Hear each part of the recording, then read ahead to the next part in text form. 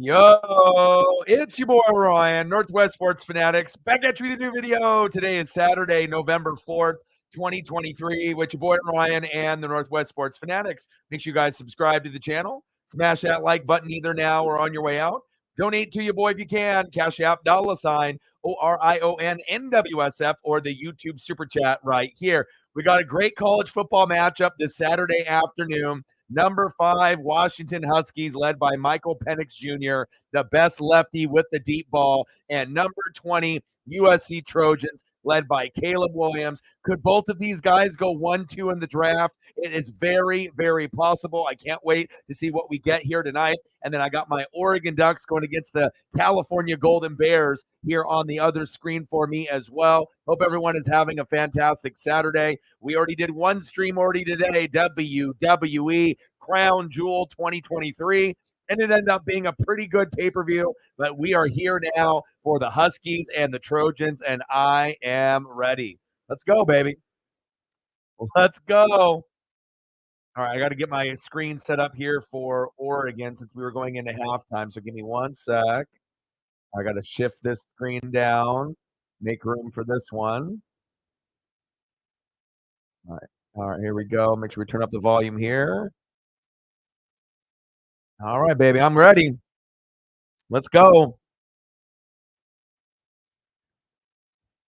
And we're going to get started here in just a couple minutes. I was rushing to be able to make the thumb and everything, and it took me a little bit.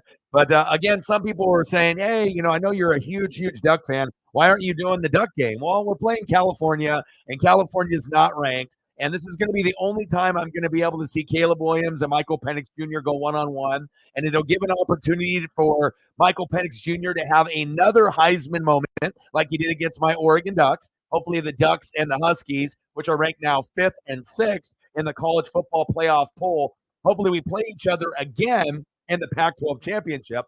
But if not, then a team like possibly USC might be able to sneak themselves in. I think Oregon State Beavers are pretty good as well. The Pac-12 is loaded, but you never know how things are going to go. But right now the Ducks are rolling on Cal. So I figured I would do the matchup for Caleb Williams and Michael Penix Jr., but I'm watching both games, and I watched the Duck game from the very beginning. And on the thumb, on the left, we got Michael Penix Jr. Oh, Huskies, I see you. And on the right, we got Caleb Williams. Let's go, baby. I am ready to go. Let's get it. Should be a fun one. I don't really know if it's necessarily going to be a blowout or not, but I do think that it should be at least a good close game within the first half. And then once we get into the second half, things might run away from USC, but you never know. Maybe USC will actually have a defense today. I mean, we can't really predict for sure, how things are going to play out. I would assume that the Huskies are going to win, with Michael Penix Jr. But, hey, if Caleb plays great, throws for 4 or 5 touchdown passes, no picks, they get a fumble or a pick six for a touchdown. The defense plays well. On top of that, maybe getting a punt return or kick return for a touchdown. They get some extras, and maybe they force Michael Penix Jr. into a couple interceptions. Then maybe the upset could happen. But right now I got my money on the Huskies on the road. And since USC has already lost, I'm kind of hoping that the Huskies run the table until they play the Oregon Ducks in the Pac-12 championship. So hopefully Oregon will only have one loss, the one loss earlier to the Huskies. Huskies stay undefeated, and then Oregon can play them in Vegas in the Pac-12 championship, get revenge, get payback. And if we lose, I'm okay. I'll be rooting for Washington in the playoff.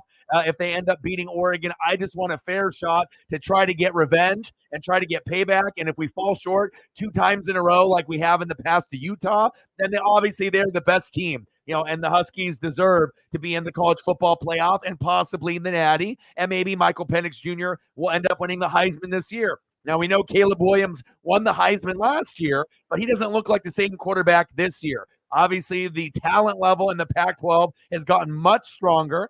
We got a lot of quarterbacks that could be in the NFL. Caleb Williams, Michael Penix Jr., Shedeur Sanders, Bo Nix, just to name a few. And then we got a guy named Cameron Rising on Utah that's been hurt pretty much all year. He'll be in the NFL in a couple years, but it sounds like he might be coming back next year for Utah, and that obviously bodes well for Utah. You got Ukulele on Oregon State. So this is the most loaded the Pac-12 has ever been. And the sad thing is that this is the final year of the Pac-12. So we'll see on how it goes. Megan, a big Trojan fan in the building. $50 holla. Thank you so much. I appreciate you. It means a lot. Like I said, we ended up doing a wrestling stream earlier today, and we got 2 donos, one from Odin's son and one from Sarah. And I really appreciate you. You already got us to halfway to the goal, and I am ready. Let's go. Thank you so much. What would you like to see for photos? You want some Caleb photos?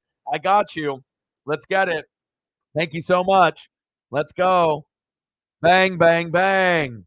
Boom, boom, boom. Bang, bang. $50 holla. 50 to go. Let's go, baby. I appreciate you. Thank you so much. Your support to the channel is unmatched, and we really do appreciate you. We're halfway to the goal before the opening kickoff, which is a great sign. And hopefully, between now and the end of the broadcast, we can come up with the other 50, and then we can move on to the secondary goal from there. Caleb and USC, Pete, yeah, let's do that. That sounds great. Let's do it. I'm excited for this matchup. And obviously, we know USC has had a few struggles on defense, but they are at home. So maybe, the defense steps up a little bit, today. And we know Washington, Arizona State, they had some problems. I think there's a kryptonite in every single team in the Pac-12. Like, you might be able to beat up on one team, but there's always going to be a team that we're like, well, why are we playing so bad against this team? And sometimes, things like that happen where you have one team that may not be a good team, like maybe like an Arizona or Arizona State, but for whatever reason, they play certain teams really, really well, like the Washington Huskies. So we'll see. I'm not really sure who USC's kryptonite is from time to time. I mean, usually they do pretty good against UCLA and Notre Dame. I would say those are typically the main rivals, but another rival that we don't play every year, Oregon and USC's coming up very shortly as well. So we will see on how that game goes in Autzen. So let me get a couple photos here for you. All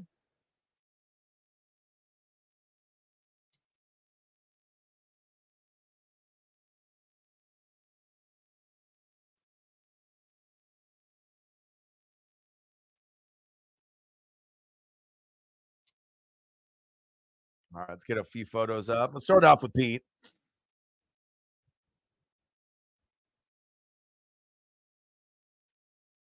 But, even though I'm an Oregon Duck fan, I won't lie. I mean, like I said, I enjoy greatness. So wherever greatness is at, even if that is the Huskies or if that's USC, Oregon State, or the Cougars from Washington State, I like to watch greatness. And so I'm definitely rooting for Caleb and Michael Penix Jr. to play great today. It's only going to help their stock wherever they go, and who knows, they might end up on our favorite teams or someone that we know and on their favorite team in the NFL.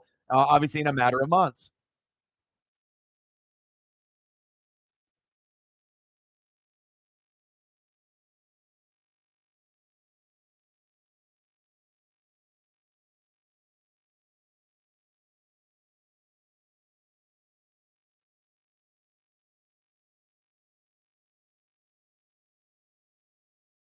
Yeah, but I wasn't going to skip out on this game. I mean, Oregon playing Cal is not a big deal. Like, I already know that we're going to win that matchup easily.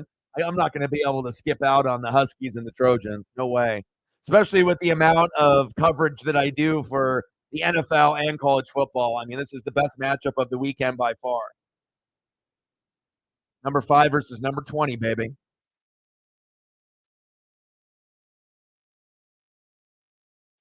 But the only way that the USC Trojans are going to have a shot today, and we know this, on my side, Sarah's side, Megan's side, or anyone else, the defense has to show up. If the defense doesn't show up, it could get ugly. But if the USC defense shows up and feeds off the crowd, there is a possibility for an upset or the game being closer than we anticipated. But if Washington is able to go back there and we see Michael Penix Jr. do whatever he wants, this one could be over by the second or third quarter, but we'll have to wait and see on how everything plays out.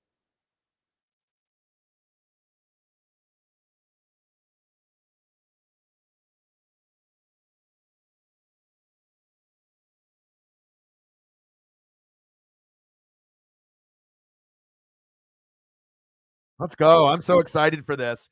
I get it. Sometimes some people, they're not into college football, but I think a reason why I'm so good at ESP and predicting, is me watching so much high school ball and college ball and getting to know these guys before they hit the NFL. And so I can already have a gauge on how good they are or not how good they are, or if they're going to overachieve or underachieve. And I am ready. Awesome. Sounds good to hear. And I'm glad that you're here with us. No worries. Don't apologize. You always come through as often as you can. And like I said, we love it and appreciate you very, very much. Your support is unmatched. And it's just nice to be able to have you in the room, even if you're a little quiet. If you got a migraine, you're working on other projects, you're in multiple streams. It's all right. Just to know that you're here supporting us and also being able to enjoy, the game of college football or the NFL. And also, we're going to be able to give you a non-biased opinion on how things are going to go. And you're probably not going to get that in too many streams that you're a part of. A lot of the streams that you're going to be a part of are very heavy, Seahawks, and it might be a little biased. So when you come here, we're going to call it how we see it, and we're going to give you a non-biased view. We're going to criticize the things that need to be criticized, but we're also going to acknowledge and praise the things that need to be praised, and also things that aren't being mentioned, maybe even by even the hardcore 12s. You got to go a little bit deeper. Not everything is black and white. Sometimes things end up being in a little bit of a gray area, and that's what we like to go over here. Big facts. Sarah with the tour. Appreciate you. Bang, bang, bang, boom, boom, boom. Bang, bang, $2 holla. I'm worried about Josh Downs, Sarah. I hope Josh plays because I got nobody else to put in for him. All my other guys are on a bye. I literally have nobody else unless I end up making a switch. I decided to pick up Kyler, and I got Sam Howell to back up Patrick Mahomes. I have to give myself a shot against Reflect and Faux King Money that if I'm going to be able to get to the championship and Patrick Mahomes starts playing like crap, I got to make sure I get the best options. And the best options that are available were Sam Howell, who's number 8 in the country, right? Obviously, as far as NFL quarterbacks, which is very surprising, but he's had a good year. And then Kyler. Kyler might be able to throw up 20s in fantasy as we're going through. And normally I don't like carrying 2 or 3 quarterbacks, but Mahomes has been shaky. So I need to make sure I have a little bit of insurance. So that way, if I have to bench Mahomes and put in a Sam Howell or a Kyler Murray, I have options. So, I don't really want to necessarily drop Kyler for a wide receiver or tight end for Josh Downs on the bench. And I'll put Josh on the bench and I have to grab someone else. Like I was thinking about doing Taysom Hill just for 1 week, but he's had double digits for 3 weeks. But what happens if I put him in at the flex and he gets a 3? I'm going to lose. So it was a very difficult situation, but I figured Kyler would give me a better shot long term instead of just maybe a Taysom Hill for 1 week. So, all right, here we go. And I'll get you some more pictures as we go here. Some people. All right, Huskies about to kick off to the Trojans. Beautiful field. Okay, here we go. Caleb Williams, let's go, baby. And I might be a Duck fan, but I am a fan of greatness. I'm a fan of Caleb. I'm a fan of Michael Penix Jr. I'm a fan of Bo Nix. I'm a fan of Shedeur Sanders. I like Cameron Rising. I like these Pac-12 quarterbacks, and it's about damn time that we got a little bit of pub and love, from the national critics and the quote-unquote experts. They're always shitting on the Pac-12 all the time, and this is the first year, probably in 20 years, where we're actually getting praise and we're actually getting a little bit of love. So I love that. All right, here we go. Shotgun set. Caleb. Branch, there we go. And this is going to be a key game that if Michael Penix Jr., he already had his Heisman moment against Oregon. They're looking to get to the playoff, obviously winning the Heisman for Michael Penix Jr. and possibly a natty for the Huskies. So for the Trojans, they've already lost a couple games. So they're trying to play spoiler. But on top of that, Caleb Williams hasn't had his Heisman moment in 2023. So it may be today. Like, let's say Michael Penix Jr. goes 2 touchdowns, 2 picks, and Caleb goes for 5 touchdowns, no picks, and 400 yards. If he has something like that, then that's going to be his moment to try to get himself back to the Heisman front running, spot. So I'm definitely excited to see where this game is going to go. I hope it's high scoring. I hope we get a little bit of defense, sprinkled in as well, and maybe we'll get a fumble or a pick six, or maybe a punt return or kick return for a touchdown in this game. First down, Trojans. Let's go. Oregon Ducks are up 35-13, and I knew we would win by about 20 or more, so I made the right choice of doing this game. That's 100%. Cooper DeWan. Got you.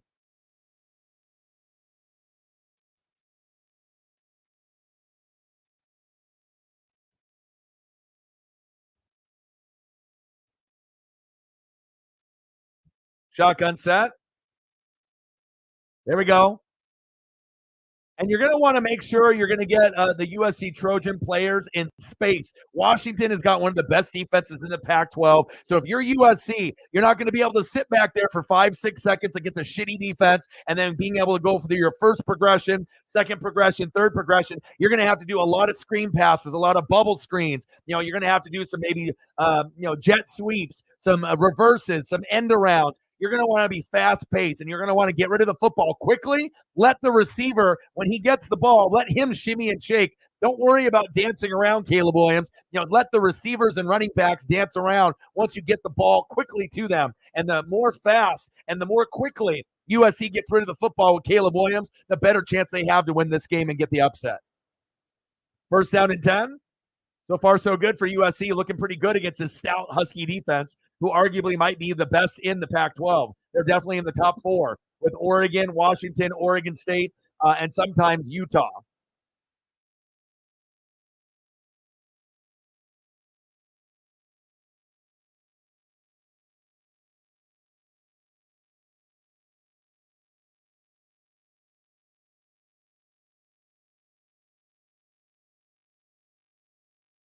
First down, Trojans.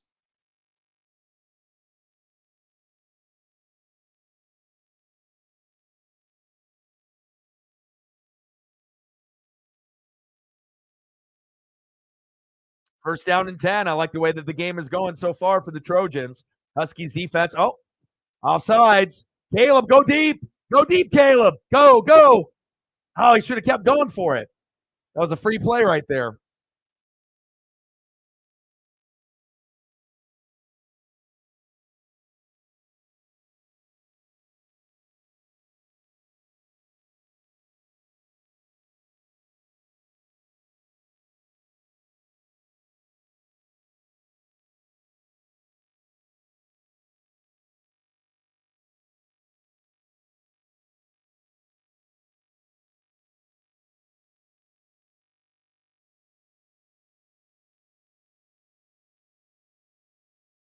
So far, so good for the Trojans. Huskies on their heels a little bit. And again, it's much easier to play at home than it is on the road. Anyone knows that. Caleb, going deep. Got him in. Oh, just over his head.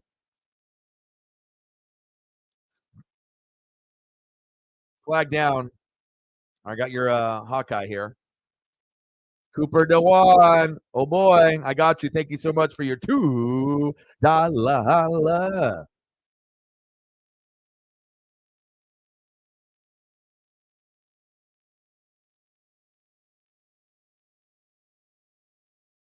35-19, Oregon. I'm watching. I got it on there too. I got 2 games on here at the same damn time. I got to keep up on Oregon. You know that. All right, here we go. First down and 15. Trojans. Nice blocking. Trojans, and like I said, don't even for a second think that the Trojans don't want to upset Washington's, Cinderella story and being this undefeated team at number 5. There is nothing more that USC wants to do to knock off Washington and knock off Oregon to get themselves all kind of in like a 3-way tie or closer to a 3-way tie for the top for the Pac-12. Obviously we know with the Ducks, we're only sitting with 1 loss. Washington has none. USC has 2. So they got a little bit of work to do. But if they end up beating the Huskies today and beating Oregon, it's going to make things a hell of a lot more interesting as we get further down the line. And that is big facts. But I'll got to give the Trojans love. They have looked very good on this first drive. They got the Huskies on their heels, and it feels like they're going to score a minimum of field goal on this drive. But we'll see. We'll see if the Huskies can tighten up. Usually nerves are going to be pretty high, essentially. So reflect in the building. What's good? Ducks up 35-19 on Cattle, and we're knotted up here at 0. 3rd down and 1. I like what I've seen from Caleb and his leadership so far. Oh, shake and bake. Get it. There we go. Ooh, hit him with the spin cycle. First down, Trojans. Circle button. I love it.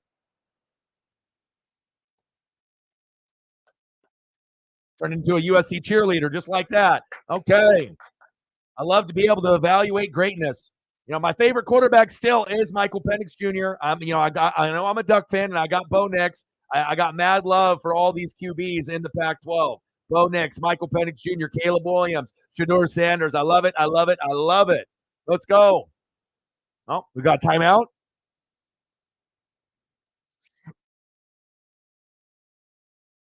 Not a cheerleader, a song girl. Well, I'm a song boy then. I'm a song boy.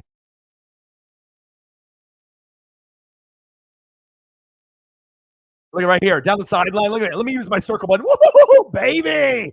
And that's why, even though Caleb's completion percentage goes down about 20% from 70 to 50 when he plays a top 25 team, and he's about, 8 touchdowns, 8 picks, roughly in that range, when you're playing against good teams as of a few weeks ago, we need to be able to see him better completion percentage, which I think he will today, and you need to be able to show that you can score and have a good touchdown to interception ratio against a quality team.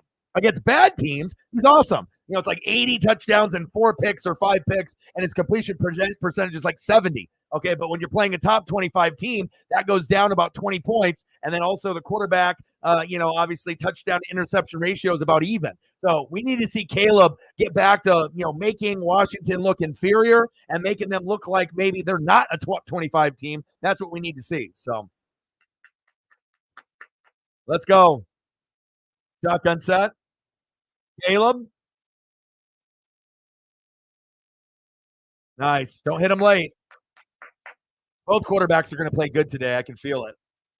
I'm hoping that both quarterbacks throw for 3 to 5 touchdowns each, and I'm really hoping that none of them get picks. That might be asking a little bit too much, for either one to have any interceptions. But that, if it was me and I could have my perfect game, it'd be like each guy have 5 touchdown passes, no picks, and each guy's throwing for like 400 yards each. I would love that, but obviously I don't know if we'll see if those defenses will allow something like that. I highly doubt it. But, I mean, if I could have like a Baker Mayfield, Patrick Mahomes type of game when they were in college, that would be sweet. Back corner. Oh, incomplete flag on the play. Uh-oh. USC about to score. USC Trojans.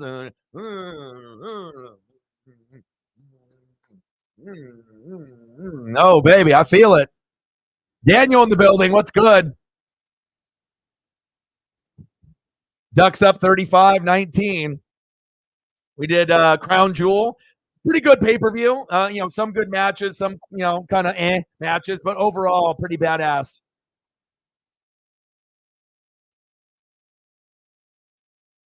I got a couple friends at the Duck game right now. It's pouring rain down there. Like you have to wear a poncho. Oh, trust me. This game, are you kidding me? Could you imagine if you had tickets for this game? Hell, I want to be at this game. I'm not even a Trojan or a Husky fan, and I want to be there. Sarah spoiling the touchdown before we see it. Touchdown, Trojans.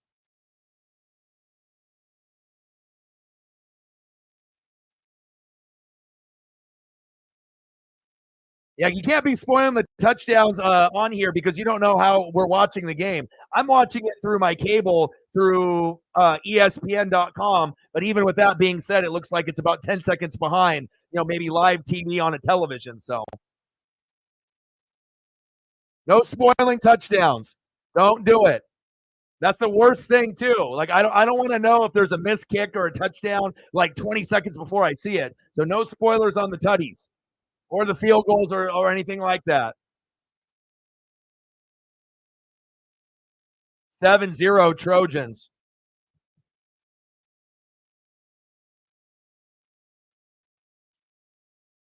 Hybrid in the building. What's good? Well, it's a most fantastic start that you could fucking possibly have, huh? You know, we already know that Caleb was at that number one spot and then has struggled a little bit, and then you've gotten a little bit more love and pub from other quarterbacks. So this would be a good opportunity for for Caleb Williams and the Trojans to see if they can upset Washington, and even if they don't, it'll get Caleb back into the Heisman mix higher than what he was, because it seems like there was a few quarterbacks that might have surpassed him in the Heisman voting. He has a good game here today. He can get himself back in the top three. Big facts.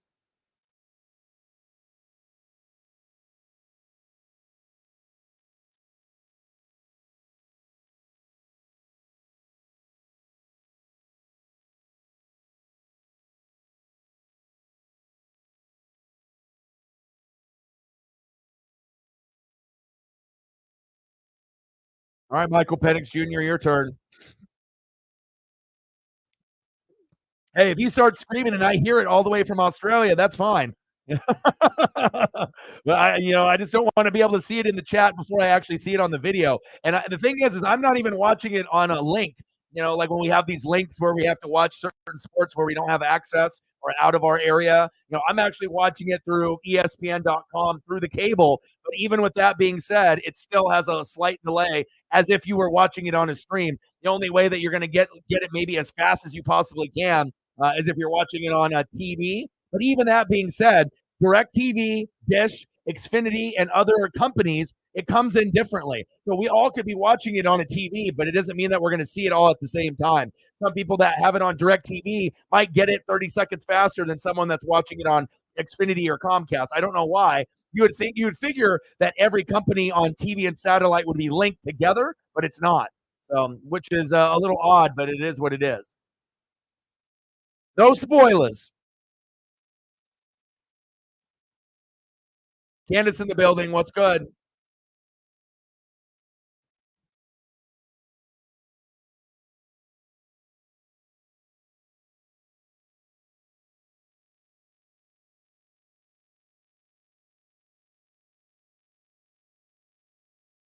Well, I found a really cool one for you, Megan. One I've never even seen before, brand new. This is fire. I love collages and stuff too. Oh, a little Snoop Dogg on the right there as well. Wow, this is neat. A little Dre, a little Snoop. Okay, very cool. I'm always gonna find that the extra stuff.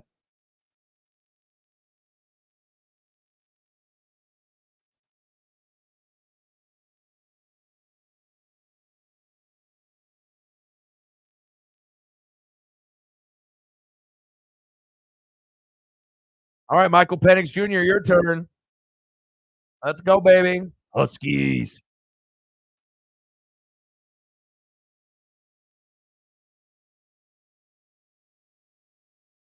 I wasn't gonna miss this for anything. I've been thinking about this game for weeks. Probably more than even Husky and Trojan fans. Like, no lie. Like, I was like, oh, I gotta watch this. I can't wait for this game. 7-0. Huskies.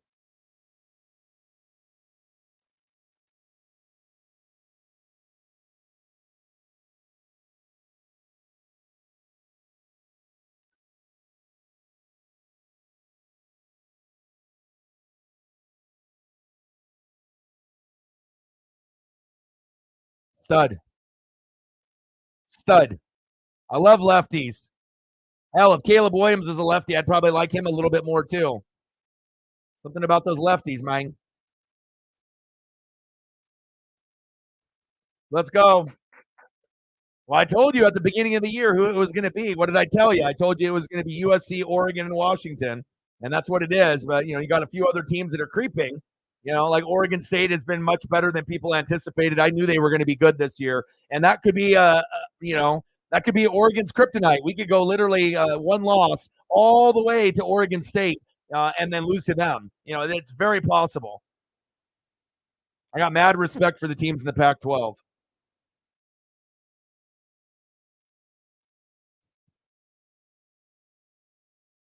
Second down and 5. Oregon is up 35-19. Let's go. Michael Penix Jr., hands off. Oh, what a stiff arm to hell. First down, Huskies. Oh, my God. Someone call 911. Is that guy okay? Oh, my. Rome Odunze, Jalen Polk, Domani Jackson, and Christian Roland Wallace. Let's go.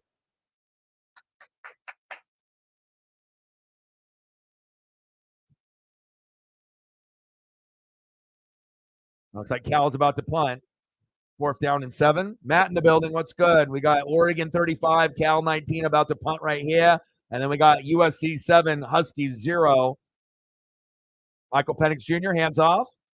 They're testing the D-line and the linebackers of USC before they go deep. A little bit more conservative play calling for the Huskies, aggressive play calling for the Trojans. Yeah, Rome will make a nice addition to a team. For sure.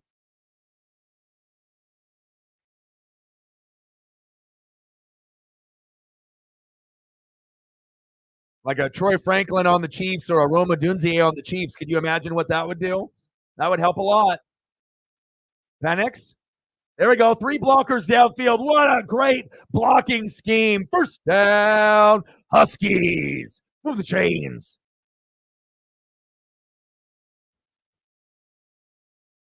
Yeah, there has been some. Well, also, too, Matt, you've been watching the whole game like I have.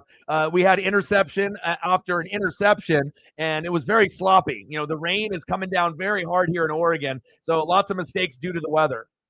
Oh.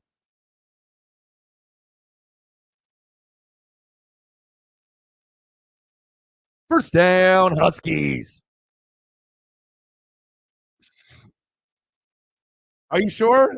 You're in the chat and they're going to play better? They better. If they start having a comeback, I'll be like, Matt, what happened, bro? 35-9. We're going to win by 20 or more. We're fine. We just got to be able to blow them out here in the 4th quarter. And then keep the pressure on in the 3rd. Bounce to the outside. Good effort. They're hitting out there. Like I said, this is USC's bowl game. This is USC's spoiling opportunity. You don't go 7-3. You're trying to go to 8-2 and knock off Washington to go to 8-1.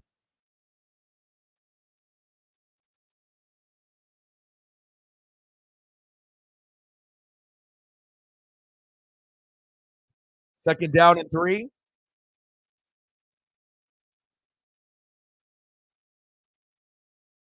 Audible at the line. Shotgun set. Penix. Little check down. There we go. Smart move. First down, Huskies. So many players on both teams that I enjoy watching.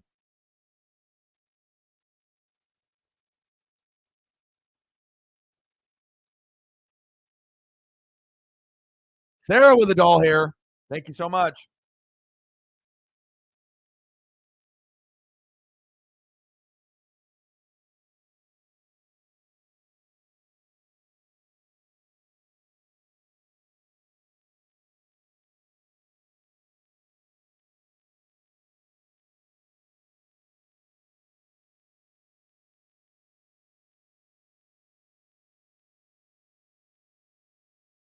Appreciate you. Every dollar counts. We know this. Bang, bang, bang. Boom, boom, boom. Bang, bang. Bang, bang. $1 holla. I can get some more photos of your guy on Iowa if you'd like. 53. David in the building. What's good? Get those likes up. We got to. Let's try to get to 20 if we can, depending on how many people we have in the room.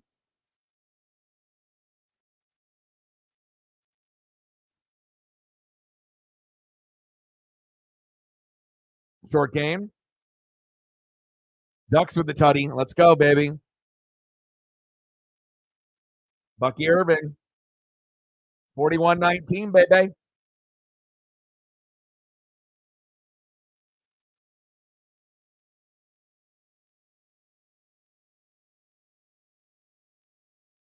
Still a chance for Oregon to make the college football playoff and to represent the Pac-12. We're not out of it yet. Handoff. There we go. Touchdown, Huskies.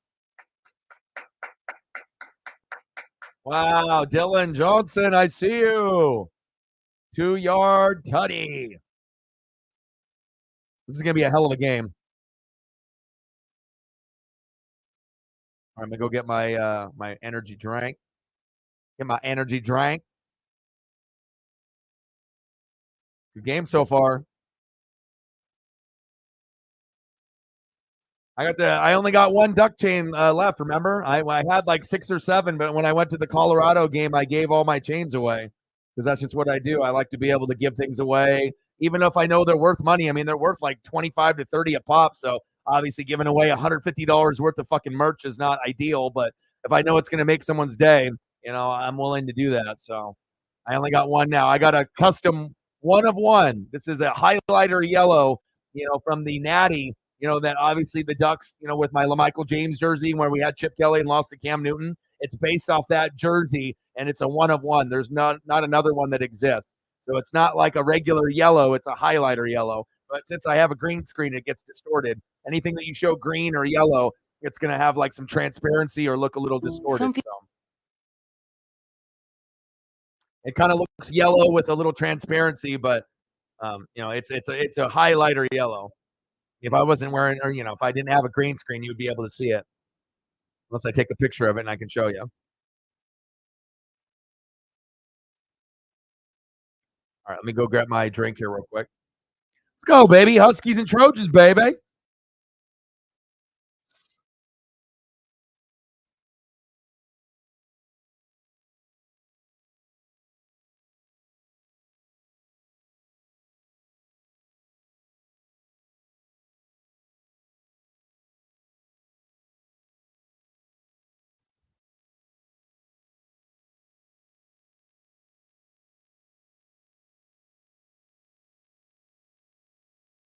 All right, I'm back.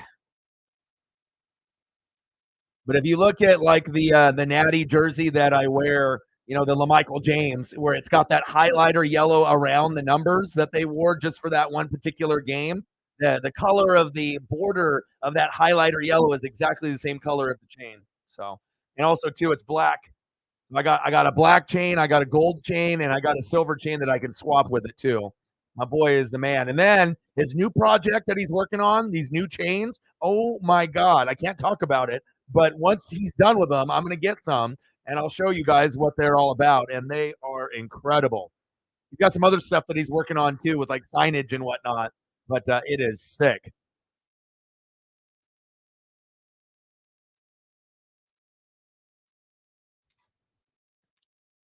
$42.19. Go Ducks.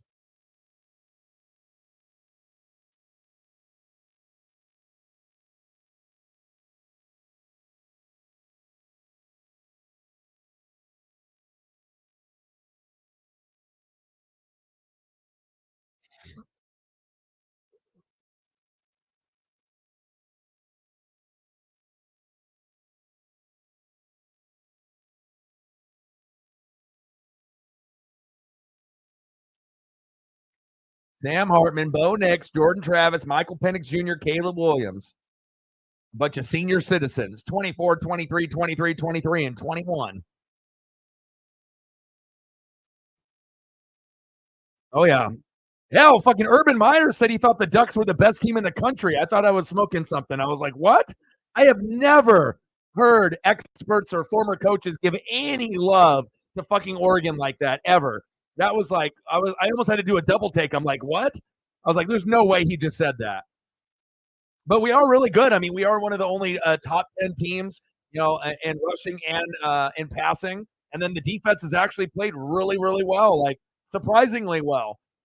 It's like we actually look like we have like a top 25 defense out there. So, I mean, can you imagine if we ever get to a point where the Ducks actually have recruits where we can have like, pros on the D line, pros at linebacker, and pros in the secondary? If we have a top 10 defense and a top 10 offense, we're definitely going to be like top 5 in the country, maybe top 3, top 2, especially with a team like that. But it's going to take some time to be able to build something like that. And who knows if Dan Lanning is going to be the guy to do it.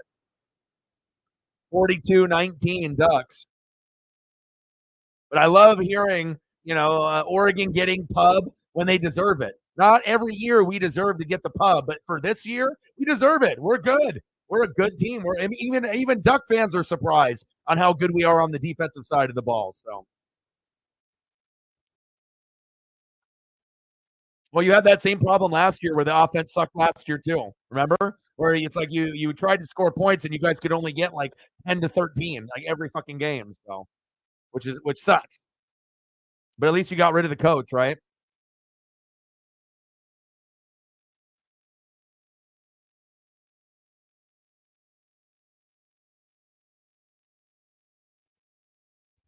And what's the name of the player of this player again that you want me to bring up? I'm gonna see if I can find some more.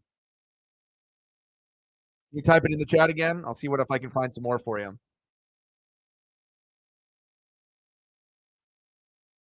Or if there's someone else on Iowa that's worth a damn. How's their tight end looking this year? Do they have an NFL tight end this year, or do they have to wait a couple years?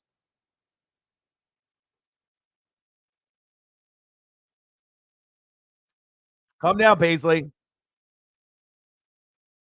Baisley.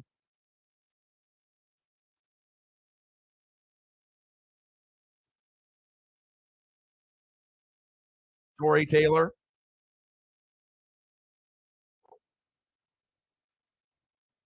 Baisley.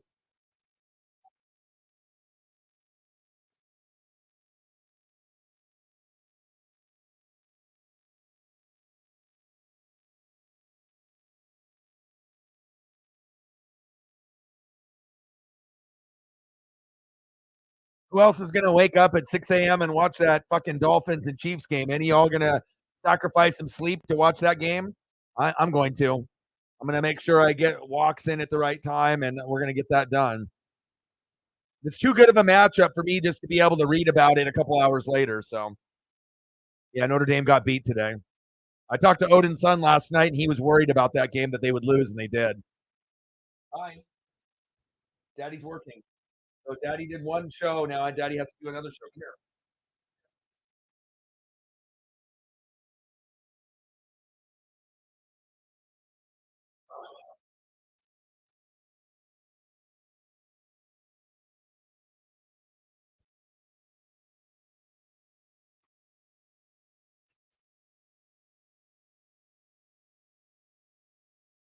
Let's go. Shotgun set. Caleb. Scrambling, gambling. Floater. Oh, baby. First down.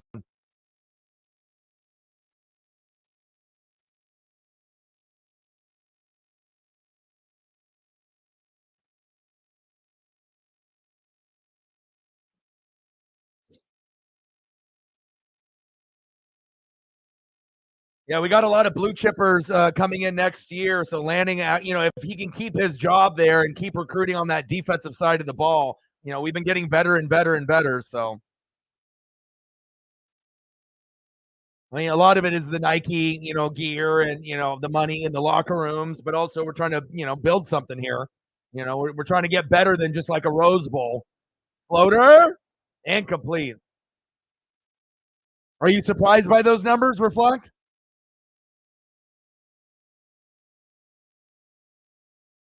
4 a.m., 5 a.m. for Hawks game. Yeah, but you got a better quarterback than us.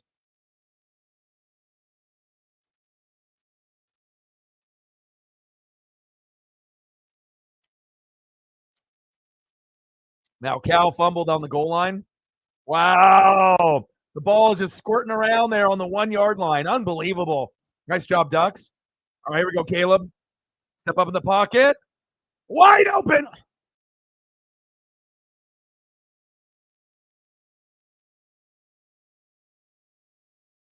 What happened to my hands? Come on, Trojans. He's wide open. Oh, my. Oh, my. Oh, my. Oh, my. But just because we recruit well doesn't mean that those guys all are going to pan out. Some of them get injured. Some of them transfer. Some of them just end up being busts. So the numbers are good, But again, we need to, get the most out of the players. It's always nice to see a recruiting number high, but it all depends on the athlete after. If they're going to get in trouble, are they going to be smart, stay out of trouble, have their head on a swivel, are they focused, or, do they care about academics? Like, there's a lot of things that can derail an athlete in college for sure.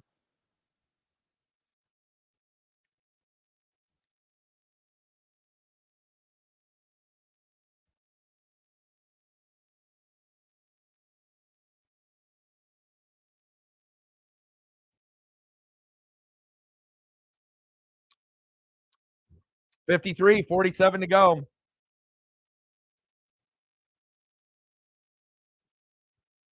I agree, 100%. I don't need another Chip Kelly wannabe. You know what I mean? Like, and the reason that Chip was able to do it because you had guys like D'Anthony and fucking LaMichael James and LeGarrette Blount. If you don't got guys like that, what are you doing? You know, I mean, we have some pretty good players like Troy Franklin, but he ain't no fucking D'Anthony or LaMichael. He could actually end up being a decent receiver in the NFL, but we don't really know for sure. Depending on what team he goes to. If he goes to like a team like the Chiefs, maybe Troy Franklin pans out. But if he goes to a team like the Browns, we may never hear from him ever again. So it all really depends. But I 100% agree in this statement, and that's the thing that pisses me off more than anything. Take the points and coach the right way. Don't try to be someone that you're not. Be you. Be the best version of Dan Lanning. Don't try to be a fucking Chip Kelly 2.0. 100% agree with that. Go Huskies. Reflect with a $5. Appreciate you. Let me know what you want to see. You want some Michael Penix Jr. or you got something else in mind? You want some Rome Odunze? Bang, bang, bang. Boom, boom, boom. You want some Marquise Tuiasosopo? Oh, baby. Tuiasosopo. Your boy remembers. You want some Corey Dillon? You want some Buda Baker? You want some Vita Vega? I got all the Huskies on lock, baby. Almost picked. Good defense there. $58, 42 to go. And I've already went on 2 walks today with Paisley. So we went in and did 2 45-minute walks. We didn't get rained on either one, thank God. But it is starting to clear up a little bit. But we got to go on another one later today too. I'm addicted to exercise, man. I'm telling you. Once you get that that kind of fresh air, addiction, there's nothing like it. Being able to smell the rain and just to be out there in nature, spending time with your pup. Penix Jr. going deep and complete.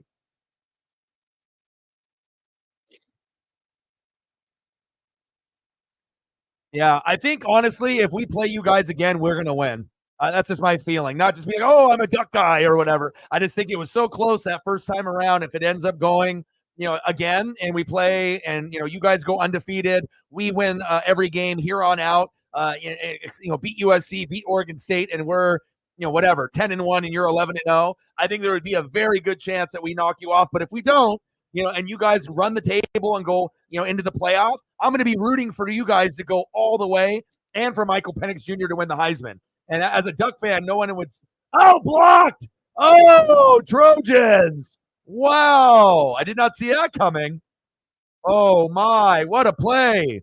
But you never know. Huskies could end up winning again. It wouldn't shock me, but I definitely think the Ducks would play differently, in that game and play maybe hopefully a little smarter. At least I would hope so. But you never know. Maybe Dan Lanning does the same dumb shit again, and then we lose in the Pac-12 championship. So, but we won the Pac-12 championship in 2019 and 2020. Utah Utes won it in 2021 and 2022. So if either one of these teams can get a dub, I mean, it's going to be huge for USC and Washington because they haven't won it in a few years. So everyone is very hungry for this Pac-12 championship. And honestly, I think we should have beat you guys last year when we were at home, but fucking Bo Nix got hurt. You guys won, you guys earned it, and you deserved it. But I honestly feel if Bo Nix didn't get hurt with that ankle, we were going to win last year. We fucking brought in the backup, and they didn't even throw the ball. They didn't even believe in him to throw the ball once. So I already knew we were going to lose that game. But that's, I don't know. Like I said, this one, you guys earned it because our coach was stupid. But last year, I think we deserved to win that one. But injuries are injuries. What can you do? But one thing that we can agree on is that we're both very good, and they could have gone either way, and that's what happened. I mean, it's literally a game of inches where it could have went. This one team had this good play. This team fucked up on the defensive call. This guy got hurt. This guy didn't. But it's not like either team has blown out the other. Like it literally has come down to like one possession. Maybe whoever has the ball last wins the game, and it's nice to see you guys have success.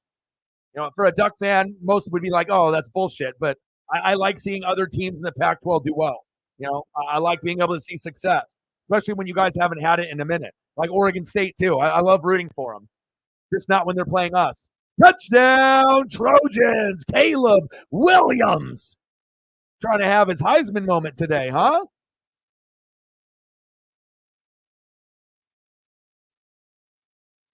Oh my! All right, Caleb.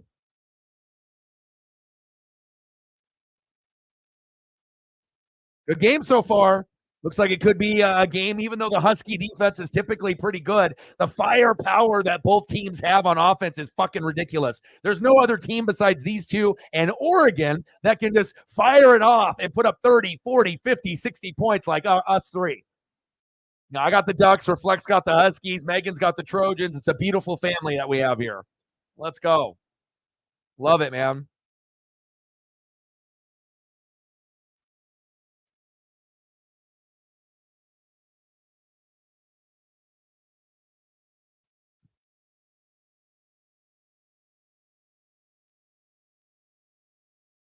And Matt got the Ducks. Can't forget about Matt. Firing McDaniels and Ziegler will cost the Raiders $85 million. Well, it's worth it. Get those guys out of there. You ain't doing shit with those guys. You got to make sure you get the right. Like I said, you can have talent, but if you don't have the right coach and the right GM and the right coordinators, it doesn't matter. Who you have. You're not going to get the most out of your guys. Like I said, you could have average players, but if you end up having amazing coaching, it'll turn the team around a lot faster, when you have that. So I don't say it's crucial. It's a big play by USC, but I mean, we're talking about the best team in the country from the Pac-12. Washington ain't afraid of fucking nobody. They're not afraid of Oregon. They're not afraid of USC. They're on the road. They already knew this was going to be difficult. Everyone is against them. They're battle tested. They're fine. Like that's not going to be the outcome of the game. Huskies are too fucking good. Remember who the quarterbacks are, right? Michael Penix Jr. has the ability to throw 5 to 7 touchdowns, just like Caleb. So you are the Lone Ranger in the Big Ten. You are. Neighbors.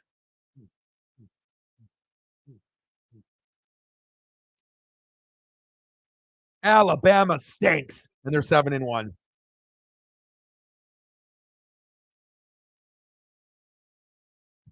Oh yeah, there's this is a long ways from being over. This game is going to get into the 30s. You can already tell because if it wasn't, we would be sitting at like 3-0 or 6-3, or 7-0, and that's it. Both teams are able to move the football pretty much as they want to, and they've already scored 21 combined in the first quarter. We're definitely going to get into the 30s. Not saying that the defenses are terrible. USC's has been terrible at times. Huskies has actually been pretty good throughout the year, but when you got two potential top 2 picks at quarterback, number 1 pick or number 2. Oh, number 2. I mean, you never know. Finley.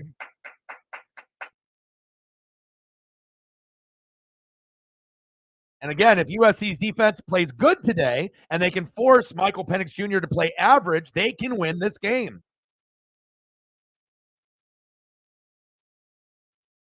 And if that happens, then obviously USC will improve to 8-2. Huskies will drop to 8-1 with a tie with Oregon. But then they have the tiebreaker because they beat us. So at that point, we need to be able to beat USC, beat Oregon State, play in the Pac-12, hope that Washington doesn't lose any more at that point, and then we both have one loss, and then we'll see who the real best team is in the Pac-12. But I don't know. I don't really care who comes out of the Pac-12. I just want us to have success. It'd be really dope. It'd be wild. Like, most people will never say it, but it would be just wild if the Huskies or the Ducks, since the Trojans already have 2 losses. If not, then it would be a different story. But just because the Huskies are undefeated Oregon only has one loss. Like, what would happen if the Huskies win it all? Like, won the Natty this year, or if the Ducks won the Natty, like unexpectedly. Like that would just be crazy. Like, I don't think anyone would have believed that that would even be possible at the beginning of the year, even though with all these quarterbacks in the Pac-12. But I don't know. I just feel like Ohio State, Michigan, Florida State, Georgia. I don't know, man. Like a lot of those teams, they don't really feel as strong as they have been in years past. Ohio State and Michigan, I don't think anyone really fears them. Georgia and Bama are not as good as they used to be. No one gives a shit about Florida State. So it's like I feel with Washington and Oregon, we like our chances literally against anyone in the country. The one that probably makes us the most nervous, I would say, is Georgia, just because of their reputation and what they have NFL player wise. But other than that, I don't think really Oregon and Washington are intimidated by anyone. And hell, even Georgia's beatable. They're not as good as they were last 2 years. They're not winning the Natty 3 years in a row. So, Georgia's not as good. Alabama's not as good. They're still great record wise. But if you're looking at those teams and the depth and the NFL players, it just feels like it's open for the very first time that an SEC team could win the championship. Georgia, right? I don't believe in Florida State winning it all. I think they're fugazi and they're frauds. But it could be a Pac-12 or a Big Ten team. Michigan, Ohio State, Oregon, or Washington maybe wins it all. I know it's crazy, but you never know. You just never know how hot the teams are going to get once they get past their, Big Ten championship game or SEC championship game or Pac-12 championship game. What kind of momentum they have, and also the injuries where the other teams might be banged up, or maybe your team or my team might be banged up. So this is the most fun I feel in college football that we've seen as a whole, because it feels like it's actually up for grabs for the very first time. Normally it's SEC, Big Ten, SEC, Big Ten, and everyone else, it's a big fuck you. It's like you're not going to, like the best that you can hope for is the Rose Bowl. You're not going to the Natty and you're not winning. Sorry, O-Dog, not going to happen. And then now it just feels like SEC isn't as good. Big Ten and Pac-12 are just as good as them, maybe even better. And we actually have a shot, for the Big Ten or the, Pac-12 to win it all. And it's like Michigan and Ohio State have been close, but it's like every time they get to the playoff and play an SEC team, they get fucking destroyed. Right? It's like, oh, Michigan, Ohio State, 11-0, they're so good. And then they play Georgia and Bama and get spanked by 30. Like, it's like, I want to be able to see something different this year, and hopefully we can get that. I'll tell you what, though, like I said, if Oregon can't win it all, I'm definitely rooting for somebody out of the Pac-12 to do it. All right, we're in the second quarter, 14-7. This game has been living up to the billing.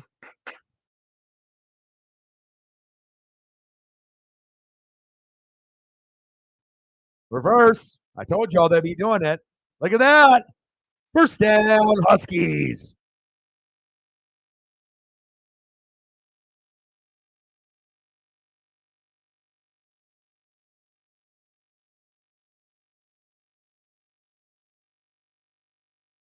So is Torrey Taylor the best punter in the country, Sarah?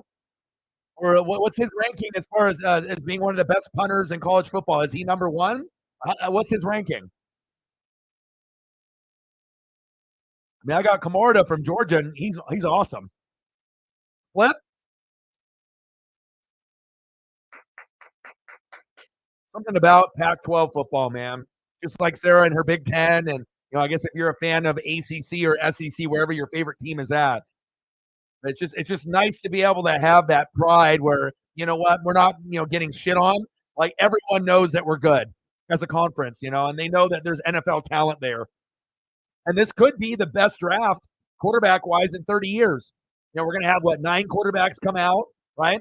Probably 5 good ones, 2 elite, 3 that could be starters, and then we're going to have about 4 that will probably be bench guys that will have to earn a spot based off injury, and they get a chance to come in to see what they can do. But the depth is going to be pretty crazy in this draft. But I definitely think there's potential to have about 5 starters, but 2 only are going to be elite. So we don't really know what 2 that is, but that's what the number's saying. But hopefully we can have 2 elite, 3 really good starters, and then a couple guys that might be bench guys that will have to earn it. And complete. 4th in the nation, best in the Big Ten. Nice, hell yeah. You think the Colts are going to pick him? Are you guys looking for a punter this next year?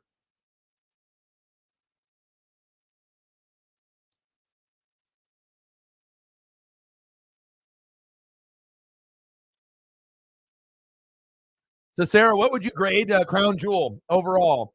That last match was kind of underwhelming. Obviously Seth and McIntyre, they had the best match to me by far. Nice screen pass, nice blockers. Oh, hit him with a skirt. First down, Huskies. It had potential to be a 9.5, but it kind of underwhelmed with a few of those matches. So I would probably say an 8. Yeah, that's what I was just about to say, an 8, 8.5. And like I said, some people love this whole Roman Reigns shit. It is boring as hell to me. Like I get it. Even LA Knight, besides his, talking, on the microphone, 10 out of 10. But LA Knight in the ring is boring. I hate to say it, but it's true. Floater? Oh, just over his head. I mean, it's not like when I watch like Cody or when I watch Seth or when I watch Drew McIntyre or some of the other, or Randy Orton, like there's certain guys that are exciting. And then some of these guys, it's like they got put in this position either by management or the crowd because they got a catchphrase or they got good mic skills. But some of the guys are better on the mic than they are in the ring. Like Roman and LA Knight, they're better on the mic than they are in the ring.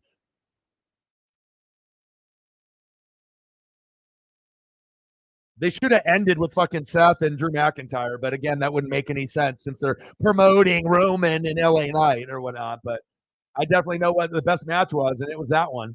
Handoff, touchdown, Huskies. But it might be coming back because we got a flag, maybe a hold. 4 flags. The flag party.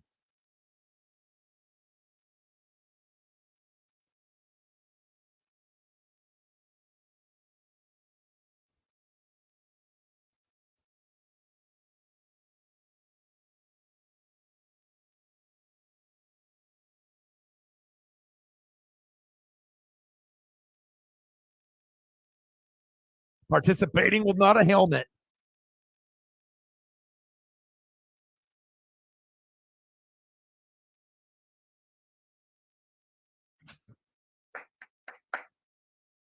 Finley, did you guys drop that game? You guys lost to Arkansas? That's tough, bro.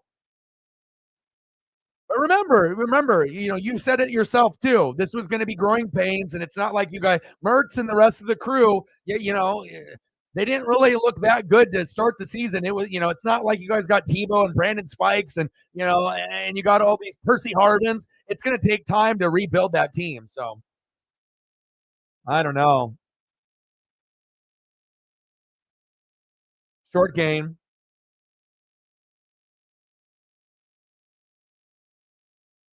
I was about to ask you the same thing, Reflect. Like they said, this penalty, man playing without, where's the other penalty then? Why don't we show that?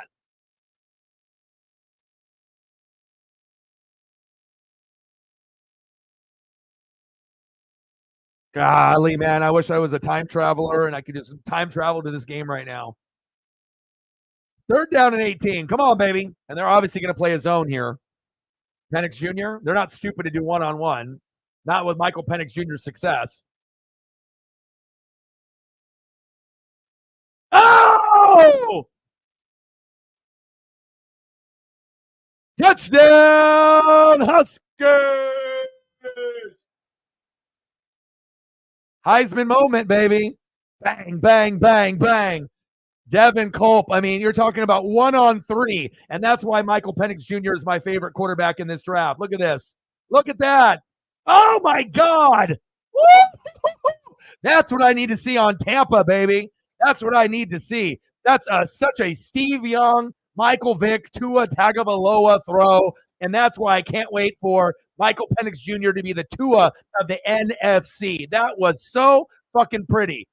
Overthrew the first guy, went over his head, into triple coverage, no problem. And that wasn't even Rome or Jalen McMillan. That was Devin Culp. That's like 3rd or 4th best player.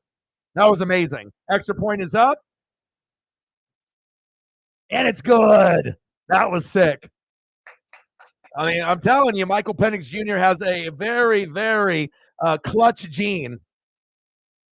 Ice water in the veins, and great toe drag swag by Devin Culp right there. That was awesome. That was awesome. You know what? I think he's more accurate than Nix. Nix has been, the statistics say Nix is more accurate, but a lot of Nix's throws are just like dinks and doinks. They're not like that. They're not, trust me, they're not like that often. Every once in a while, we'll have a Troy Franklin one like that. But if that was Bo Nix, that would have been picked off. 100%, bro. That was a Michael Penix Jr. Like, hey, I had my Heisman moment against Oregon. This is my NFL moment. You're thinking about drafting Caleb or Bo or Shadur Sanders or me. Look, this is what I can do as a lefty. That was awesome. That was one of the best throws that I've seen all year. And it was risky. It could have definitely got picked off, and that could have changed the momentum of the game. But sometimes you got to take a chance and trust your teammates. That was awesome. Oh, my God. This game. Touchdown, Huskies. And that's why Michael Penix Jr., that throw alone, that's exactly why he is my favorite quarterback in this draft. This is my favorite player in college football. And I probably shouldn't say that as a Duck fan, considering we might win the Natty this year with Bo Nix or get to a Rose Bowl or get to the playoff, but I can't help it. The guy is so fucking good. And he's a lefty. Now, if Bo Nix was a lefty, then maybe I would say Bo Nix, but Bo Nix ain't a lefty. And even if he was, I still wouldn't say Bo Nix. Like, this is the best quarterback, arguably. It could be in Washington's history. Like, they've had a lot of guys that have played quarterback, but based on what he can maybe do in the NFL, he could maybe have the most success out of any quarterback. And there's been some pretty good ones over the years. There's been some pretty good talent, Warren Moon and company. But, if this guy ends up being the Tua of the NFC, it'll be, I wouldn't be shocked if Michael Penix Jr. turns into a top 10 quarterback in the NFL. That's how good I think that he could be. I don't think Bo Nix will ever say, do that. I don't know if there's anyone else in the draft that has that potential besides him. Drake May looks like he could be pretty good. Caleb is going to have a lot of pressure, on him. Shadur Sanders, if he goes to the Falcons, maybe he can make a name. Bo Nix, if he goes to Tampa and backs up Baker. But I think this guy is the only guy that I feel could go to any team right away and make a huge difference.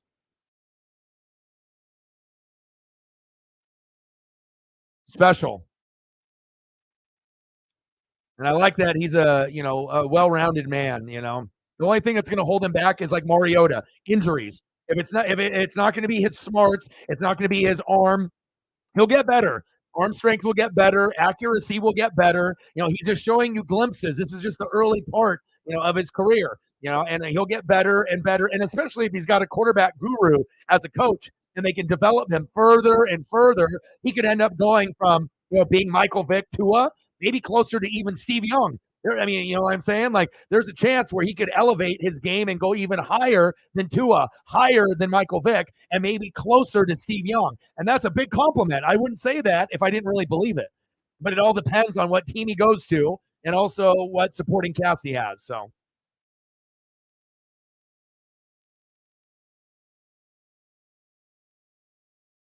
get out of here.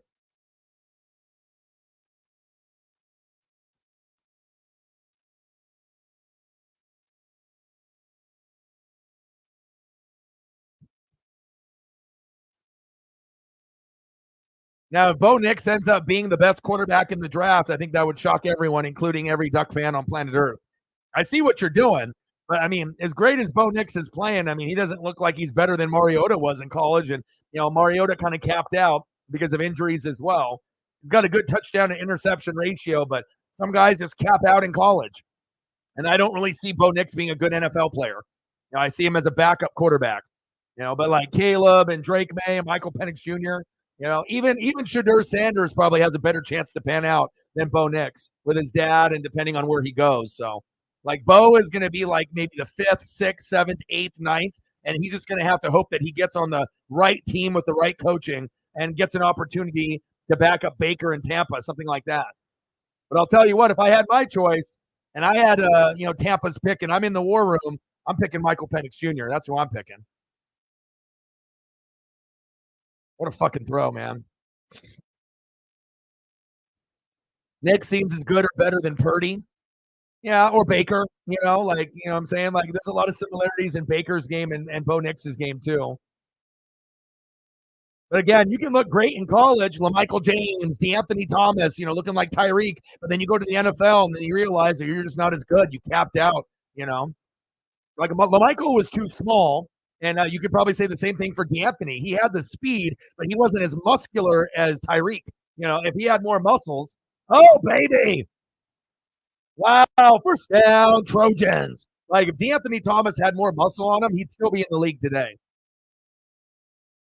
That was the one that I was probably disappointed the most. I knew LaMichael wouldn't last that long, 4 or 5 years, but DeAnthony, that one hurt. I was hoping that he would last, a long time just based off his speed alone.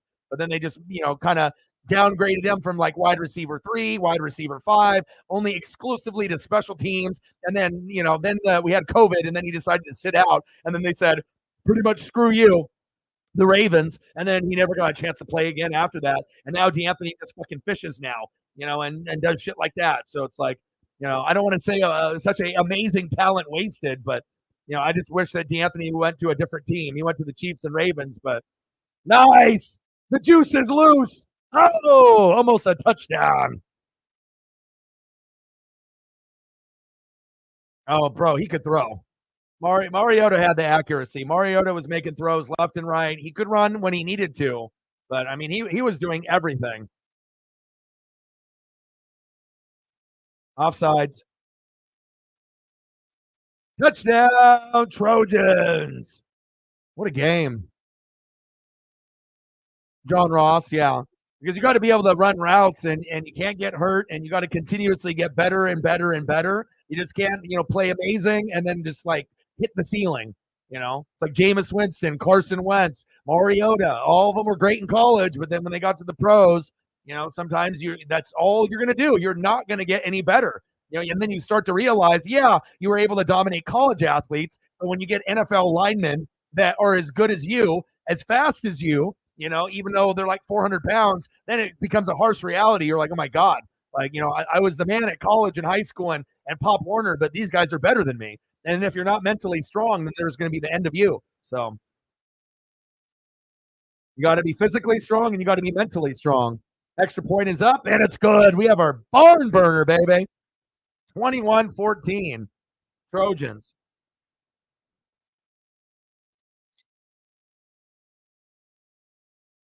Yeah, but one thing that is for sure, this is the most exciting quarterback class that we've ever had, in my opinion. Like, like I said, they had the Trevor Lawrence one, and they wanted to say how good that was. And I kept telling people I didn't really think it was that good. I thought maybe 1 or 2 guys, and that was it. And people were like, no. Like Trevor Lawrence panned out. Zach Wilson did not. Justin Fields did not. Trey Lance did not. Mac Jones did not. And the only other guy that could maybe make it one day is Justin Fields, but he can't throw. He's a runner first, and you got exposed. You can't throw the football. But if he ends up getting a number 1 receiver like a Mike Evans, if he gets something like that, then maybe his completion percentage can go up and he can get a little bit better, But I don't think anyone thinks that Justin Fields is ever going to be a top 10 quarterback. He's going to be always somewhere between 11 and 20, depending on what he does with his legs. And if he can actually get to a point where he can throw for 2, 3, 4 touchdowns in a game, instead of just like, oh, nobody's open, let me run, like Kaepernick and RG3 and a lot of those other guys. So, he's going to need a lot of supporting cast, coaching, and he needs a true number 1 receiver that he can throw to, someone better than DJ Moore. So, like DJ Moore needs to be the 2. He needs someone like a big guy, like an A.J. Brown, Mike Evans type. And then we can properly evaluate, Justin Fields. Is he going to be a guy that's considered top 12, or is he always going to be that guy that flashes here and there in fantasy, but not really a great quarterback all the time? So, of course. Well, I'll tell you one thing. If the game was in Washington, the score would be different. Because that crowd there, it would be much harder for USC to win on the road than at home. So you guys are taking advantage of the home field, rightfully so, and you're up 21-14. But I think if the Huskies were at home, it would be a different story because their fans and that environment there, it would be much harder for the Trojans to score points there. It could still score, but I think it would be a little bit different of an outcome.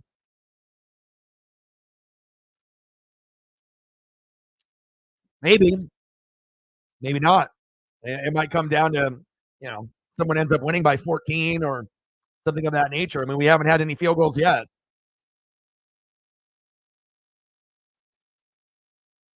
68%. Yeah.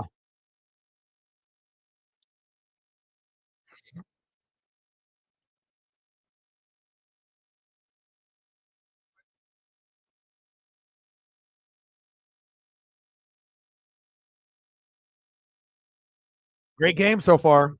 I'm actually glad we don't have any field goals and it's just straight up just scoring, scoring, scoring. I love it. Oregon Ducks, are we the best team in the Pac 12? 49-19. We're kind of good. I can't wait to play USC and I can't wait to play Washington again.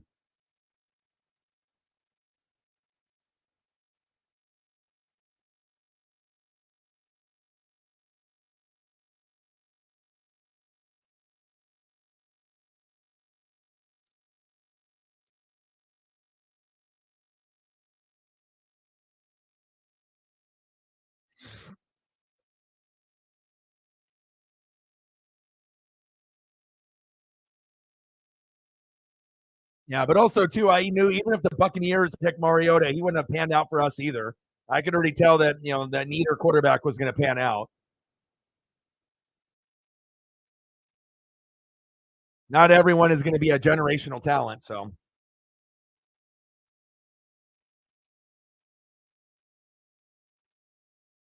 we'll see. Oregon, we'll see. A lot of the quote unquote experts think so. Even though we lost to Washington, but we're going to have to go out there and prove it every single week moving forward. We got to take care of business every single game.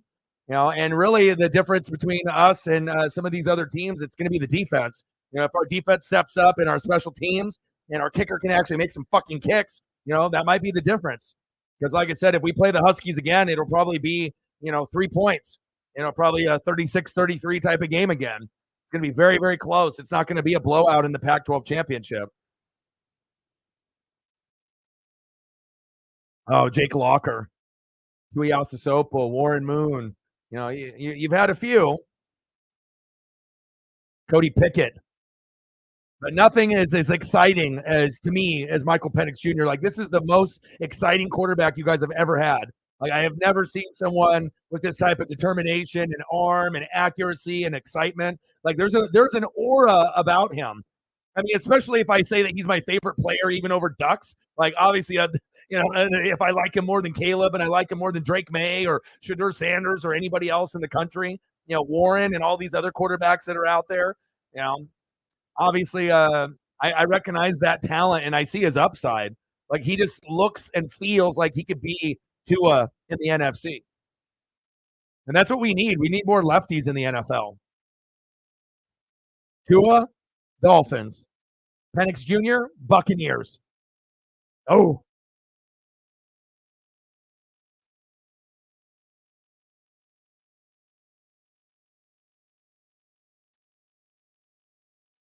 Penix Jr. going 50-yard bombs to Mike Evans or Chris Godwin. Yes, please.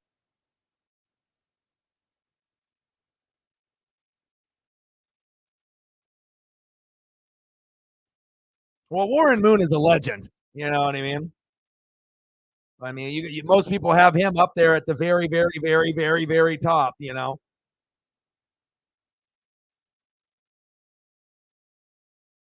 But then if you want to say this is the best prospect since Warren Moon, I mean, this is something special here.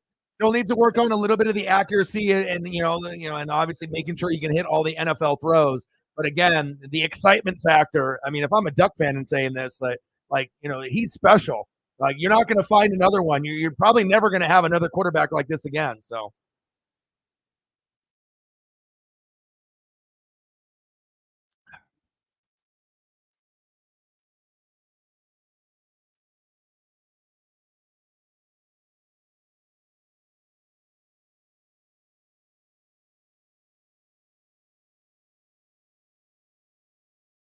Oh, baby, go. The 30, the 20, the 10. Touchdown, Huskies. Let's go.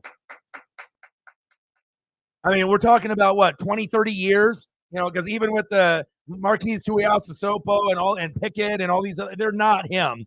This is the first. I mean, you literally have a chance that you might win the Natty this year, or you might actually get a Heisman out of fucking Michael Penix Jr. Like, think about that for a second. Even Warren Moon can't say that.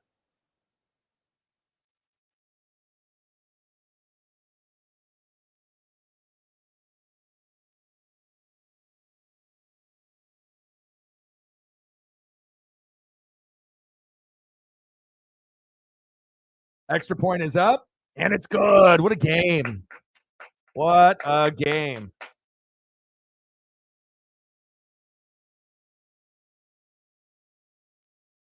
Awesome. And obviously a little concerning for the Huskies because their defense is better than the Trojans. But again, you have to put in that factor that they're on the road.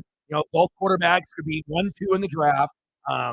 And they both have really good weapons at wide receiver. So you already know that, things are going to be very, very close.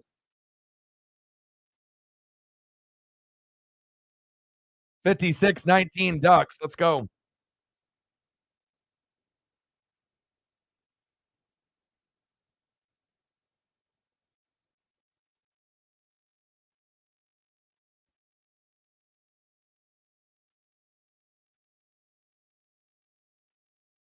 So many things going on in NHL, NBA, college football. What a great day. And I got to wake up hella early for that fucking Dolphins and that Chiefs, but it'll be worth it. Mahomes better go off in fantasy. Or I'm going to be pissed.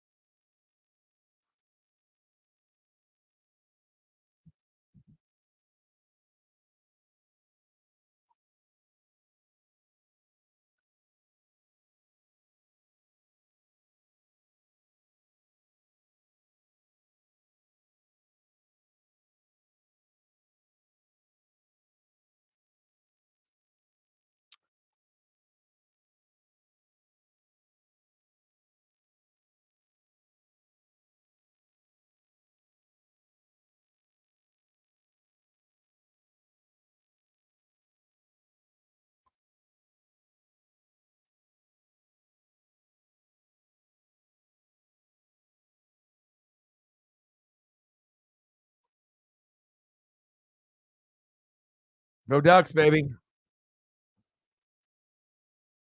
56-19. My prediction of them by winning by 20 or more is still intact.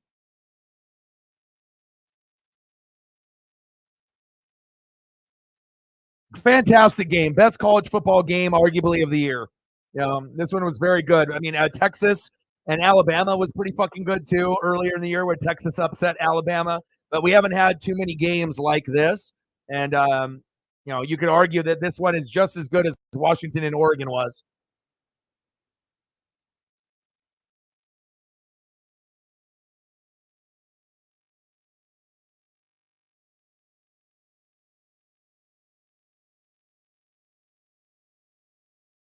I gotta be able to get down to that USC Oregon game, but probably I'm not going to have the finances to do it unless I get gifted or something. But I'd love to get down to either Oregon State or Oregon USC. If I could go to one more game this season, that would be sweet. First down and 10. Caleb with the keeper. What a play! Nice. First down, Trojans. Oh, nice. You're already itching for baseball. You're already looking at all the free agency and you're ready.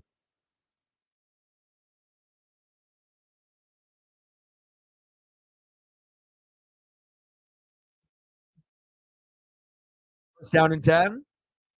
I mean, the way that this game is going, it may come down to whoever has the ball last. Oh, avoids the sack lunch. Get rid of it. Good awareness. There you go. Nice job, Caleb. That could have been a dangerous play there.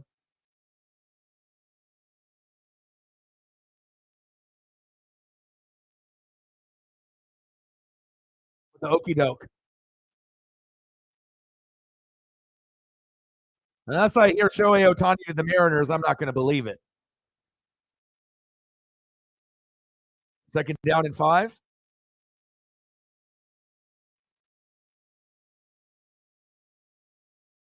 Handoff. Offensive line for both. Oh!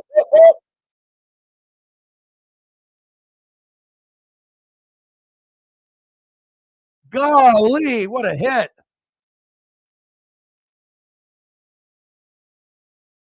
What's up, brother? Well, you make sure you get some sleep, okay? Because there's a chance that you guys might lose, okay? You guys could win, but if it's in Baltimore and the same thing happened when you guys played Cincinnati on the road, don't be surprised if you guys take an L.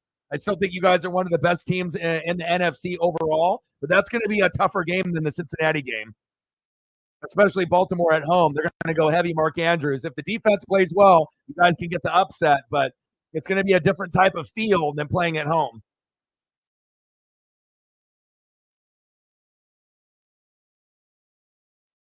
That's why you can't get too high for wins and you can't get too low for losses. You got to be even keel, Otherwise, you're just going to go through so many different emotions throughout the season.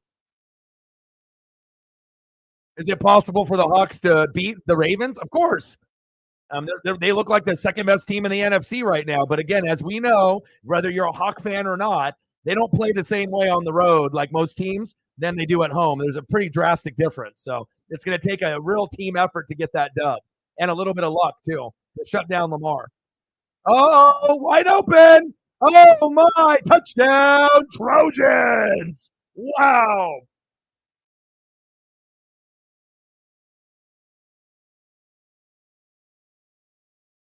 Oh, my.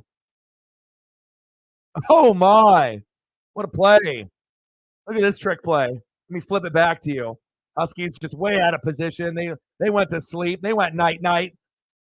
Touchdown, Trojans. What a fucking play. This game is amazing. Mm, mm, mm. That was an amazing play design. I don't think I've seen that play design all year. That's like the first time I've seen that. That was beautiful. Might as well bust it out for the Huskies at home. E-Man in the building. Extra point is up, and it's good.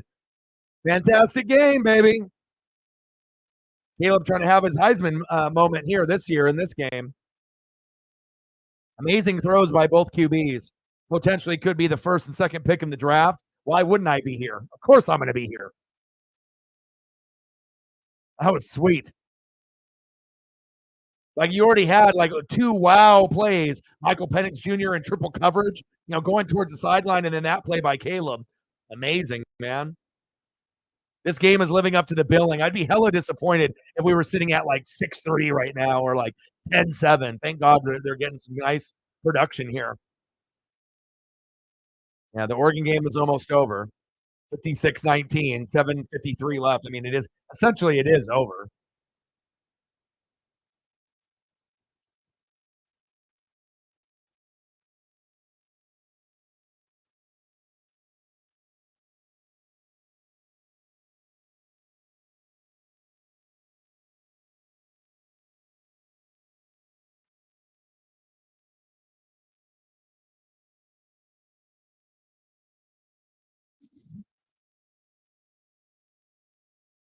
Crown Jewel was the stream was good. Like I said, some matches were meh, but again, like I thought the Seth Rollins Drew McIntyre first match to set the tone of the pay-per-view was a 10.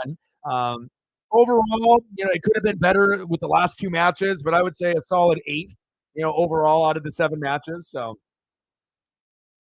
we usually have a certain group of fans that that love wrestling and that usually come every month when we do the stream. So sometimes we have a low turnout. Sometimes the turnout ends up being a little bit better, but it's usually the same typical 5, 10, 15 people usually, unless we get more people showing up if they're bored or if they have time. Plus it was on at fucking 10 a.m. here in the West Coast. So I mean, for most people, they're not waking up that early, to do a WWE pay-per-view unless you love wrestling. Like if you love it, you're going to show up and hang out with me. But if not, you're going to be like, well, fuck it. Maybe I'll just watch it on my free time or figure something else out. So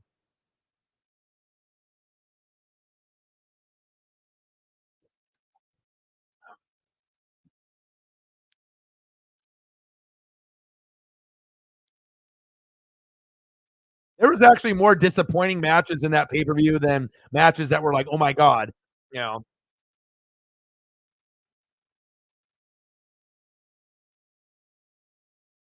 And I hate to be kind of like a hater, but I feel like Roman and LA Knight are boring in the ring. You know what I mean? It's like sometimes when they have these main events, they have all of this like build up, this long introduction and catchphrases and and promos on Raw or SmackDown. But when it finally gets to the pay per view, then you're actually watching them, and we're not talking about microphone skills, just them in the ring. LA Knight and Roman Reigns are boring in the ring. They're not like Seth Rollins. They're not like Cody Rhodes. There's a difference, from guys that are really, really good in the ring to entertain. Like I'd rather watch Jimmy and Jay than Roman. And it's not like I'm a Roman hater. Like I love the Shield, with Dean Ambrose, Roman Reigns, and Seth Rollins. But this vibe is not, everyone's got their. I like lucha libre. I like fast-paced wrestling or high risk or top rope. Like Charlotte Flair, Bianca Belair, Tiffany Stratton, or Asuka with the strong style, or give me Seth Rollins or Cody Rhodes or like a Drew McIntyre. I need to see action. Hell, give me Logan Paul, and him wrestling over fucking Roman and fucking LA Knight. Like I get it, LA Knight and Roman have been better on the microphone, but they're not as exciting as like watching Logan Paul in the ring.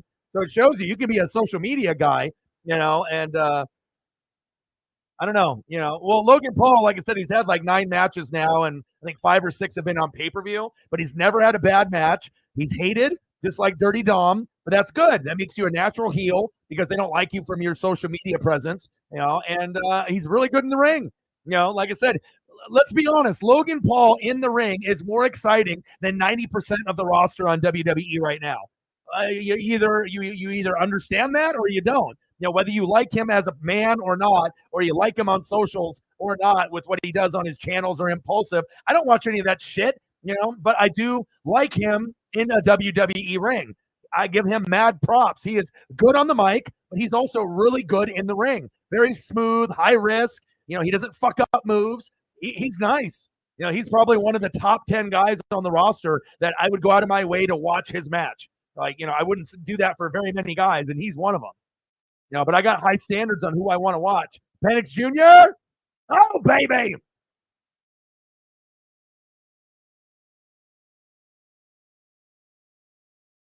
Yes, sir.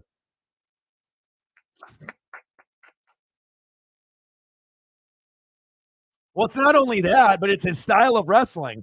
He used to be trashy on the mic, and then now he can cut a promo because they decided to fucking spoon feed him like John Cena and give him the belt fucking forever. But even after the bloodline shit and the Roman supporters, they're like, this is even too much for us. That's what I'm saying. If you're like a bigger guy, you better know how to wrestle really well. You better be Drew McIntyre or Kevin Owens. Otherwise, you're going to get a lot of bored fans. You better make sure you back up your mic skills and you're fun in the ring and you're exciting in the ring. And a lot of these guys are not on the Kevin Owens or Drew McIntyre level, and it shows.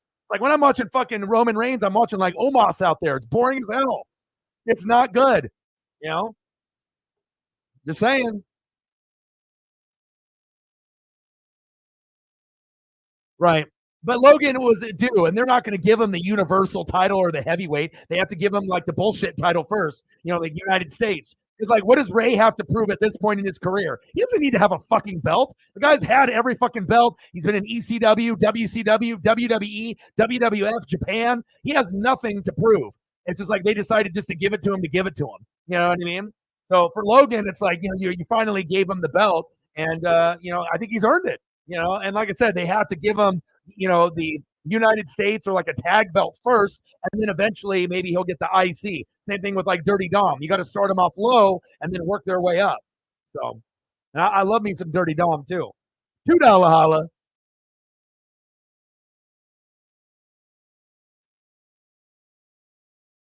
Appreciate you. Bang, bang, bang. Boom, boom, boom. Bang, bang. Bang, bang. I don't know, but like I said, for me, I mean, I'm a little bit different.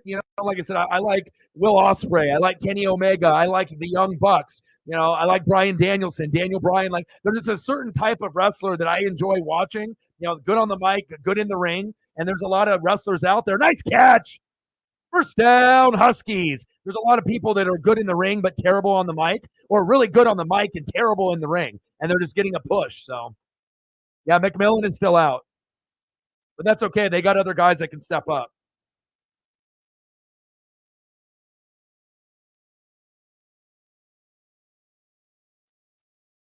You like Jeff Hardy? We got a guy in the chat. Normally, his name's Elliot, double E. Right? He's our youngest mod. He's like 21, and he actually met Jeff Hardy. Got a photo with him when he was younger, and Kevin Nash.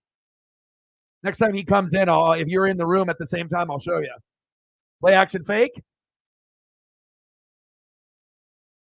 I don't like that play. Ooh, late hit. That was a little late. Jeff Hardy with his demons drinking. That was kind of a tough thing, like sometimes you got to be able to hit rock bottom and, get fired and kind of bounce around and whatnot to figure yourself out. But Matt and Jeff Hardy, I mean, and the Christian and Edge and the Dudley Boys, I mean, TLC matches.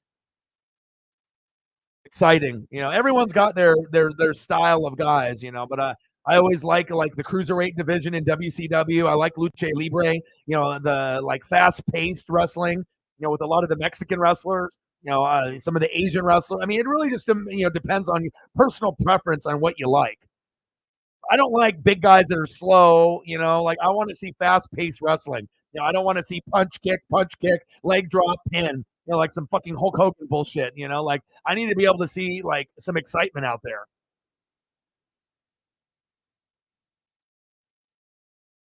Hulk is, he ain't no McMillan though. Agreed.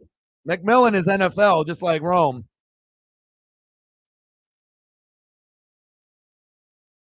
Let's go, Michael. Let's go, baby. Well, yeah, a lot of us that like it have been watching it since we were kids. Like I've literally been watching since I was like 3. I'm 41.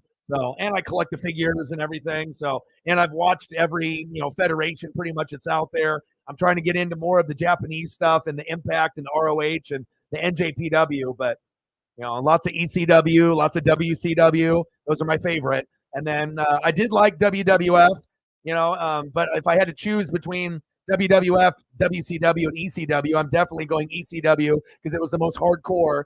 Even though it wasn't the most popular, I like that style of wrestling, the most hardcore. And then WCW had the best presentation. I like the way that the guys sounded when they got body slammed.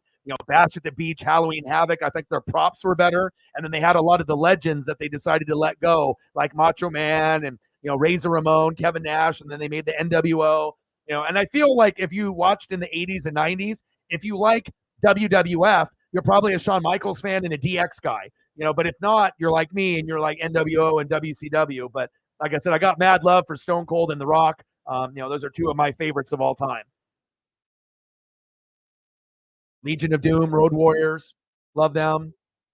I mean, on my shelf over here, I got Ultimate Warrior, Andre the Giant, Big Boss Man, Hulk Hogan, and the Bushwhackers, all from like 1990.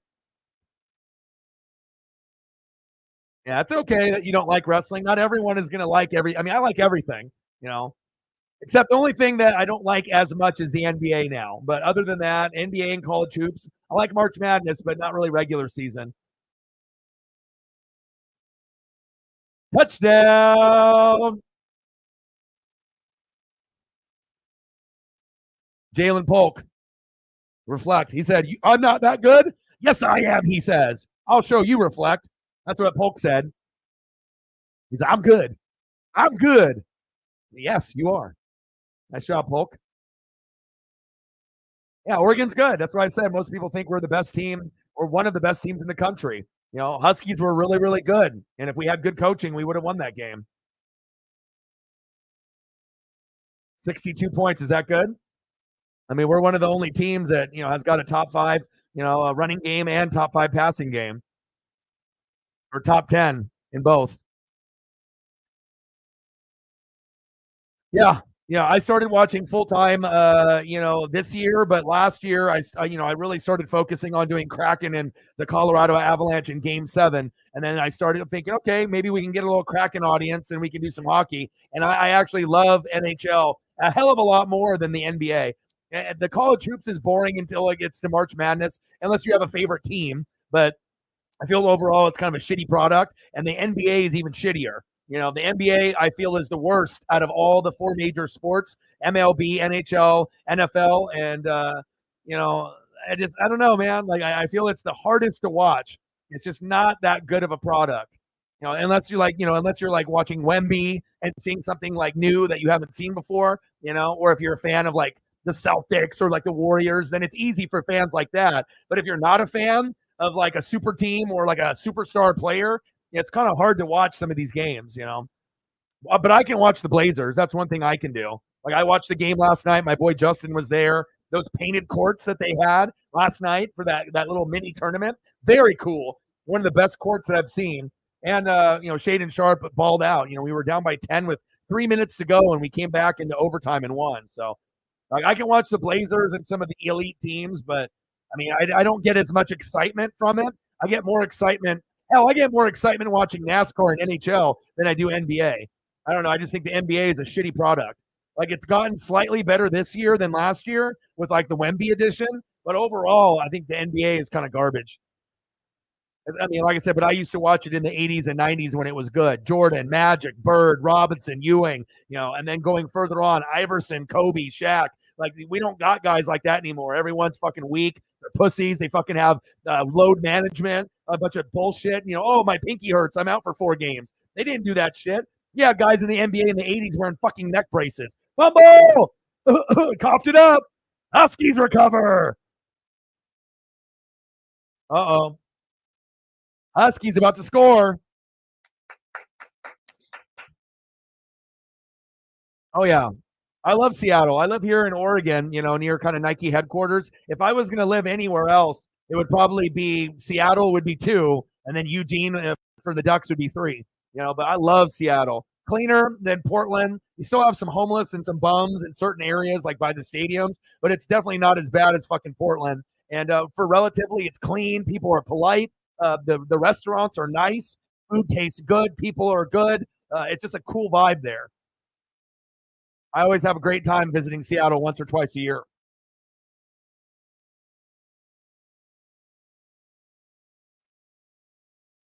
Yeah, but I'm just saying NBA now, it's hard to watch. Like I can't. I try to get up for it. I try to get excited, but if it's not the Blazers, I'm just like, man, I don't know if I can do this. Ducks at 63-19. Ducks. Is that good?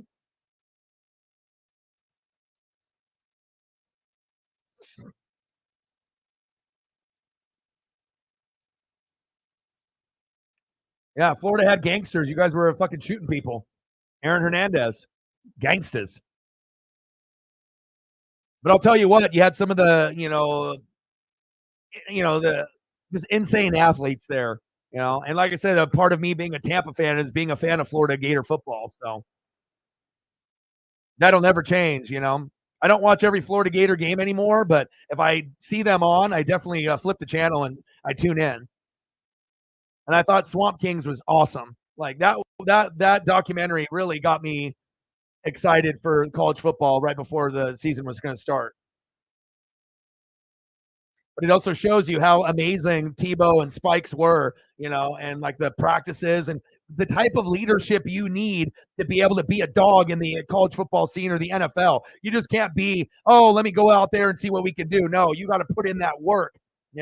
And the way that Urban Meyer coached up that team like a military squad is the reason why they almost won 3 championships in 4 years, but won 2 out of 3. So could have won 3 out of 4, but sometimes it's tough on the college level to keep that success up. Winning 2 out of 4 years is fucking amazing. 3 out of 4 is almost unheard of because just with the way recruiting and transfer portals now, like we know Georgia ain't winning the championship this year. Yeah, but even if the Sonics come back, the NBA product is shitty. It's not enjoyable. It's like it's hard to watch the NBA to me. Unless you're a fan of like Wemby or like Steph Curry, or something like that, but touchdown Huskies. First turnover for the Trojans, and they make them pay.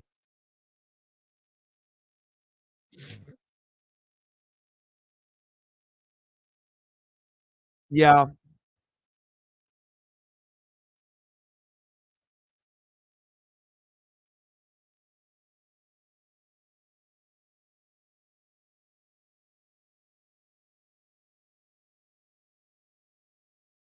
Yeah.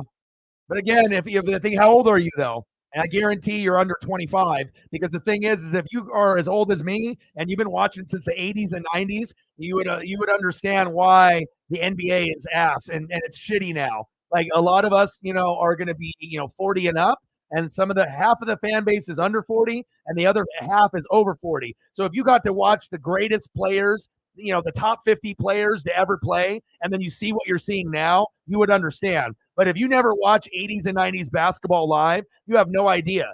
You can watch clips on YouTube, but that doesn't do it justice. Like if you never got to see Kobe or Jordan or David Robinson or Magic or Bird in their prime, you have no idea. Like the players that are playing now are ass. Like they would get fucking obliterated by the players in the 80s and 90s. And on top of that, even the role players, the jobbers, were even better back in the 80s and 90s. Jobber players back in my day, they could score 20 points and then be a no-name player. You know what I mean? You can't say that about the NBA now. They don't play defense. They're fucking pussies. They want to fucking take load management. They're not tough. You got centers shooting threes. It's just a bunch of lazy basketball.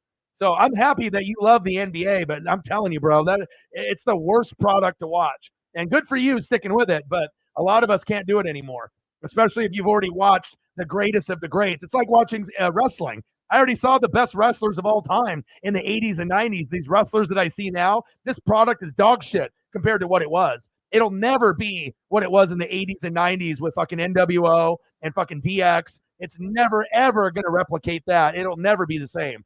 Every fan brought a sign. You never see that shit anymore.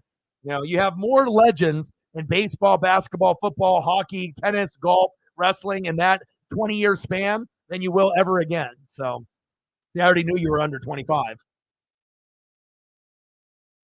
I can already tell when people say they love the NBA. Every single person that says that, they're 25 and under. Because if you actually were older and got to see the NBA in the 80s and 90s and compared it to what you see now, you'd be like, what is this? This is dog shit. So 63 for the Ducks is crazy. 9 touchdowns in this game. Well, I told you it was going to be high scoring. The Husky defense giving up so many points is a little alarming because their defense is normally one of the top 4 with the Ducks and the Beavers, right? But again, you're on the road. Caleb already has 2 losses. They're motivated to knock the Huskies off. So if anything, USC is going to play their best game of the year tonight, or at least they're going to try, because they know they can't afford another loss. So hell of a game, man. It's like the people that say LeBron is better than Kobe or Jordan, and no credibility whatsoever. It's like, maybe LeBron is the most overall gifted player, athlete, all around. But to say that fucking LeBron is better than Jordan and Kobe is an idiot statement, as obviously they have not watched those guys play, and it's not even close. It's like if LeBron was the best ever, you wouldn't be going to fucking 10 NBA finals, only winning 3 championships. You would be like 7 out of 10. If you're the best of all time, not 3 out of 10. Some guys have a clutch and a Mamba mentality. Jordan and Kobe. LeBron does not. LeBron does not have a Mamba mentality.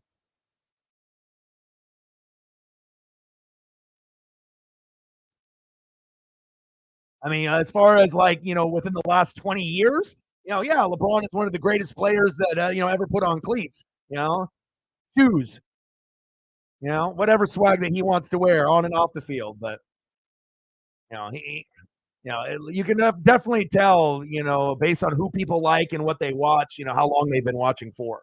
But I'm happy that you love the NBA, bro, because they need it, because their ratings are at an all-time low, and it is very hard to watch. And like I said, it's like, you put the Dream Team 92 against any fucking squad. You could have 20 of the best players playing right now, and they would get smoked by 50. I mean, it's not even close. Bird, Magic, Barkley, Robinson, Jordan, Drexler. Good night. I mean, it's not even close. 35-28. At least we got something close right now. Huskies and Trojans, baby. 9 tutties and a half. And the difference is the 1 turnover by the Trojans. Most of the people that like the NBA are, like I said, are under 30 years old. Most of the people that like to spend their time watching something else are typically over. Like, okay, I'll watch something else, NASCAR, NHL, anything, wrestling. Give me something better than the NBA. Now, if they played defense and actually had better centers that were playing nowadays, and they didn't do load management, and not every fucking center shot 10 threes a game, yeah, maybe you would get some of the OG fans, from the 60s, 70s, 80s, and 90s that would be, more for it. But I mean, I've seen enough out of the league, and I try and I try and I try, and it's really hard. Like I know I almost would rather watch anything but than the NBA, unless I'm watching like the Blazers. Like I can't watch other teams and actually be excited about it. It's just too shitty of a product.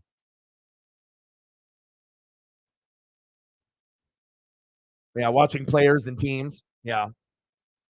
Hey, you got Harden though now. You guys got yourself a little super squad. You got a big four. PG, Kawhi, Russ, and Harden, and the beard. You got the claw and the beard. It's 12 noon. You know what time it is? Time for a sack lunch. Yum, yum, yum, yum, yum, yum.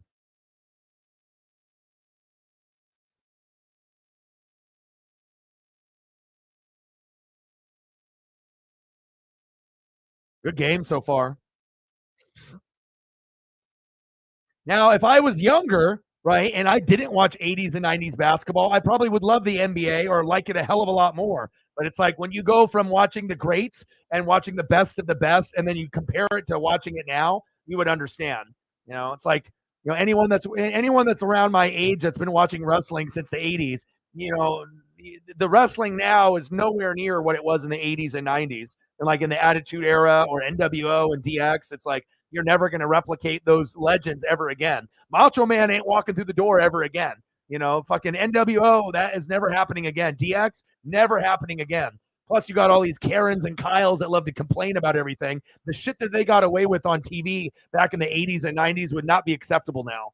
I mean, hell, they don't even allow Homer to choke Bart anymore on The Simpsons because how things have changed with like child abuse and everything else, even though it was a cartoon. They don't even allow that anymore. So, Kyles and Karens, baby. They're everywhere. Watch out for them.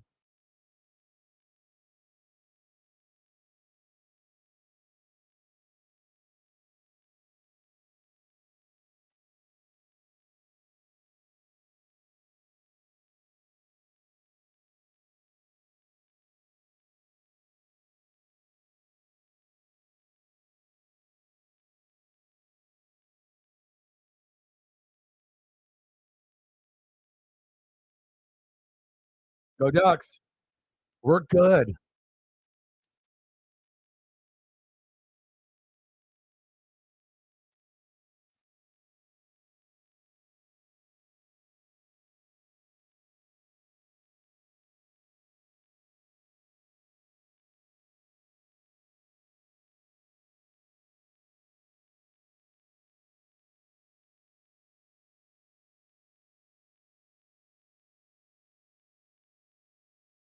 Man, what a game. Caleb, Michael Penix Jr. So much fun.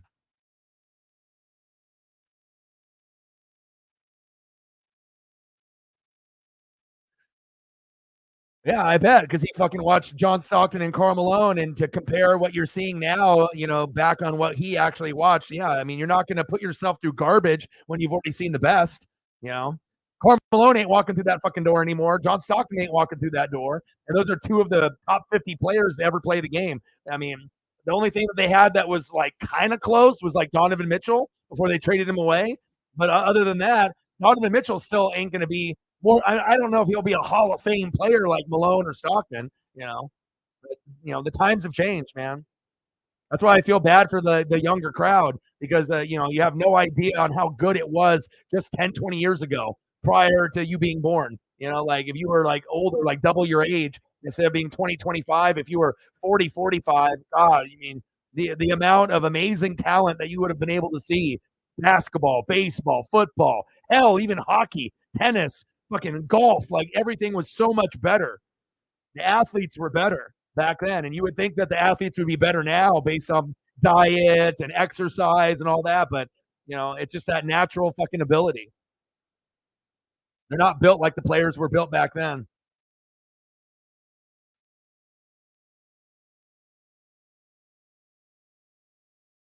Oh, yeah.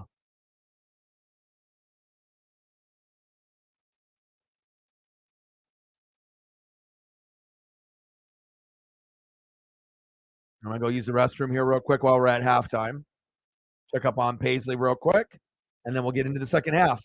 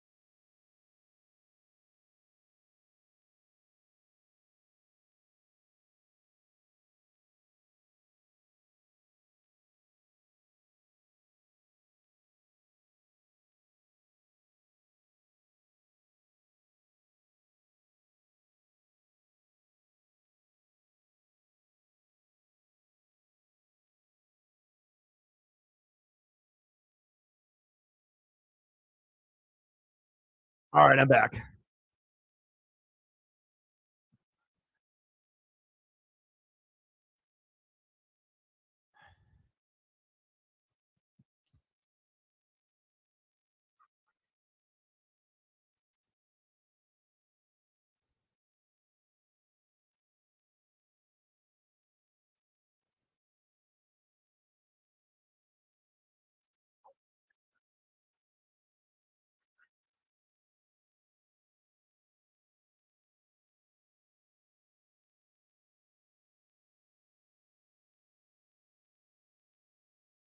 Oh, nice. That's awesome. Basketball is a lot funner to play than it is to watch. I mean, unless you're like, have a favorite player or favorite team or whatever, but I just wish the overall product of the league was better. And like, the funny thing is too, is that the NBA used to be my favorite out of everything growing up as a kid because I got to see the best of the best. But then now it's like I lean a little bit more towards like NHL or NASCAR or MLB over the NBA. I never thought it would be like going from the first thing that I loved to like something that I can barely even watch anymore. But I mean, I got high standards. I don't want to waste my time. There'd be other things that I would, rather do. So yeah. Well, being a Spurs fan is easy. Fucking David Robinson, then to Tim Duncan, now to Wemby. Jesus Christ, dude. Yeah. Like that's like that one organization where it'd be easy to watch no matter what. Yeah, there was some growing pains after Tony Parker, after Ginobili, after Duncan, but then it all worked out because now you got a guy where you were dog shit for a couple of years, but now you got Wemby. So now the excitement is back, since the Tim Duncan era. So, I mean, there's a lot of excitement there. I mean, hell, Wemby's shit is worth so much money already. I mean, right now it's like Wemby's cards are worth a lot, and I imagine Bronny, he's got a few cards that are already out on the market, and then when Bronny ends up making it to the league, his stuff will be worth some money too, but he won't be as good as Wemby though.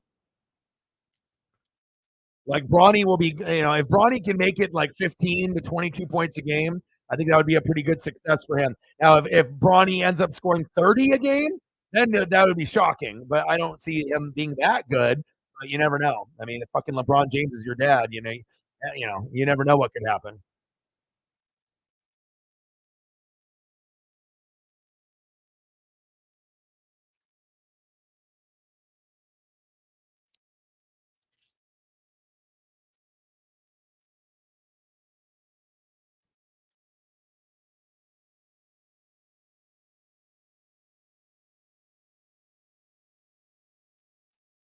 What a good game.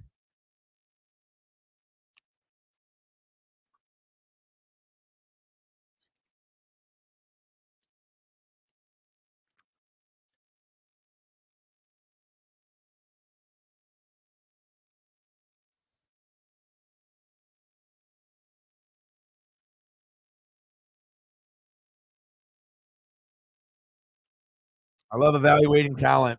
My favorite thing to do. I love to read and I love to watch film.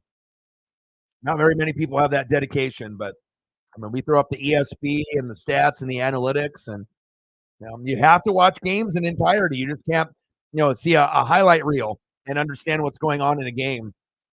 Facts.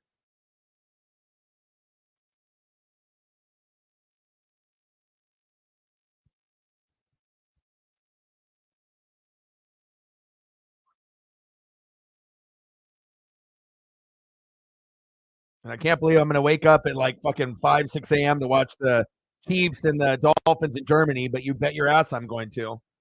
That's one of the best matchups. Too bad they couldn't make that Sunday night football, but we already got a pretty good Sunday night football slate too. There's really good games this weekend. Arguably, you got 5 like must-see games this weekend, which is very rare.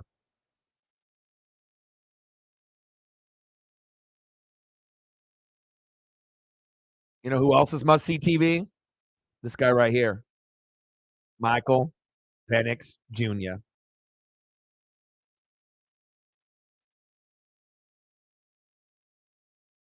I mean, hell, I wish I could watch all the games in entirety. I'm going to try to watch as many, but Dolphins Chiefs, I'm going to watch that. Seahawks Ravens, that's fucking must see TV. I don't give a shit what anyone says. Both of those teams could overachieve. and Seahawks could make the NFC Championship game. The Ravens could make the AFC Championship game. I don't care what anyone says. They have a shot. Lamar is playing pretty fucking good, and as long as they go to Mark Andrews heavy, they could end up doing it, right? And then we got Cowboys, Eagles. That's always money, but you already know the Eagles will destroy them, especially when it's in Philadelphia. Might be close in the first quarter, and then bye bye in the second half. And then Bills, Bengals actually is a fire Sunday night game. So the schedule will be: I'll wake up early, I'll watch games, I'll do reaction videos in the afternoon at 1:30. I'll try to bust out reactions to the Dolphins, Chiefs, as long as they don't block it. Seahawks, Ravens, and then I might be able to have time to do one more. Probably Cowboys, Eagles, and or I'll have to do a morning game because that'll still be going on. So I'll try to do 2 or 3 reactions: Dolphins, Chiefs, Seahawks, Ravens, and then maybe my Bucks and the Texans. And then we'll do Sunday night football, and then I'll do Cowboys and Eagles later that night or in the morning. Obviously, Monday morning, that might be the first one that I do. And then we got Chargers and Jets, which I actually think is going to be a little bit better than it looks like on paper. It looks like it's going to be dog shit on paper, but I have a feeling that one might be a little bit better than people think. But Cowboys, Eagles, must see TV. Bills, Bengals, must see TV. Seahawks, Ravens, must see TV. Dolphins, Chiefs, must see TV. That's 4 really good matchups. So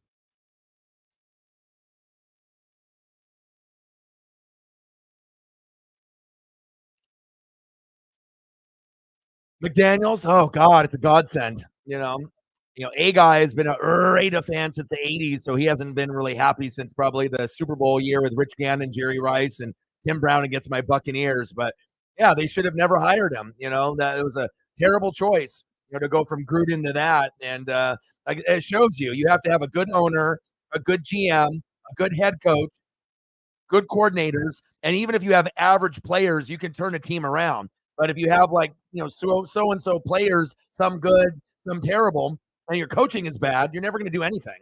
It really starts at the very top. So they should have probably fired a lot of those guys a lot sooner. But you got to be able to know and evaluate the right type of coach. It's like you need someone better. They need leadership. The only person that could probably turn that ship around is Jim Harbaugh.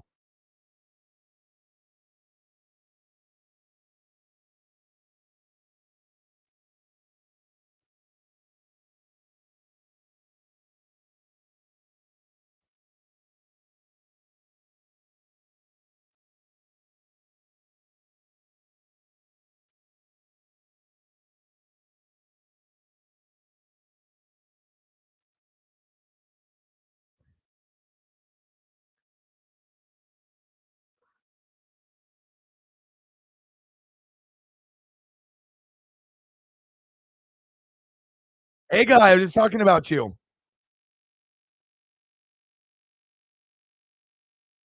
Raider fan since 95.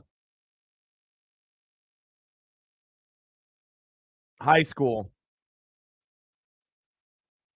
I was in high school in 96 to 2000. So, yeah, so it's been a minute. See, it's how that ESP, how that works. You talk about someone, then magically they just show up.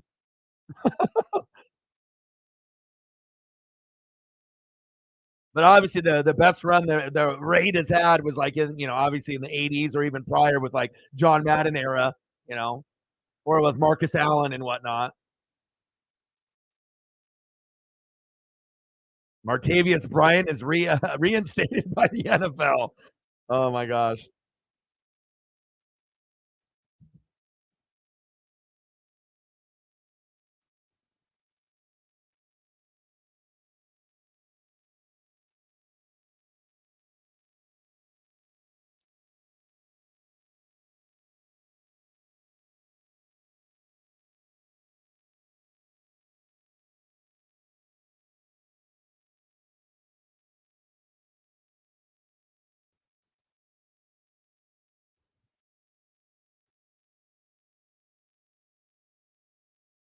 Go, baby, go.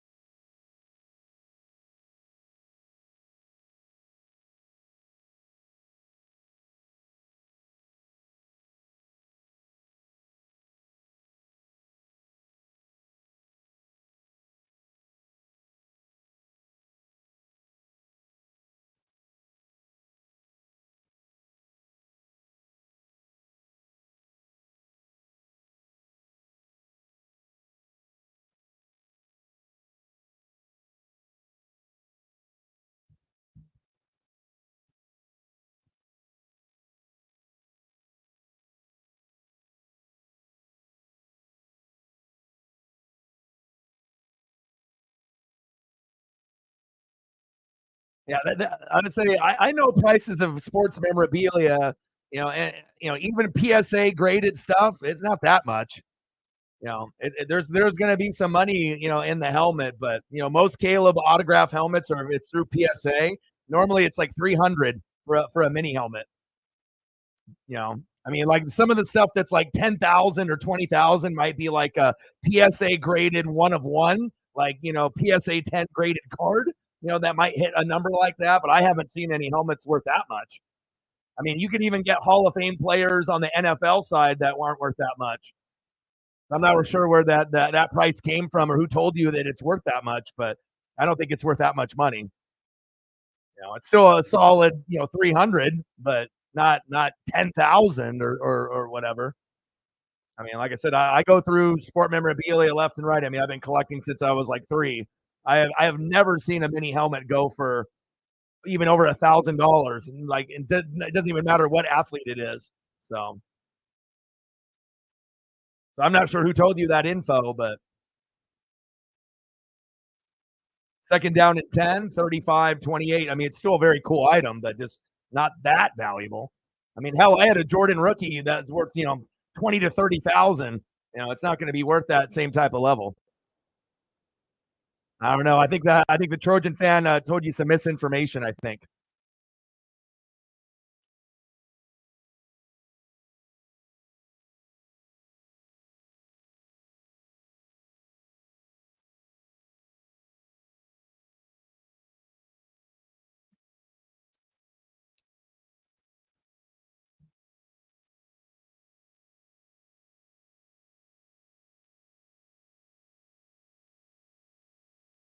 First down and 10. Shotgun set, play action fake. Penix. Nice.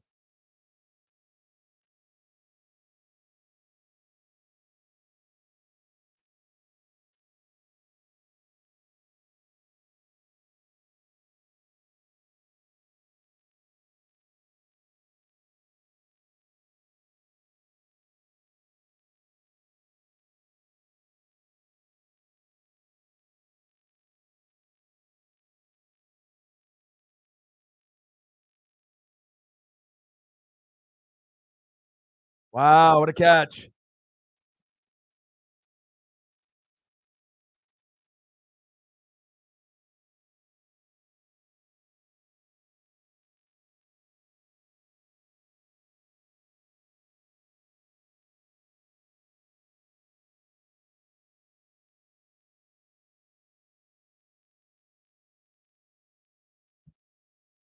Wow. Intercepted Trojans.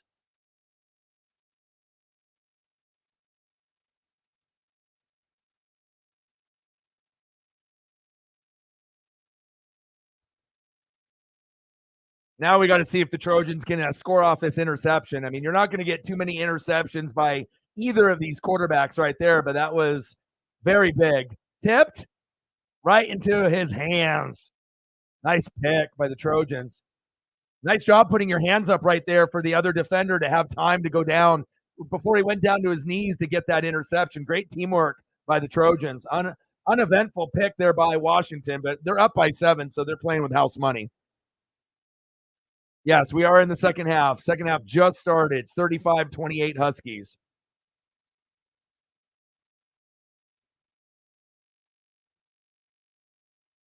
Jeff Hostetler was a QB. Then Jeff George, then Gannon. Fumbled, low snap, almost turned over. Good recovery by Caleb there not to have a turnover. Got to get the center and then that quarterback exchange to be a little bit more clean. Aaron Brooks, man, you've gone through some studs. Second down and 10.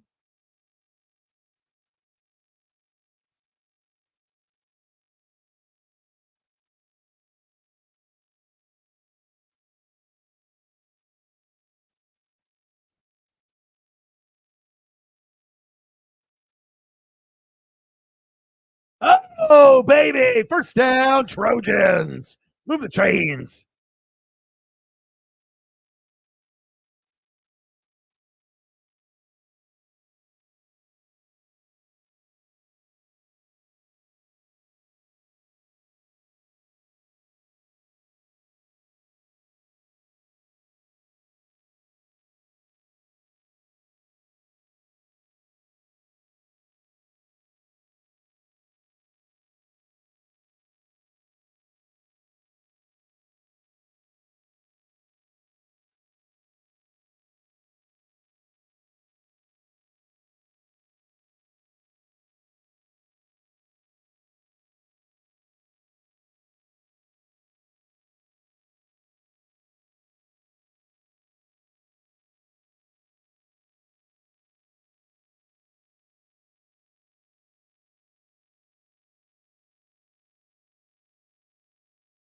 Shotgun set. Nice play action fake. Plenty of time. Trojan offensive line doing a pretty good job. Oh, look at that hurdle. Go, go, go. Hit him with the skirt. Oh, baby. First down, Caleb Williams. NFL scouts love that. Oh, baby. I'm kind of good.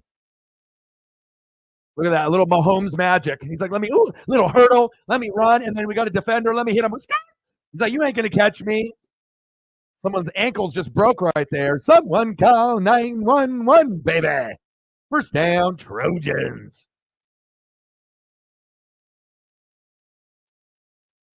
Oh, you're good, man. Everyone's got their favorites and what they like. Some people like UFC. You know, you got some Celtics that you got to get on. Yeah, it's all good, brother.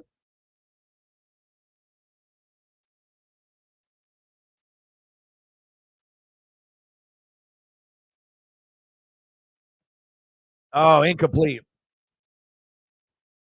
I don't think anything, Caleb's cockiness or his swagger, you got to be, have that confidence in yourself to do good. Really, with Caleb, his main concern is going to be completion percentage. Just like Michael Penix Jr. Are you going to be able to be a good decision maker? Number one, and how's your completion percentage? Number two. If you're not going to be good in those two categories, they're not going to make it.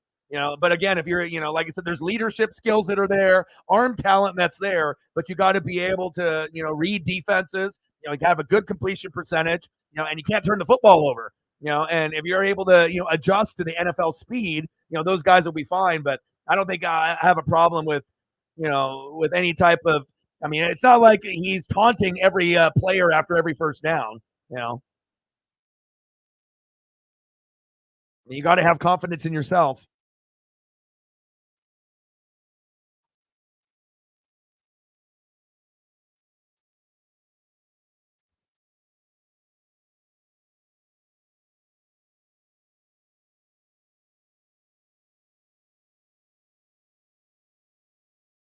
Thirty-five, 28, Huskies.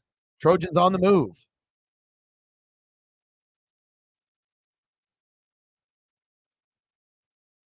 I mean, really, honestly, the main reason that USC's got 2 losses right now isn't necessarily all Caleb. It's really the defense. If the defense was as good as the offense, you'd be undefeated, or you'd have 1 loss, but the defense is nowhere near what the offense is. Like if you had a defense closer to Oregon's and Washington's, then the record would be better. So,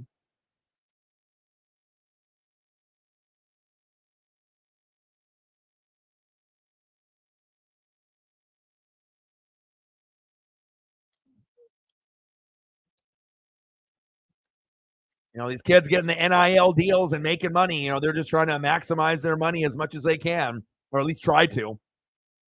Uh-oh. Touchdown, Trojans!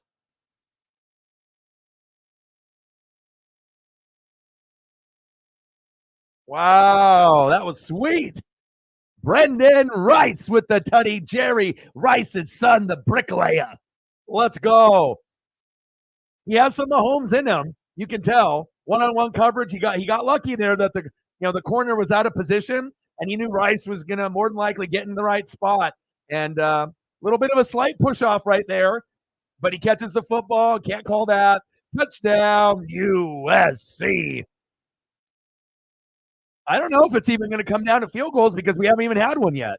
And what are the chances that the field goal kickers actually make a field goal?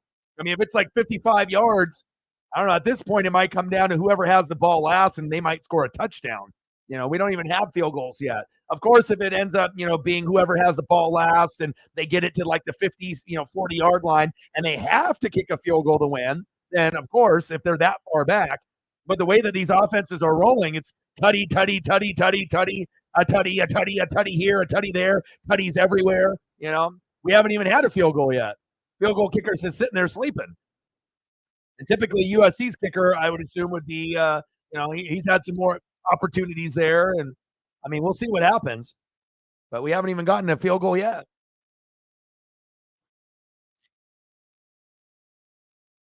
I'm not sure if it'll end with a field goal. I kind of feel if the game ends, it won't be a field goal. Whoever wins is going to win by 7 or more. I feel that there's going to be some key turnovers somewhere. Something's going to happen. I mean, it's definitely close, but I don't know. It just kind of feels like it might be,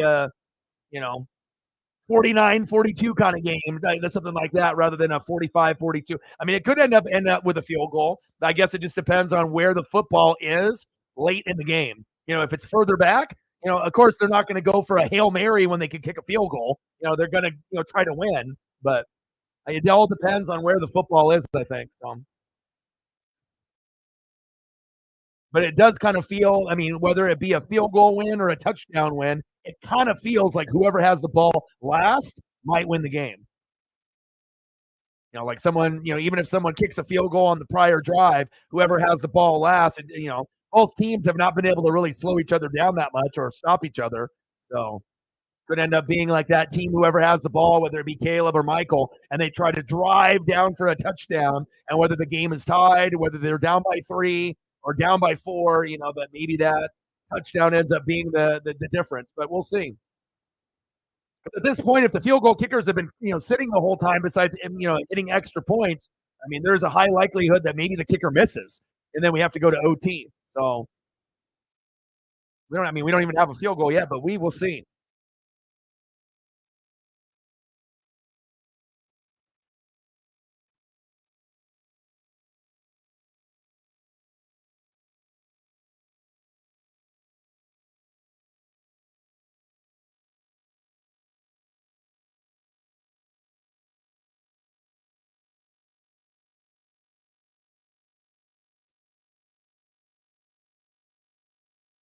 Great game, though. One of the best games all year, hands down. I already knew it would be. And it's a good opportunity for me to spy, as a Duck fan, but also to appreciate the greatness that I'm seeing. That I'm not going to see these guys anymore. Like this is the last time. Like if you ended up skipping out on this game, yeah, you're able to see highlights and whatnot, but I want to be able to see the future stars of the NFL before they become a star in the NFL. I want to be able to see these defining moments in their career, and then that way I can kind of evaluate properly and come up with some good predictions moving forward. Plus, I'm a fan of Pac-12 football. I mean, I love it. I mean, I've been watching fucking football since it was the Pac-8. Jesus Christ, I'm old. So I might not look it, but trust me, I am.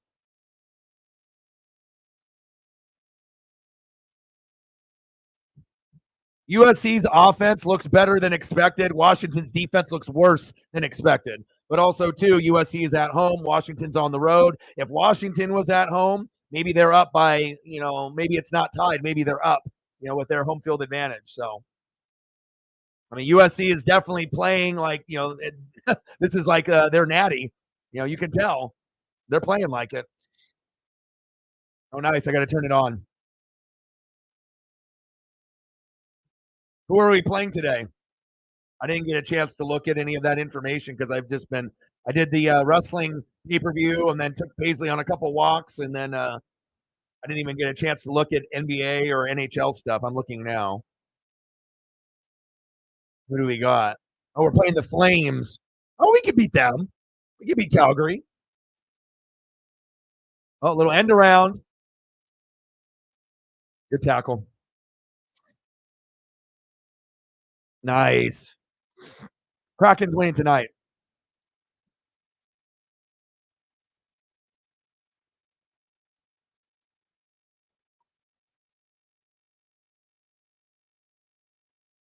Yeah, Washington doesn't look like they got a top 5 or top 4 defense in the Pac-12 today, but again, Caleb's playing out of his mind, and these guys are playing like it's a bowl game, and I love it. Oh baby, oh baby! Wow, first down, Huskies.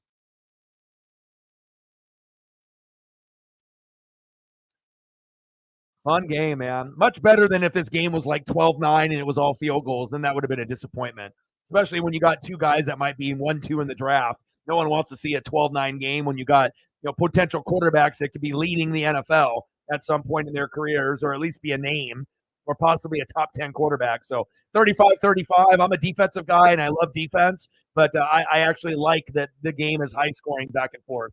You couldn't ask for a better game. I mean, unless we end up getting, that key defensive play. Incomplete.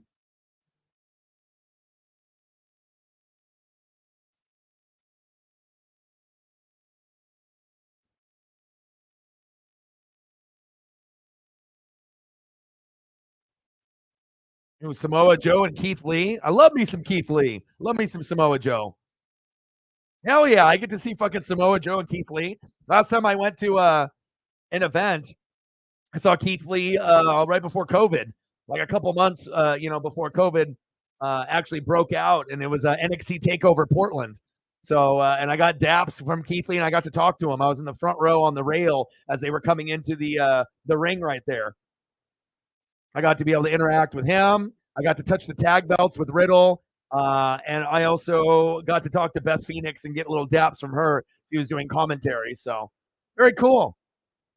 I can't wait. I'm gonna be able to go to AEW on Wednesday. So no stream on Wednesday night. Your boy will be at AEW. Dynamite, baby. But I don't think we're going to be really missing out on too much. There'll just be NBA. Blazers play the Kings.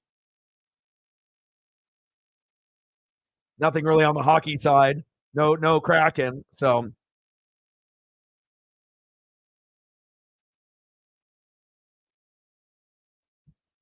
David is back.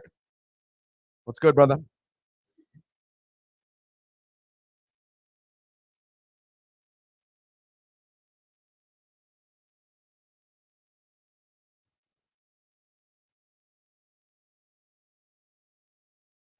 Oh, it's Roll Moon. You know what time it is? Time for psychology. Yum, yum, yum, yum, yum, yum, yum.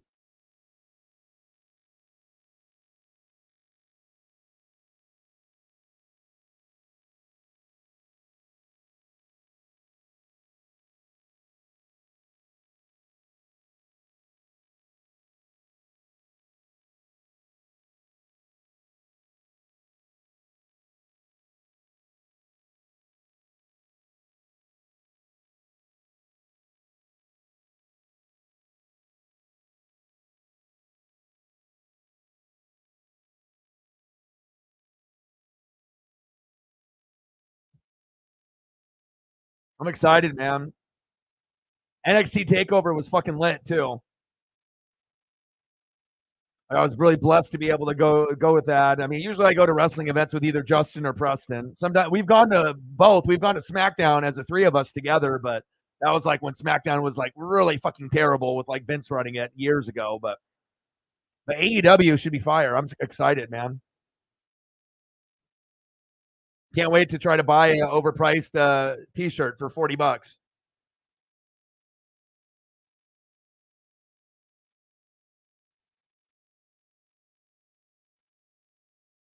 First and goal, baby. Feels like the Huskies are going to score here. Almost. They're on the one. They're definitely scoring. It's about to be 42-35. Back and forth, back and forth, back and forth. It's like I feel like I'm watching the Chiefs and the Rams. Remember when Goff was on the Rams and it was like Monday Night Football and it was Mahomes like rookie or second year and they went back and forth, back and forth. I believe that was the year that the Rams went to the Super Bowl against the Patriots that year. That shit was crazy. Touchdown, Michael Penix Jr. He's kind of good. Stud, stud, stud, stud, stud. Lefty, stud. And I like that how he's really close with his family. You can tell he's got his head. He's more mature beyond his years, Michael Penix Jr. The only thing that is going to hold him back from being a star in the NFL is himself with injuries. Other than that, nothing should hold this guy back. I mean, depending on what team you go to, I guess that could, and his coaching. But I feel that he's got all of the skills to be able to develop and get better year in and year out and be like a Tua. I think he personally can be better than Tua, and I think Tua's pretty fucking good. So, in fact, all right, Caleb, your turn. Oh yeah, I usually do Sunday Night Football every single week, but this season I've skipped a couple just because the matchup was shitty, and then I was doing reaction videos instead. So reaction videos to the games, people like to hear my kind of urban hip hop type of style, and I come up with the custom nicknames and custom catchphrases that get stolen from the big boys on TV and EA Sports and Madden and Peter Schrager on Good Morning Football. But I enjoy doing them, but it all depends on what the game is. But I'm definitely not skipping out on Sunday night. Are you kidding me? There's no fucking way. Bills, Bengals? Hell yeah. And also on top of that, the Bills are starting to turn it around. Yeah, their defense is a little suspect. They got Fournette, but I feel that depending on the Chiefs, they didn't make a move at wide receiver. It's kind of up in the air. We already know if Chiefs have home field, it's going to be definitely difficult, but the injuries on the Bills defense might derail them from getting to the AFC Championship game or winning it. And then you got the Bengals. They're starting to go in the right trajectory. Ravens are playing some good football on both sides. The Dolphins got an amazing offense.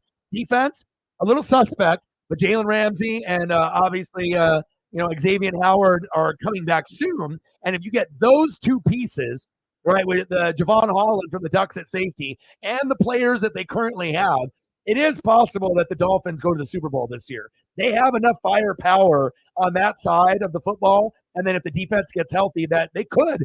Miami could beat the Chiefs. Miami could beat the Ravens. Miami could beat anybody in the AFC. Now, the real question is, could Miami actually beat someone in the NFC? If that offense plays like they have, even if it's like Dolphins, Eagles, and people would say, oh, the Eagles are going to win. They didn't win last year. They got a good defense. Well, they had a really, really good defense, and they couldn't stop Mahomes last year. So if Tua can play like Mahomes did, then the Dolphins could potentially win the championship this year. But I still think their defense has too many holes and their offensive line. But when they play well, they play, Tyreek is the most valuable piece in football. That's a non-quarterback. That guy is ridiculous. I mean, right now it's Tyreek and A.J. Brown. Those are the two best receivers in the game right now today. They are playing the best football. And again, I don't worry about the Eagles' offense or their coaching. The thing I worry about is defense. You got a bunch of fucking names, but can you get sack lunches when it counts? Or are you just going to be like that regular season team that's really awesome and then you shit the bed in the Super Bowl? Is that what you are? I hope not, but I wanted to see Jalen win a championship. But, they got a lot of names that are good, but they don't got Hall of Famers. And that might be the difference. When the Bucks and when the Rams went, Aaron Donald, Hall of Famer. You're getting guys like a Levante David that could be. You got guys or Antoine Winfield Jr. now kind of looks like he's on that trajectory. If he keeps going, I mean, he's already a top 5 safety, and I don't see him slowing down. So, picking up Tristan Wirfs, that was big.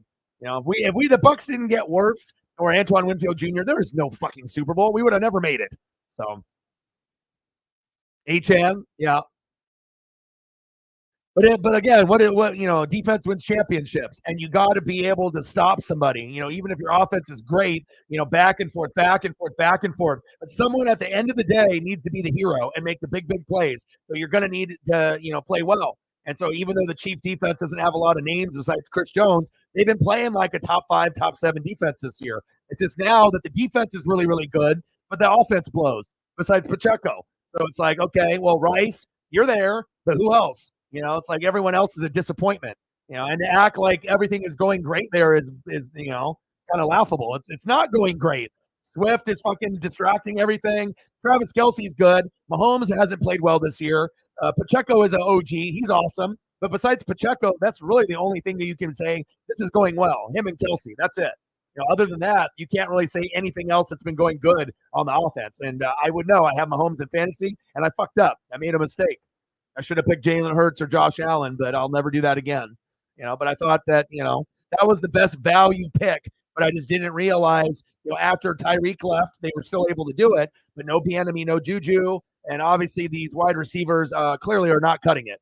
They need A.J. Brown, Mike Evans, DK Metcalf type on the Chiefs. Once they get that, then they're going to be able to dominate and take over again, like when they had Tyreek. But until that day happens, these guys aren't good enough, and it gives a chance to the Ravens and the Dolphins and the Bengals and the Bills, because if that offense ain't flowing and Mahomes ain't doing what he normally does, that opens the door for maybe someone to upset them, whether it be in the AFC Championship game or earlier. You got to have balance, and that's what I always look for: the offense, defense, special teams, coaching, play calling. It's a whole collective thing there. Yeah, there's this guy that's really good in our league named Reflect. He has all of the stud guys, fucking loaded up on running back like I normally do. Got the quarterback. Got Jalen. It's gonna be a battle, bro. Like, my quarterback situation is so fucked with Mahomes. I literally have Kyler Murray and Sam Howell because I don't trust Mahomes. Sam Howell is ranked 8th, and the only people that were ahead of him, the 7 quarterbacks, Kirk Cousins was one of them. He's out for the year. So technically he's been playing like a top 7 quarterback, right? And then Kyler has the ability to get 20 points or more, here and there. But I got to see what that ACL looks like, so that way I don't have to rely on just Howell and Mahomes. I'm trying to fucking win championship this year, and if that position is weak for me, why am I going to run with Mahomes and then just fucking get obliterated by Reflect by 30 in the playoffs, and when Mahomes puts up a 5 or a 9 when I have Sam Howell on the bench that got 30?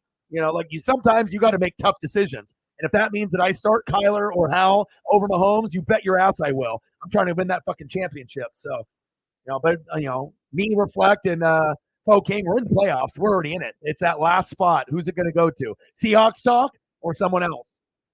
That is yet to be determined.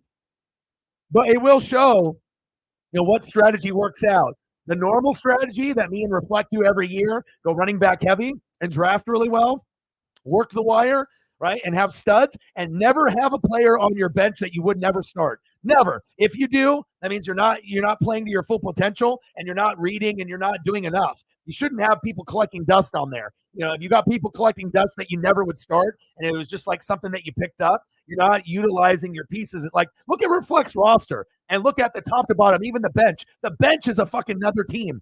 Like, if you look at benches and they look like a starting lineup, that's when you know the team is really fucking good. Like, you see the starting lineup, it looks unfair. Then you look at the bench and it's another starting lineup. That's when you know someone is fucking intelligent and knows what they're doing. Like Reflect.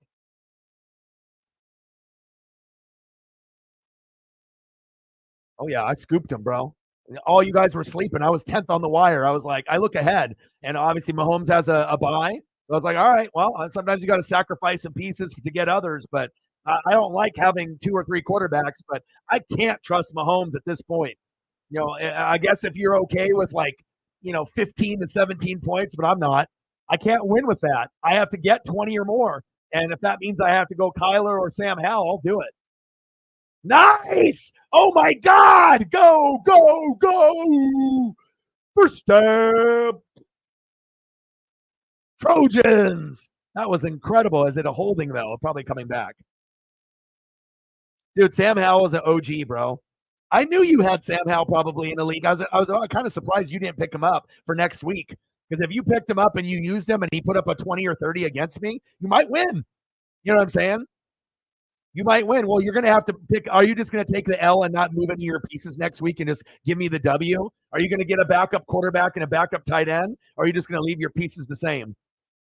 Because you should at least try, unless you don't want to get rid of anyone on your bench and it's not worth it. And you just want to hang on to your team, take the L, and just keep moving forward knowing you're in the playoffs. But you have to pick up a quarterback and a tight end. You got running backs and you got Ford you can put into your lineup. And I already know exactly who you have on a bye. I already spied on your shit. I know all your shit, right? But you don't have a lot of your players. You know, Jalen's out, Kelsey's out, Waddle's out, Mostert's out. Your boy knows. Like, I know more about your shit than you do. I'm all over that. You'll see if you win this week. You won, bro. Next week, that's the real question. You won without even looking. That's how it goes unless you play like one of the top 3 teams. You won without even looking. Team is just stacked. You won. The sports gods, they told me already. Oh, you have no idea, bro. Because then I got to look at pieces that I feel like I normally don't like blocking people. Like, I'll let you do whatever you need to do. But if I see a piece that I feel that could beat me, Sam Howell or Kyler, and you decided to actually grab them, and then it just so happens they put up 30 and I fucking lose, and I act like, oh my God, I could have picked that up and used that myself or used it to block, then I'm like, I'm an idiot. So sometimes I got to, yeah, are you kidding me? Yeah, you made a smart choice. You were going to go D, but you already knew not to go to D-Hop because the Titans were on the road. You're not an idiot. The Steelers are good at home. Their offense stinks, but their defense is good. So you made a smart decision by going with the most likely guy to be able to do something. Or is D-Hop going to score 3 again? Fuck no. He could have scored 1, though, right? Wow, look at Caleb. You're like me, bro. You're not an idiot. You know what I'm saying? We're looking at probability. We look at win-loss record. You can talk to people in your family. You guys aren't a dumb family. You guys know fantasy. You know players. You know talent. You know touches, attempts. You understand what it takes to be good. And like I said, a lot of people, they just don't. Some people are good, in certain areas of fantasy, but others are fucking elite because they know everybody. And that's really the key. Caleb, get out of there. Oh, get rid of it. Good job. Oh, third quarter. 3 minutes left, third quarter. Plenty of time. Plenty of time.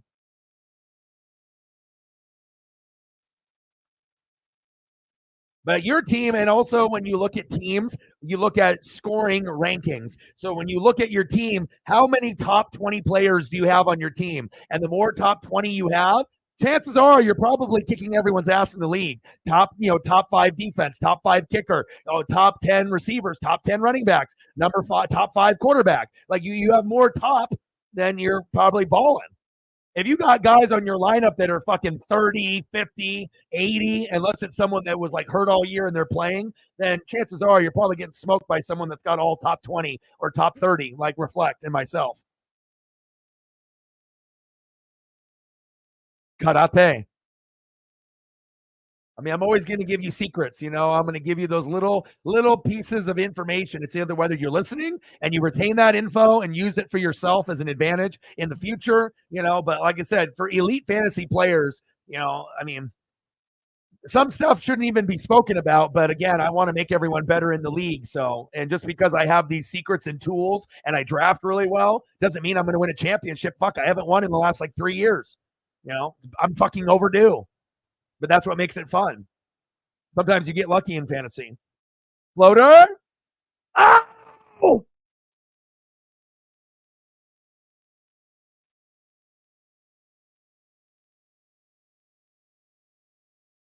Wow. Well, your son is smart too. So obviously, the more you know about the league, the smarter you're going to be. Toe drag swag, beautiful.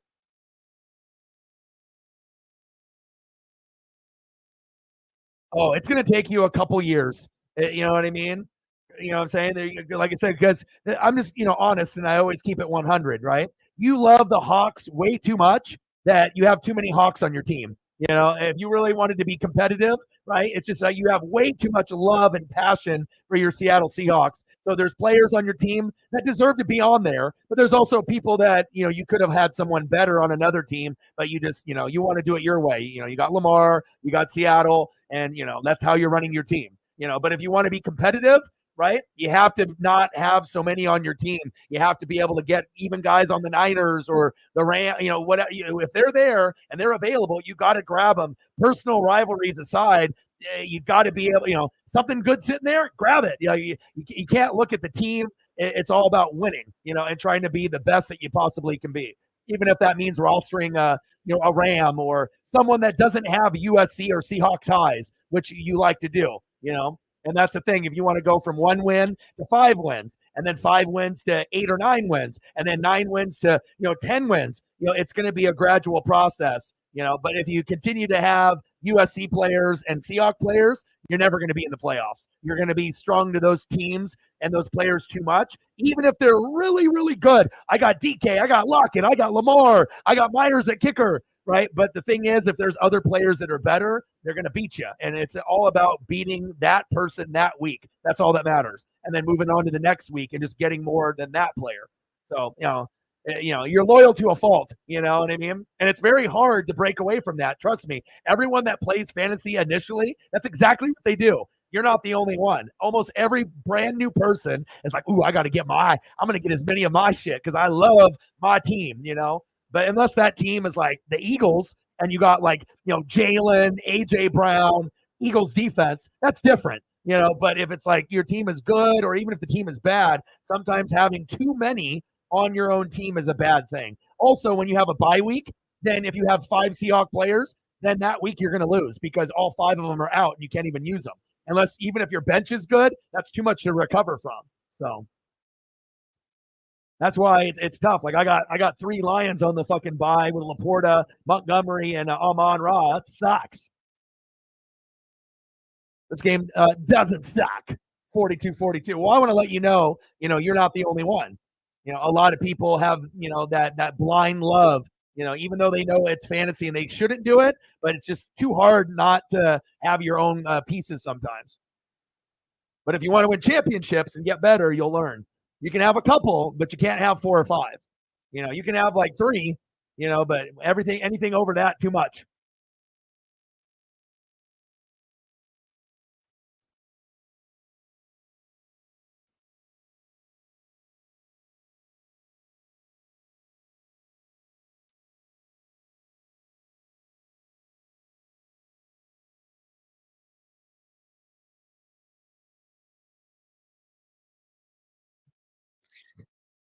Lightning. Well, this game is going down to the wire. Whoever has the ball last is going to win. This is going to be, one of those things they call an instant classic. Is this game right here? This will be like a replay in the off season, like top 10 games of the 2023 season. How high will this be in the rankings? We'll see in the fourth quarter. And you got potentially the first 2 picks in the draft. Depending on if there's any trades or anything else that happens. You got to keep that in mind too. So many NFL scouts are watching, people that love football. And on top of that, hell, we might have one of these motherfuckers on our fantasy teams next year. Caleb Williams might be on your fantasy roster. Michael Penix Jr. might be as well. It might not be your number 1, but maybe it's like your backup and you're just kind of waiting to see what happens, Michael Penix Jr. to the Buccaneers, talking into existence. Reflect with a fiber. Bang, bang, bang. Boom, boom, boom. Bang, bang. Bang, bang. Bang, bang. Appreciate you. $5 hairs. You're the man. Now, But again, if I'm a delusional, person, I would always say that my fantasy team is the best every year. Everyone else sucks, but you got to call it how you see it. I know, when I look at my team, if mine is the best in the league, or I'm right up there with like a reflect. But when I got pieces that are up and banged up, there's a difference. When you see my score projected and you see a 140 and everyone else is at 120 or less, then oh shit, like this guy's everything is online. But when you see it like under 110, or under 115, then my shit is beat up because I'm missing like 20 to 40, points that would be normally up there. So got to take advantage. Take advantage when people are injured. Matt paid into the Buccaneers. No, Matt paid into the Ducks. That's where you go. Ducks, baby.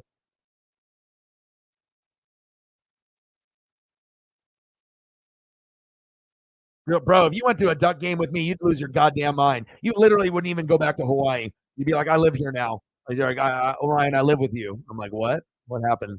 I thought we were just going to the Duck game. It's like Matt Payton in the closet, just hiding in there, sleeping and asking for Hawaiian food. Depending on what team he went to. Because again, there may not be a quarterback rookie that does well. It might be someone that is like, does okay here and there, but even Michael Penix Jr., Drake May, I'm not sure as great as the quarterback class could be, there might be a chance that none of them play like a top 10 fantasy quarterback. Maybe we get one. Like usually with the running back, sometimes we get like one that cracks the top 10, or maybe we get a wide receiver, maybe one, so sometimes it takes a couple years, and it also depends on the coaching and the supporting cast. I mean, look at the people that had Richardson or Bryce or CJ. Not necessarily someone that you would want as your starter, but maybe someone that to add depth on your roster. So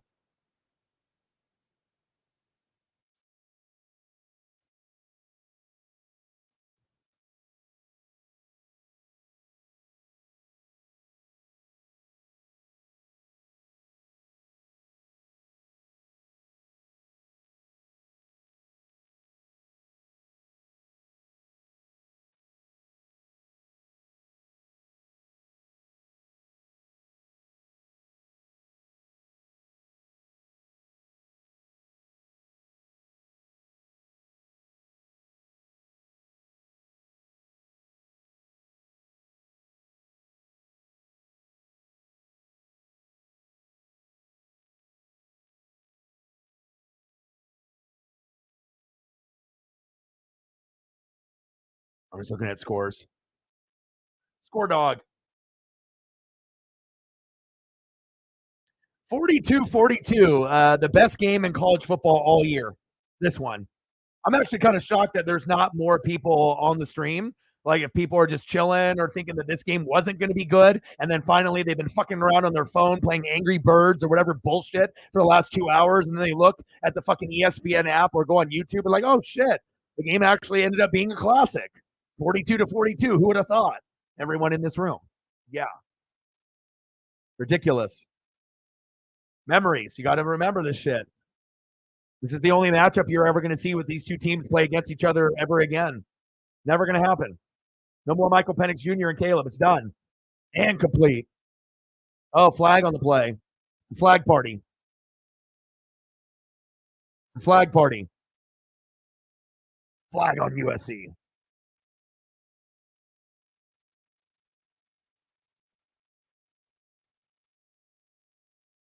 Let's go.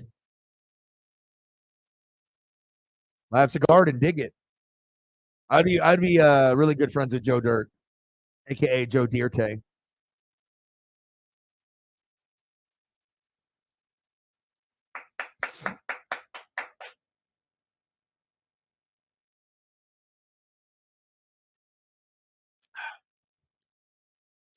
Let's go, baby. 42. 40, yeah, there may be some places that people are that they're not watching one of the best games ever. I already knew that this was. I chose to do this game over doing the Ducks. I never not do the Ducks. I'm going to do Ducks first, no matter what it is. But this is too tantalizing for me. Oh, what do I want to watch? The Ducks win by fucking $1 billion. I already knew they were going to blow out Cal. That's a shitty game. It wasn't even against a good team. or I can watch a very exciting matchup of two of the top three teams in the Pac-12 and top two picks in the draft, possibly. We're staying Huskies. Man, oh man. A guy, I know where they're at. That's why I don't have as many subscribers or people that the big donators. They'd be spending money somewhere else. First down and 10. Penix Jr. Scrambling, gambling. Here, let me just throw it out of bounds. They got all these desperate dudes and girls talking to people, and then they find out that the person they're talking to is a fucking AI robot. They're like, this person's real, and it's all AI.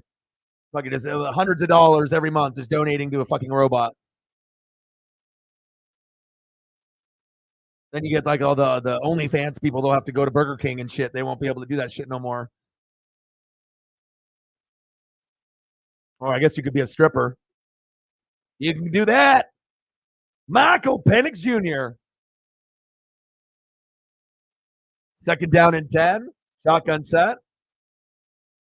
Oh, good defense by the Trojans.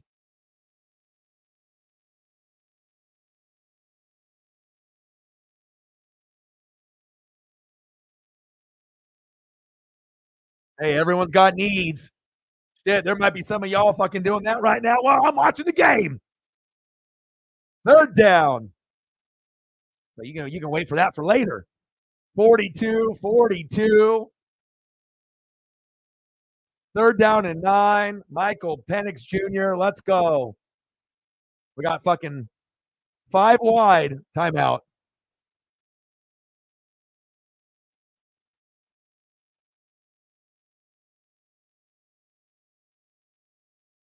Yeah, let's keep it PG, or at least PG-13, unless I'm making like more donos,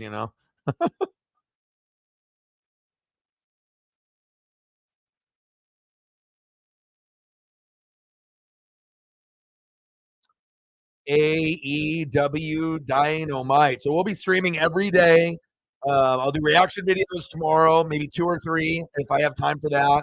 I don't think I'll be able to do 4, but I think I can pump out 3. And we'll do Sunday Night Football with the Bengals and Bills. Go Bengals. And then that'll be hella fun. And then I'll do more reaction videos, and I'll be up early. I wish the Dolphins and Chiefs was on later. I would actually consider streaming that game, even if like the viewership was not as good as it could be and the donos were lower. If the Dolphins Chief game was on at like 10 or like 1, I would consider definitely doing it. I want to be able to watch that with people that care about football. I mean, that could be an AFC Championship game preview. It's in fucking Germany, not even goddamn America. And last time, if you remember, the Hawks and the Bucks played, and the field was too slippery. So that's why I'm hella nervous about Mahomes. They say, oh, he's going to get 21 points. What happens if he ends up getting 9? And he plays like shit again, even though he's not sick with COVID or a flu? What if that happens? The Hawks played against Tom Brady, and it wasn't that high scoring of a game. It was slippery out there. Makes me nervous. The Germany games are very cool for that fan base, but just the field makes me nervous. Like if I start Mahomes and he gets a 9 and Sam Howell is on my bench with 20 to 30, I will quit the league. I'm just done. I'm not going to play anymore.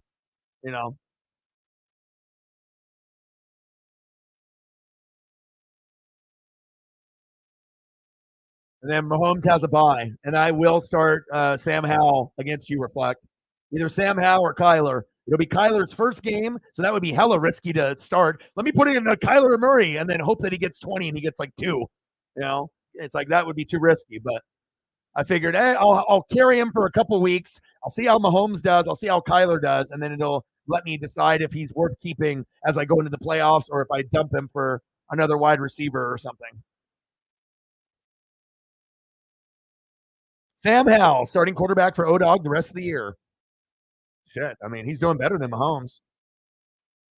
Last 4 games for Sam Howell. Last 5 games for Sam Howell. 19.6, 25.42, 18.34, 9.46. That's a dud. And then 30.98. I would say that he is balling out of control. Sam Howell has had one bad game in 6 weeks or 5 weeks. That's amazing. That's why I grabbed him. I might have to start that over Patrick Mahomes, believe it or not. 3rd down and 9. It's not about name recognition. It's about who's balling. Sam Howell over Patrick Mahomes in fantasy. Michael Penix Jr. scrambling, gambling. Michael Vick slips. It's 12 noon. You know what time it is? Time for a sack lunch. Yum, yum, yum, yum, yum, yum. Yeah, and I've watched quite a few of his games. It's just crazy that he played so good against the Eagles.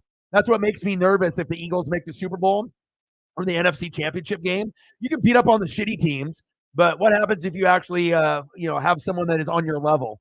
How are you going to respond defensively? I know you're going to go back and forth with Jalen and fucking A.J. Brown and Devontae Smith and Dallas Goedert, but can you stop anybody? That's what I'm concerned about, especially if it's like a team like Miami. Like they might be able to get a 14-point lead on you, and you might not be able to recover. Field goal kick is up, and it's good. First field goal of the night at 45, 42-42. Let's kick a field goal.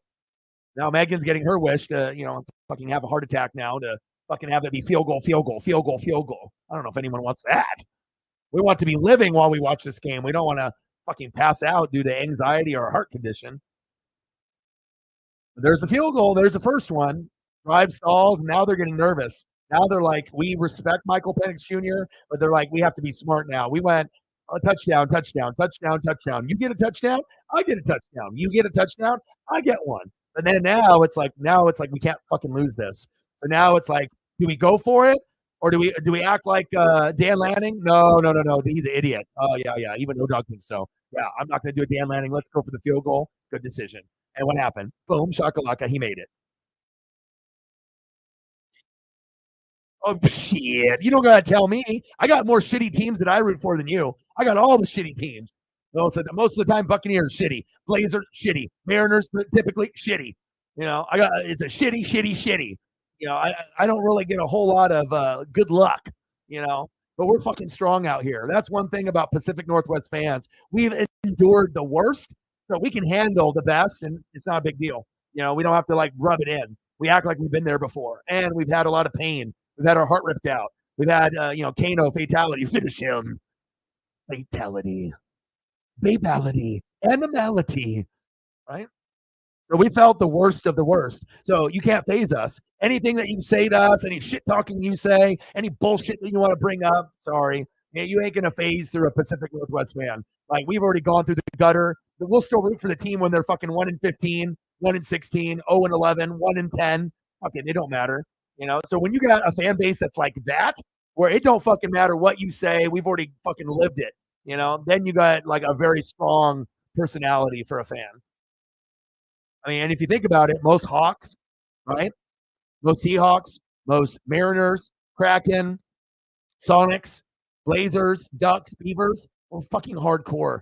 It's like we represent heavy out here. They always want to talk about Big Ten and Texas. Everything's bigger in Texas, Michigan, Ohio State. Oh, but you guys don't like football or support Georgia, Alabama.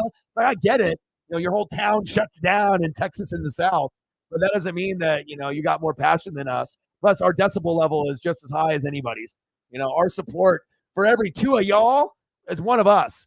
So imagine if Oregon or Washington or any of the places expanded their stadiums. Then we would be number one by far.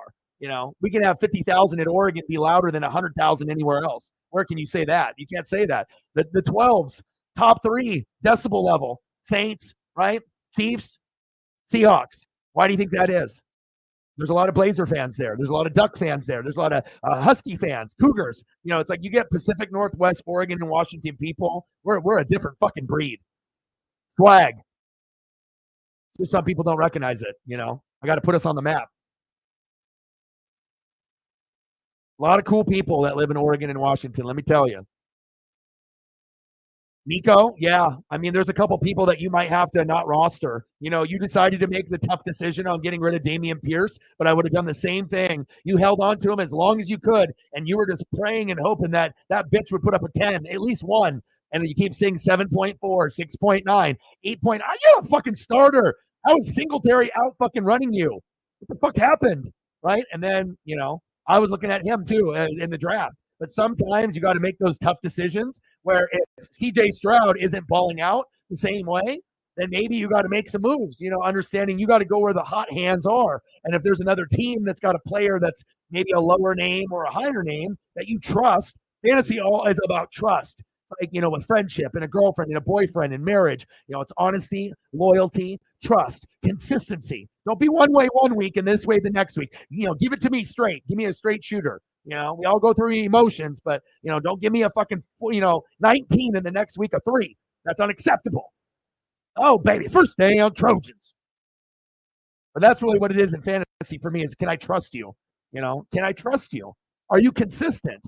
And if you're consistent and I trust you, you're on my roster. And I'm looking for as many top 5 as I can find, top 10, top 20.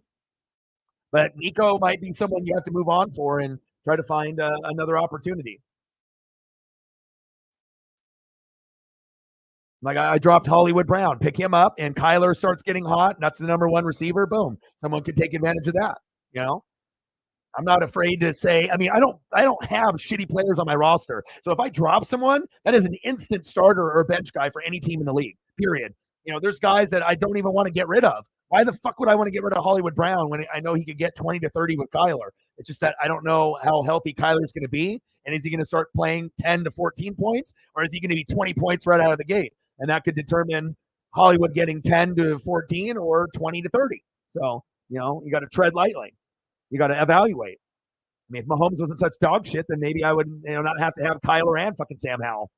Put me in the pressure cooker. I'm going against people that actually know how to play this year.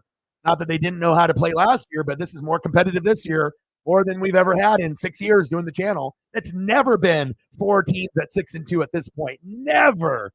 It's always been 2 teams that fucking separate from the rest.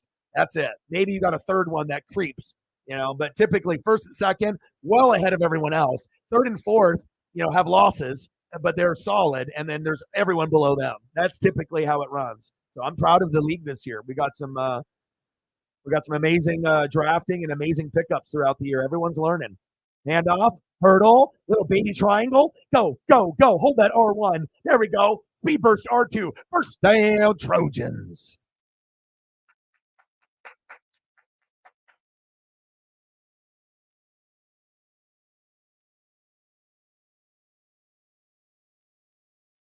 Yeah, the number one shocking thing about the game that no one is mentioning is that the USC offensive line is winning the game.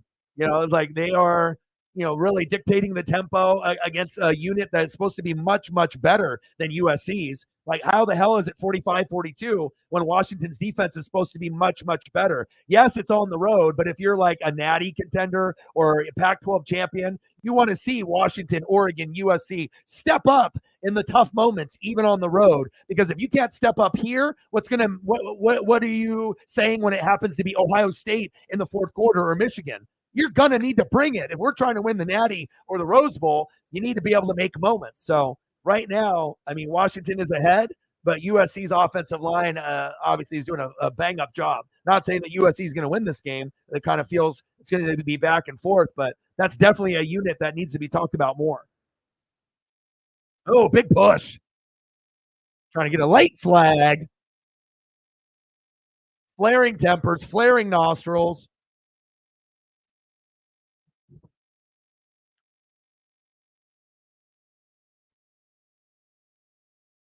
Yeah, plus Hollywood Brown would be a good piece for you to reflect. Unless someone else, gets him in the, wire, strategy-wise. But you drop Nico, you pick up Hollywood Brown. You already look at to see what he's done this season, which is really good for considering Joshua Dobbs. Kyler's healthy. Boom.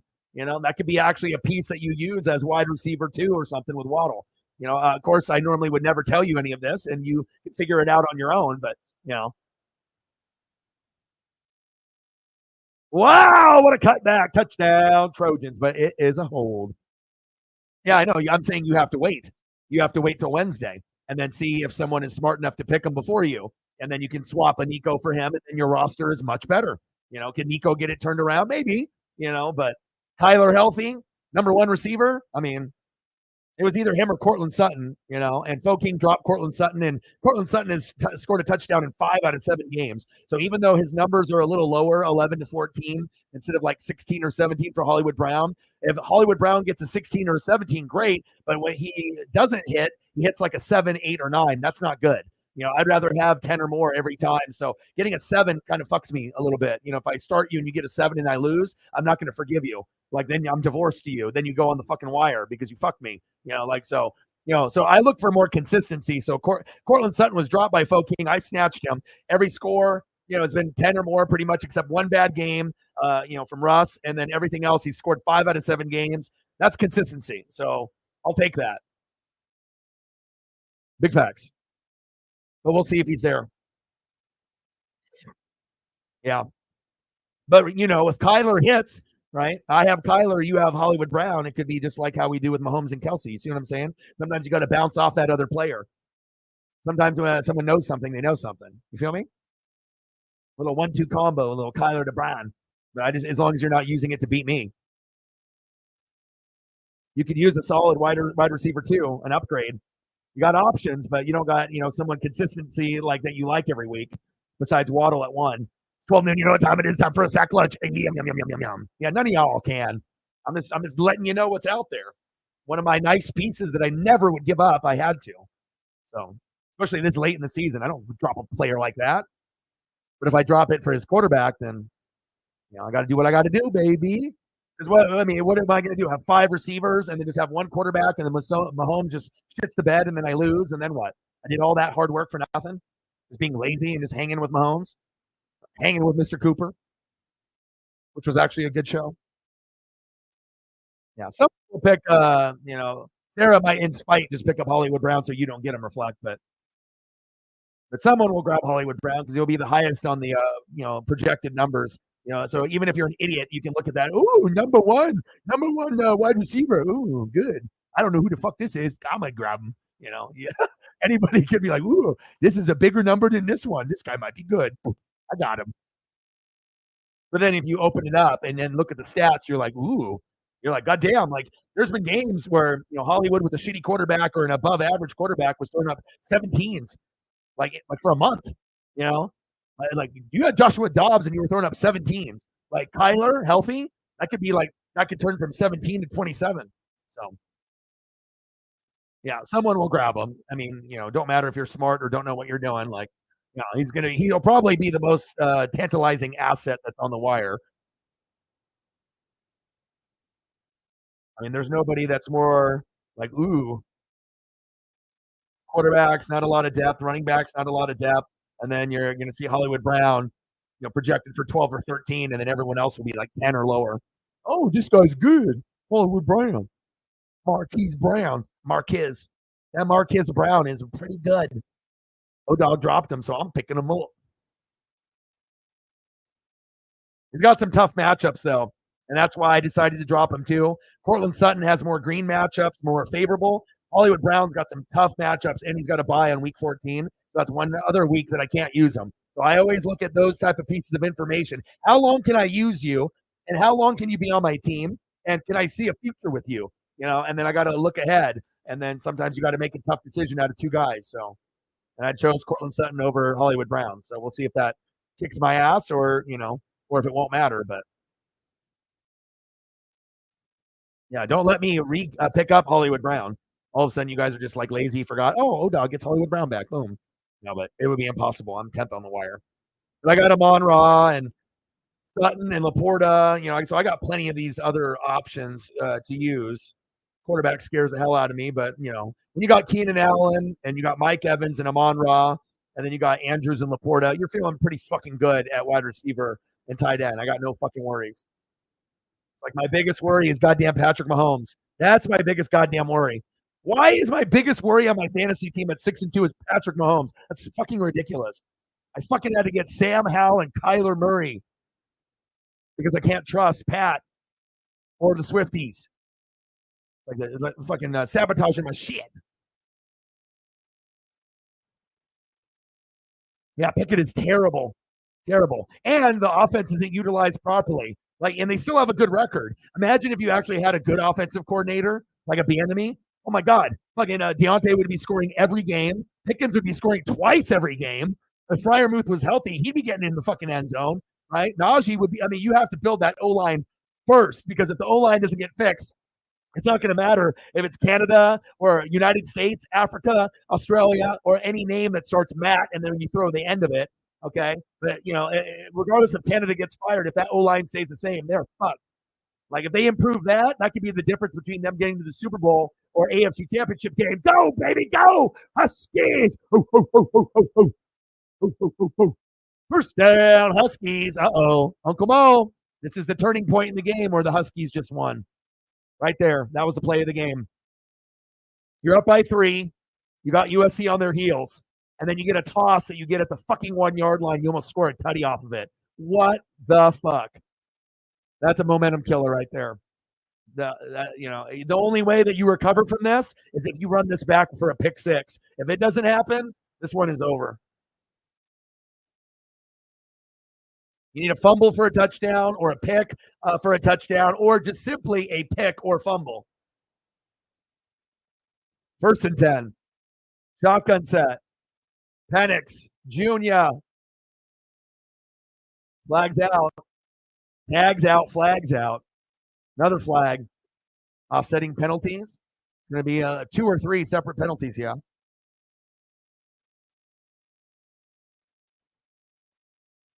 Defense. Husky defense is normally, like if the Husky defense played like the Husky defense, where it's like, okay, we're winning a natty, they hold USC to this game to like 21 or less. You know what I'm saying? Like, when you feel those teams. But again, in this situation, even Oregon would be going back and forth. Like, it wouldn't matter. Oregon State, it's just like sometimes it's the moment, and it's just knowing that this is one of the biggest games of their career. So, I don't care. It's like you could have the best defensive players you've ever had, and you're still not holding these teams under 30 points. Like, you're going to get – Troy Polamalu could still be fucking roaming around, and you're still going to get mad points in this game. Like, I don't know if that was catchable there. 1st down and 10. Defense. Defense, reflect defense. 45-42. Shotgun set, halfback toss. Huskies smelling it.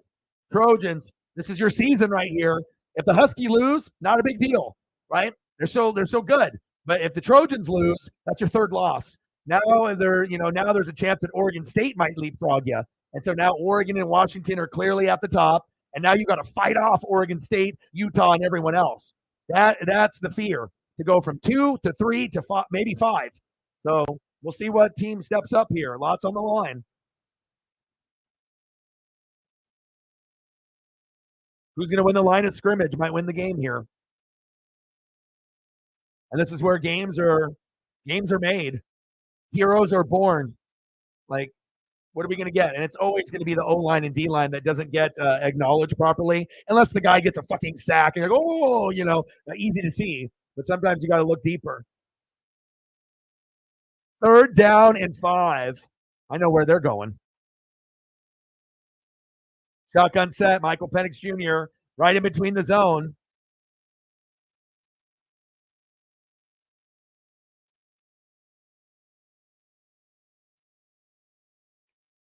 Yeah, conservative play already happened because the nerves, they know what Oregon did, and how lucky you guys were to execute. And it's like mistakes now are even bigger, because even if you're super confident, you would have to have an elite defense. Then, you go for it. You don't do the field goal thing. But when you feel like the momentum is really going back and forth, sometimes you got to be that first team to like, okay, maybe we should do a field goal now. That's a smart fucking coach, to be able to say, hey, you know what? We've pressed our luck this long. How about let's start being like uber, like smart with this. Sometimes a little conservative, but smart conservative is better sometimes than ballsy, risky idiot. Dan Lanning, risky, ballsy, going for it on 4th down instead of going for the field goal. Idiot. Don't be Dan Lanning. Don't be idiot. Okay? Be Huskies. Yeah, he got the fucking 1st down. What are these fucking crackheads talking about? Oh, that was the 1st down. Fucking 1st down.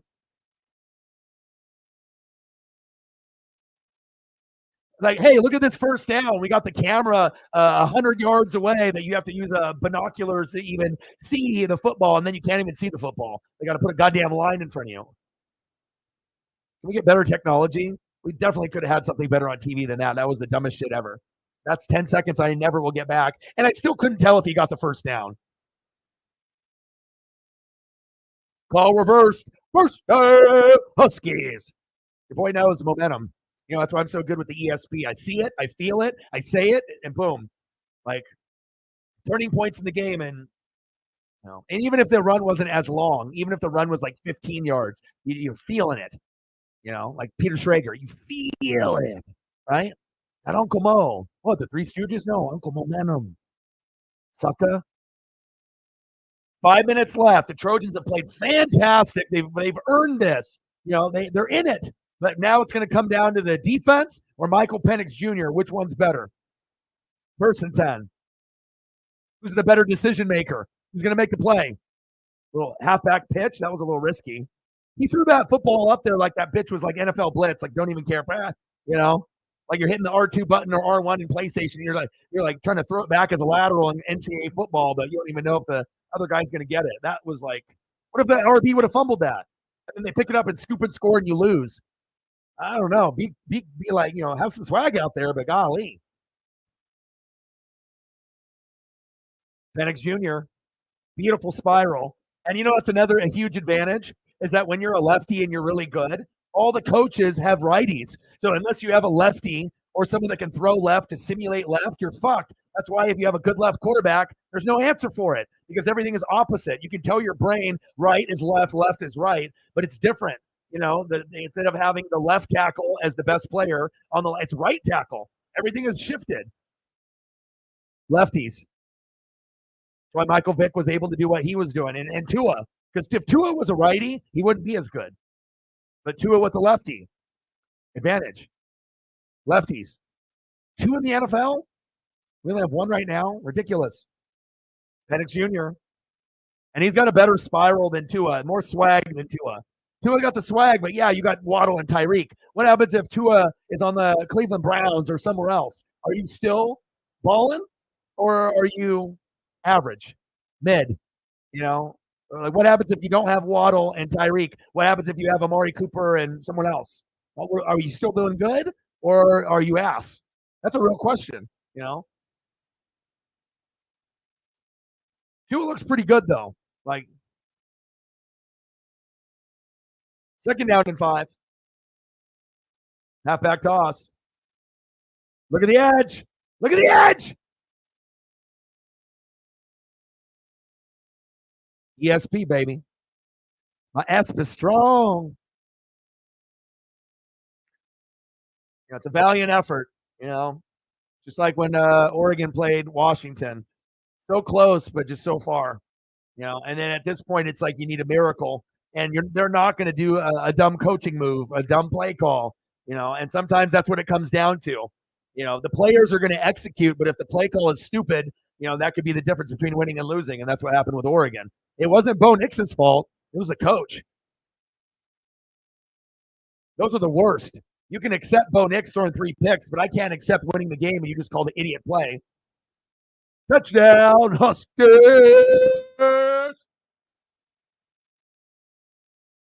Ding dong, ding dong.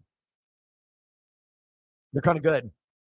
Dylan Johnson, 1-yard rushing tutty. This is the future of the NFL. Tampa Bay Buccaneer, Michael Penix Jr. O-Dog loves it. He actually will buy the jersey if they draft Michael Penix Jr.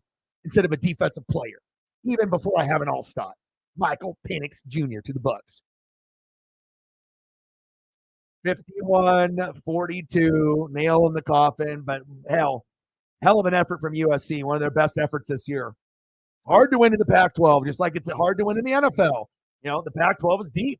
If this was a normal year, shit, USC easily wins the Pac-12 or top 2, easy. This year, much more competitive. Lots of NFL players in the Pac-12 last year, and everyone's going out with a bang, bang, bang. You know me?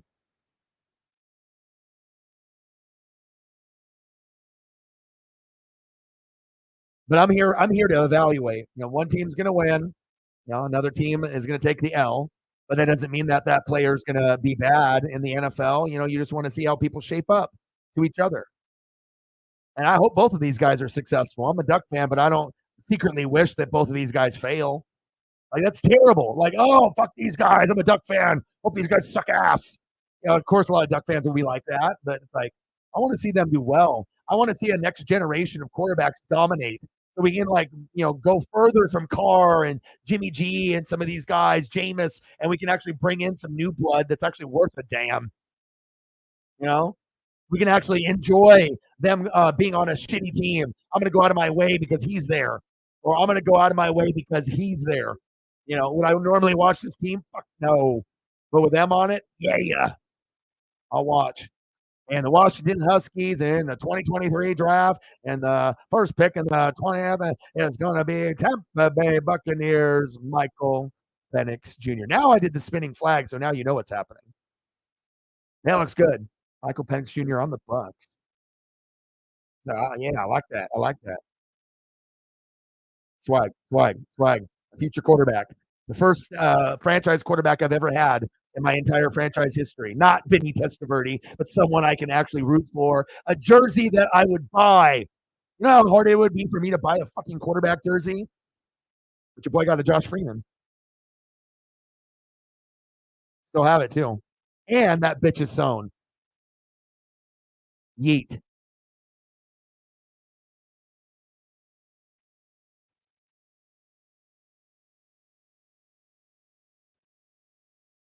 New blood. Be cool if the Raiders got some new blood. Raiders and Bucks, the Pirate teams were good again. NFL is better when the Pirate teams are good.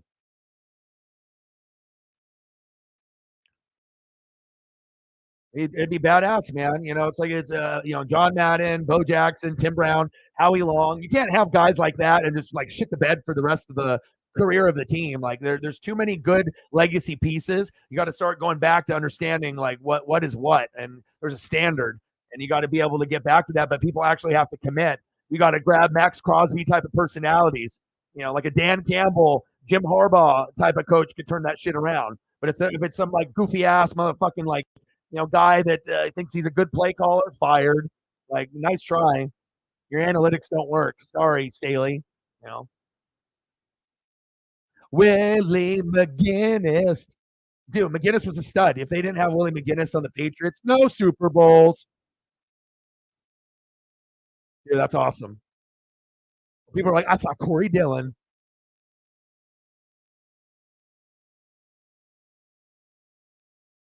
Marquise Tuiasosopo. Say that 3 times fast.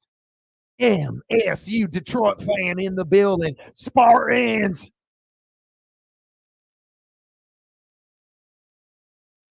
Now I want to watch 300. See what you did now? Great movie. Cinematography off the chain. Surround sound system. Do it.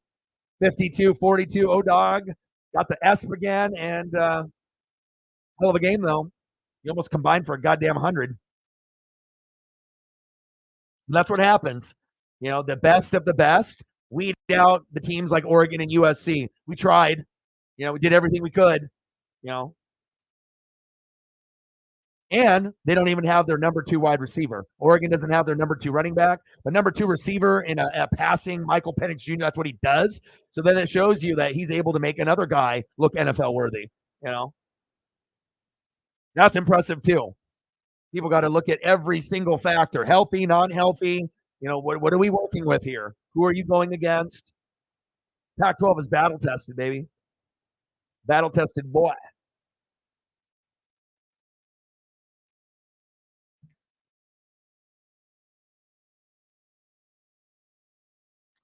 Red Wings handed the Bruins their first regular season loss, regulation loss, winning 5-4.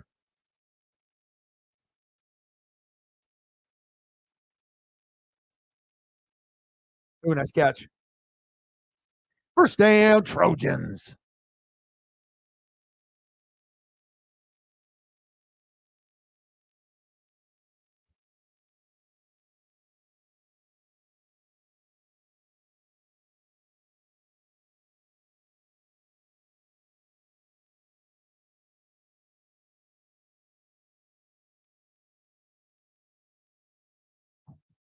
All right, less than a minute 30 to go. Look at that, 575 to 509.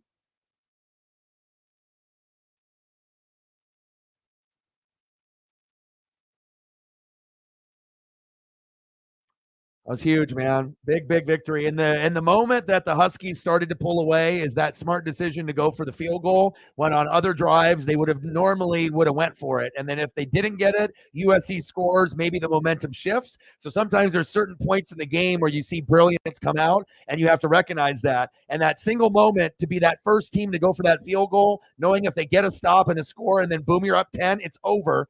And that takes a lot of moxie, and you have to know timing really well. And that's really the beginning of the end right there. That was really brilliant. Good execution.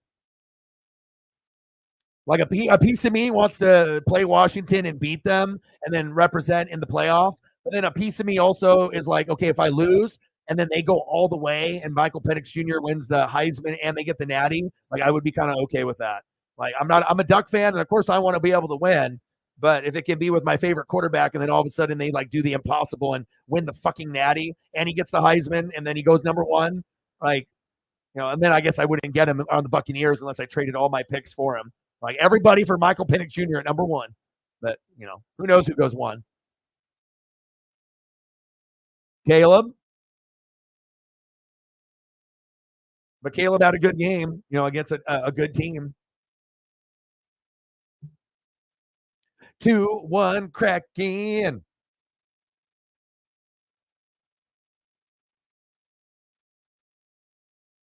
End of the second period. Cool. I can actually turn on maybe the last period before I leave.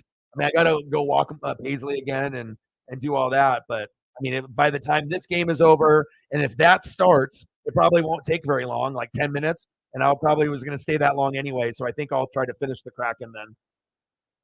I mean, depending on how long this game takes here. And then I'll just switch it. I'll switch it. I'll even switch the background. Well, it's like we'll be doing a hockey stream. I am guilty of not doing as much Blazers and Kraken. I feel terrible. Like I want to do more Blazers and Kraken. Even results are going to vary. Kraken will get more than the Blazers because no one gives a shit about the Blazers besides me and like 4 other people in Oregon. But at least we got a star in Shaden Sharp. You're going to know that name pretty soon. Future All-Star. That's going to be the guy. We thought, oh, Scoot Henderson. Nope. He ain't Dame. It's going to be Shaden. Shaden Sharp. He can shoot the 3 and then duck in your eye. He's good. 4th down and 4.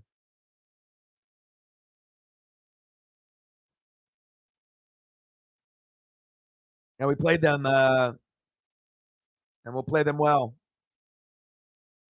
Incomplete on 4th and 4. Uncle Mo. O-Dog knows. ESP. Just say it out loud, and then it comes true. Boom shakalaka.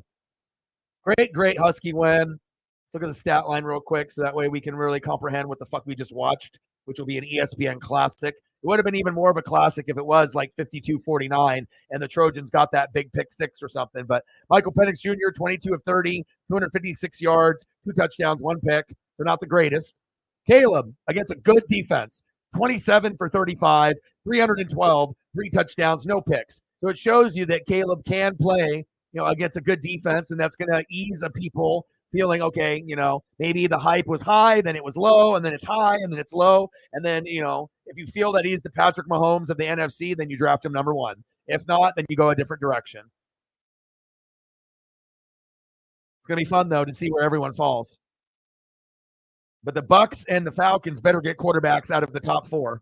That means, Shedeur Sanders or, Drake May, Michael Penix Jr., Caleb Williams.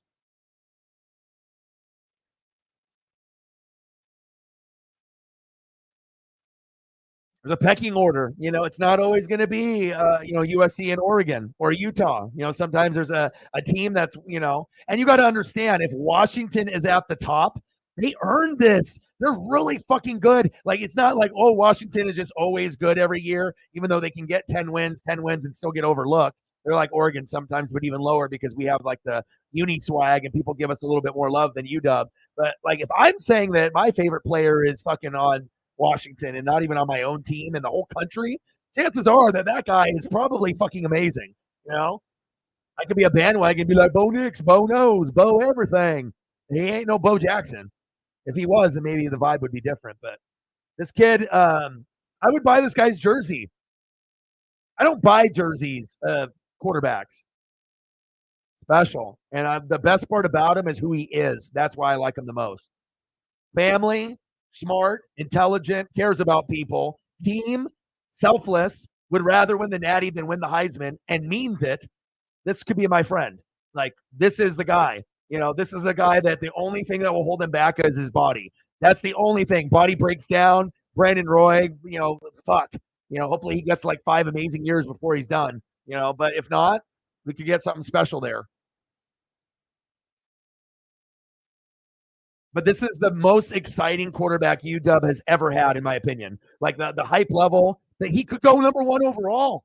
Like even Warren Moon, like you can't, you know, like we're talking like Caleb is like Caleb, Drake May, and whoever has a good combine, or, you know, it also depends if you're looking for strategy. And the people that, you know, getting a lefty, you know, it's like most of them end up being average. They're never shitty. Like every lefty is like at least average, but some of them are good and some turn elite. You're just looking for the next Steve Young. Is this him? Is this the brother Steve Young? I hope so. Better than Tua, better than Vic, and on that Steve Young level. Yes, please. Can I get that? That's what I'm hoping for. I got high expectations, but I don't get too like that too often. Caleb could be the Mahomes in the NFC. So, I mean, and then Drake May, you know, might end up being like a, you know, a Philip Rivers, Ben Roethlisberger hybrid. You know, you might get something like that, you know.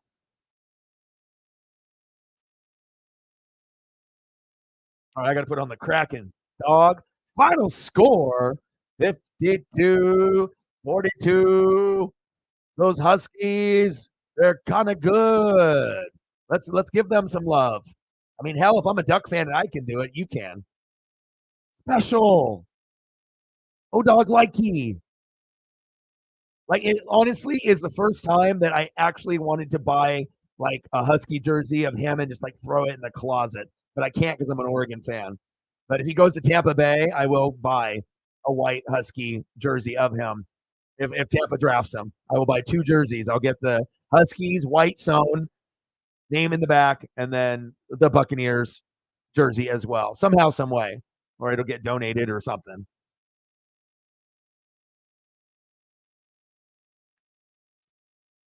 Yeah, Caleb doesn't necessarily have to worry about injuries. You know,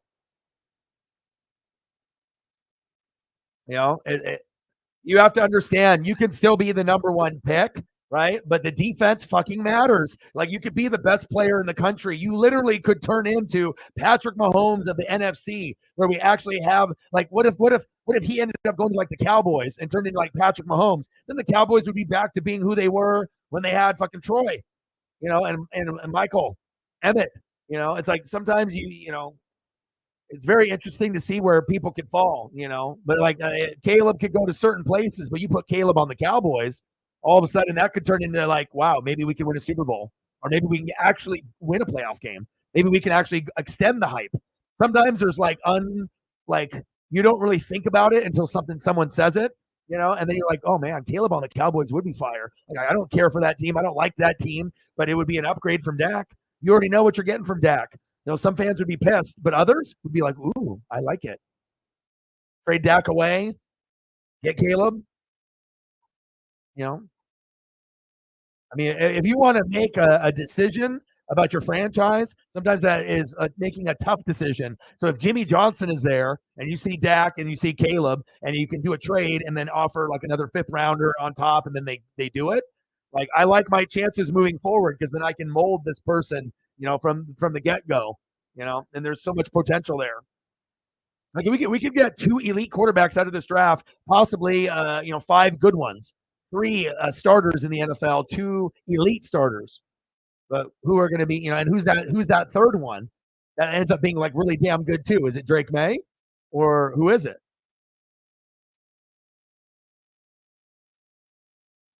Huge. Enjoy it, man. I mean, it's going to be a long time probably before we see another one of these. I hope you guys recruit well, but you know it too. Reflect like you ain't going to replicate this. This is like Ichiro. Like it comes once in a generation, and you're either a part of it or the guy's on a different team. He ain't on your team. He's doing it somewhere else. And then you got to enjoy a guy that potentially could win a Natty this year and a Heisman and Natty, national champion, Washington Huskies, and it's not co-champion like in '91. It is legit all Huskies. I mean, am I trying to talk it into existence? Huskies going all the way and surprising everyone, and then him going number one in the draft and winning the Heisman. Washington Huskies. Still want my Ducks to win, though. But hey, if we play in the Pac-12 championship and you beat us, hey, fucking go all the way and fucking then go to my team. Just fucking ball out. Be the best left-handed gunslinger I've ever fucking seen. Give me Steve Young vibes. Give me that. And then you're going to get everyone fucking excited. And then the jersey is going to be like, ooh, I want to buy this. Swag, swag, swag. I literally am the biggest Michael Penix Jr. fan. I think I'm more of a fan than even Husky fans. They're like, dude, this guy loves this guy. Like, what is wrong with him? Can't he just enjoy Bo Nix? Yes, I can. But sometimes you see something, more potential. Like there's more potential in Michael Penix Jr. and Caleb Williams than there is in Bo Nix. For me to say that Bo Nix is the best is being an idiot. It's just being a homer. There are some good qualities that Bo has, but he's not as naturally gifted as Caleb or Michael Penix Jr. They're better, on the run and improvising. Accuracy, Bo can be right up there with them. But there's just a certain level of talent that seems a little bit stronger.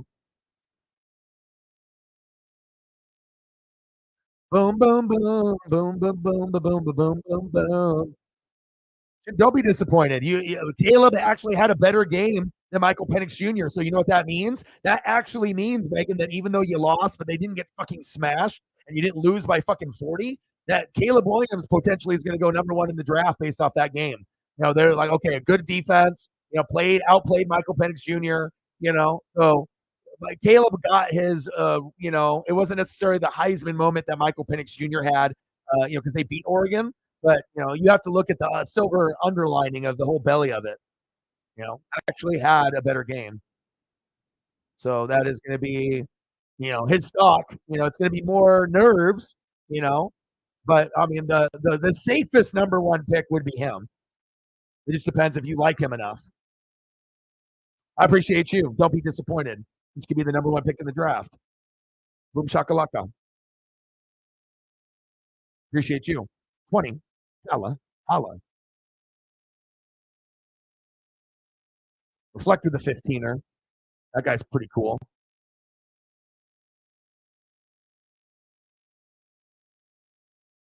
And bang, bang, bang, and boom, boom, boom. These stacks, I wish they were going to me, but, this guy's like Michael Penix Jr. and Caleb Williams. It's just like all that, just chilling on the bed. Bang, bang. $20 holla. That was awesome. It was a good evaluation. And honestly, if Michael Penix Jr. had 5 touchdowns, no picks, 400 yards, and then Caleb Williams played good competition and had 150 yards, 3 picks, no touchdowns, the stock goes down dramatically. But the fact that he outplayed, will give people that firm, like, okay, I think this could be Mahomes in the NFC. We're going to take him. So will he be better than Michael Penix Jr.? We don't know. Will he be better than Drake May? We have to wait and find out. And then we'll see if any of the others pan out. Megan's a goat. It's Oregon and Washington in the championship game. 85 doll hairs, 15 to go. Go Kraken. I can't wait to get Kraken stuff, but I'm just too poor to do it. But eventually I'll start with something cheap like a Kraken beanie, but it has to be like a special one, right? So I have to find the right beanie with the little ball and has a style, right? So I'll get that. And then we'll work our way up to like a t-shirt and then like a jersey or something. Kraken. I got to turn it on. I appreciate you guys. Reflect for the 15.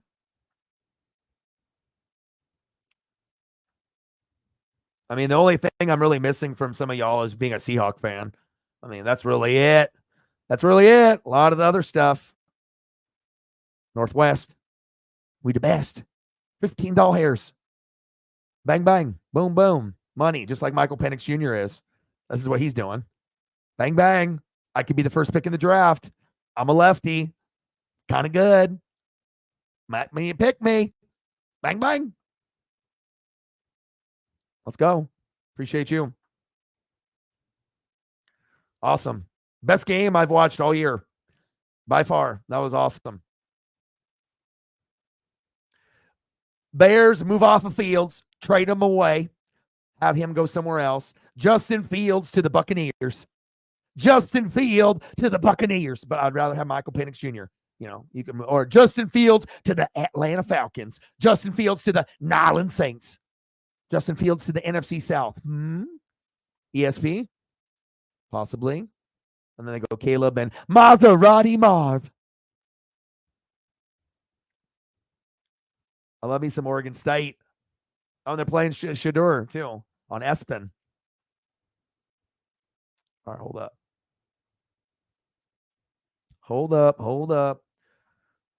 Let me know what you guys want to do for pictures. And a bang, bang, bang, boom, boom, boom. Bang, bang. Appreciate you. All right, let me know what you want to do for pictures. I got you.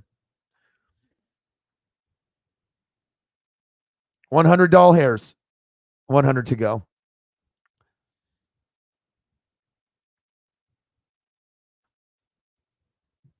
Cracking.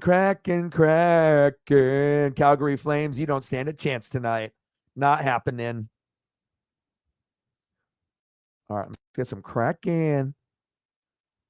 All right, let me turn it on. Yes. 2-1. Oh, your boy's going into theater mode. That means the screen's bigger.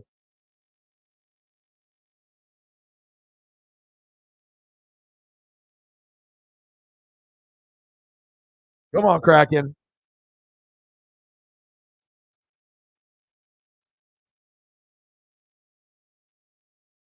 Oh, boom, Kraken. Look at that logo. Look at that color. How can you not be a fan of that? Dope. Swag. Like the greens and the blues that we rock out here in the Pacific Northwest. Green for trees and blue for the water. Man, you ain't touching the uniforms. Swag.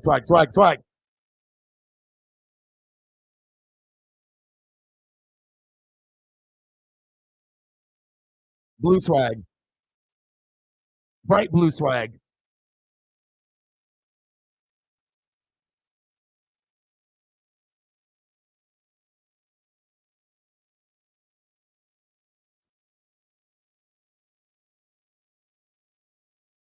Coach swag.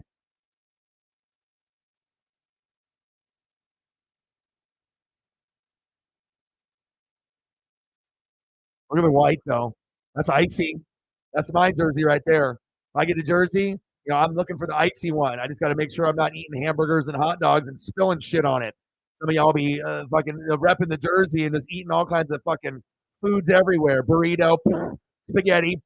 Take the jersey off first. Swag. Icy. Jared McCann.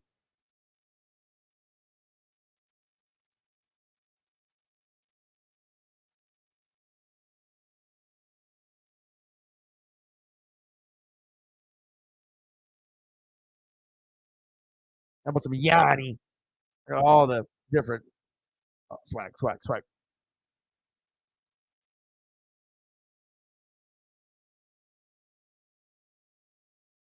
I gotta make the background. I gotta make a switch. Gotta make a switch. All right, hold up. First we go here.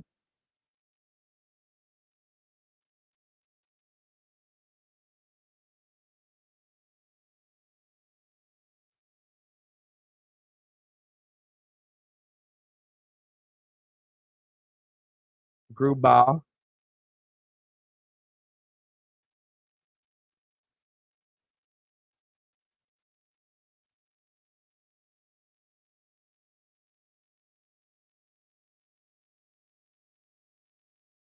Hold up. I like these cards too.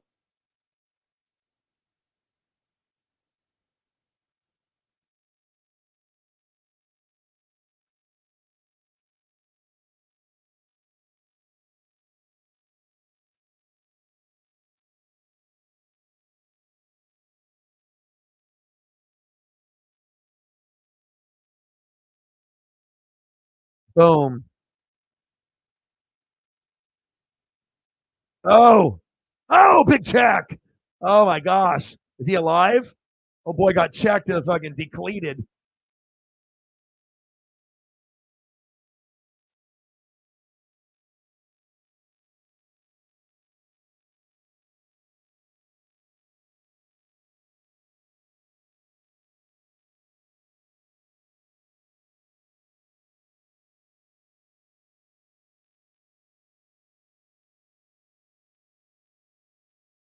Icing boy.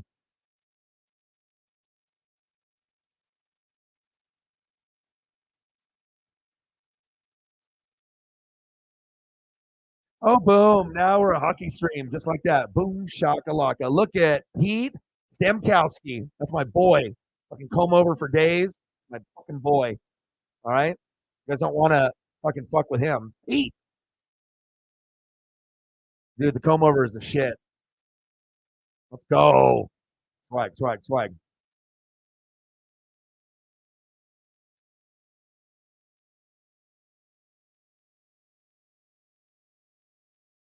Nice job, Grew. 7:05 left.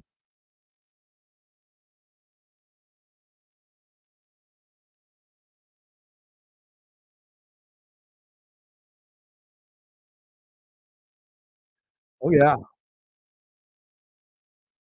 Bang, bang. They're going to win tonight.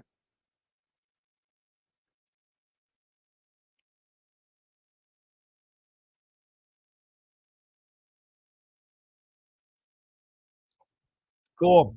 I always like to be able to squeeze in a little bit of something I've been wanting to do. So, yeah, yeah, yeah.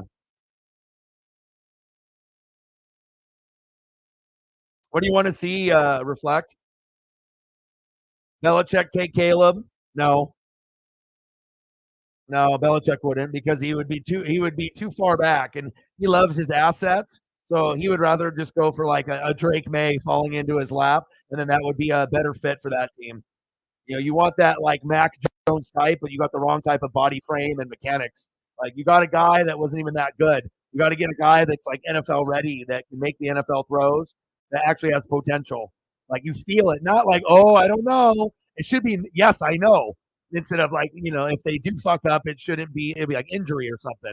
But if you're already like shaky about Mac Jones going in, what did you think was going to happen? That was going to be Tom Brady 2.0? Hell no, right?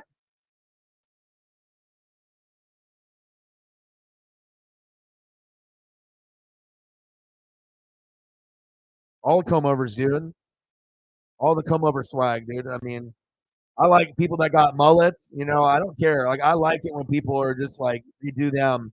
Like, some people are haters and shit. Like, I love it, man. When people are just like, I don't give a fuck. I'm gonna do me.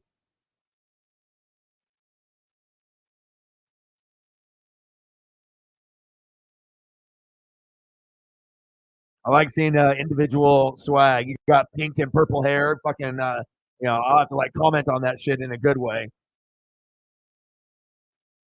All right, baby. 2-1 Kraken. 6 saves in the period. Nice job, Grew. 15th in the NHL rank. That is not good. Like in the middle of the barrel.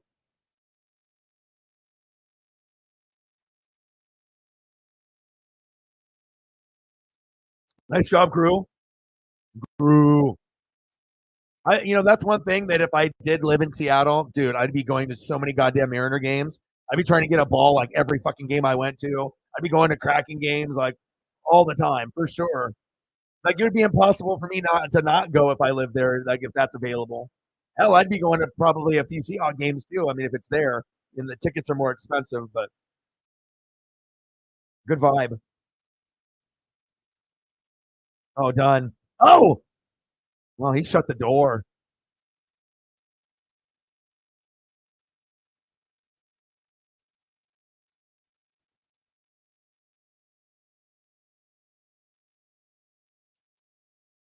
Oh, I will.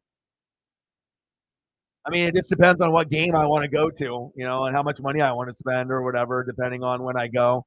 Plus, usually the people that I'm pretty cool with, like money is not a problem. So it's like based off what they do for work and everything. So it's like even if I don't have my full amount or whatever, like sometimes people are gonna we'll find a way. Like if I'm going and I go to my first, I'm definitely getting close. I'm not gonna be sitting like in the back, especially if I'm driving like 3 hours from Seattle or we're taking a train. We're definitely not going to go to see nosebleeds. We're gonna, yeah. I'm trying to get a puck to the back of the head, souvenir, bloody head, cracking puck. Thank you, cracking puck concussion.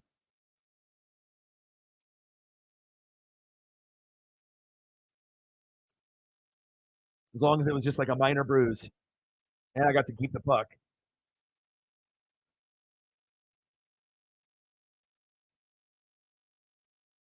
Game used puck would be super sweet. That'd be like getting a foul ball, being epic. Like even if they only used it for like 30 seconds and then it just got flipped up into the crowd and you got it, like coolest thing ever.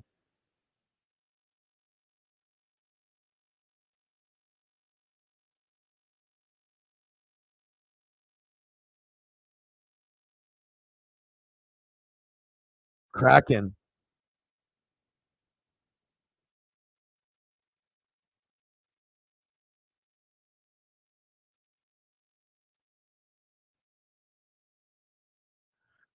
Reflect. What would you like to see for photos?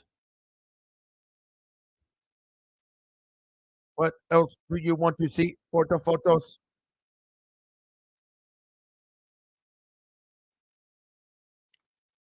I see some Largent and some Zorn. You guys want some Boy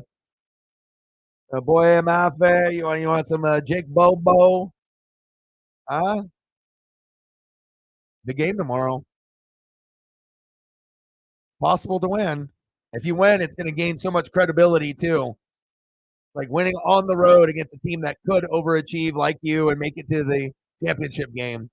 Like you guys are almost like a mirror image, except their defense is, normally much better. But big game, big game.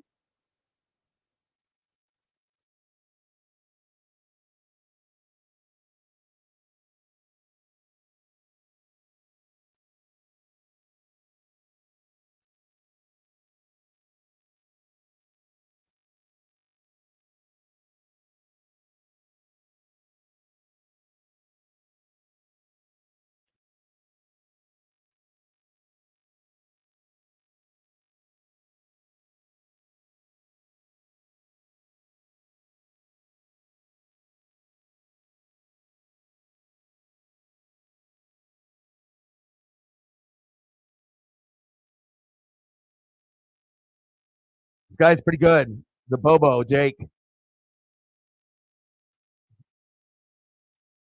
Bobo. No one else got the fucking Bobo love. Let's go.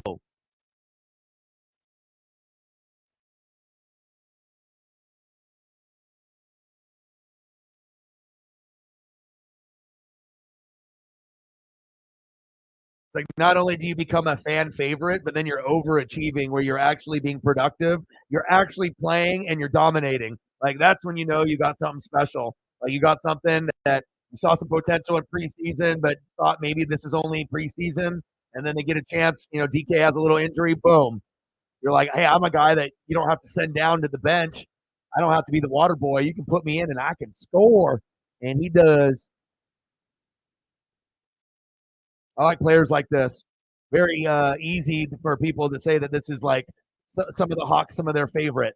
Like I like Boye Mafe. I like to see when I'm getting with Witherspoon. But sometimes it's like the personality. Or a guy that's an underdog. It's cool when underdogs end up. What happens if Jake Bobo turns into Adam Thielen or something of that nature? That could be huge. Bobo. What you guys know about the Jake? Huh?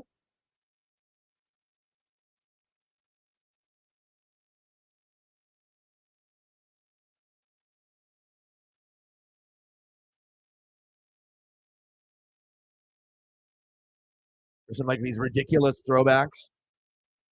It's like wearing these in the game and making everyone else look stupid.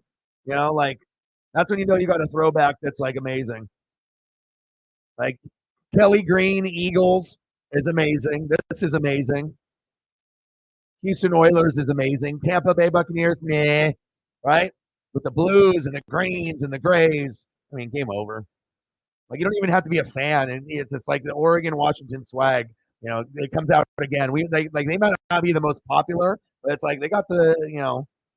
There's a reason why some of this shit is so iconic, and it's cool that the younger fans finally get to see. Oh wow, you thought your uniforms are cool now? Your uniforms are ass compared to the shit that came out in the 80s and 90s, and that's for almost every team. There's some creative fucking minds, man. Colors and sometimes simple is more. You don't got to have all these extra patches and bullshit. You just got to be able to know what a design looks good, what colors match with each other. You permanently wear this shit. Like, how can you not look at that? It's like mesmerizing. It's like boom, swag uniform.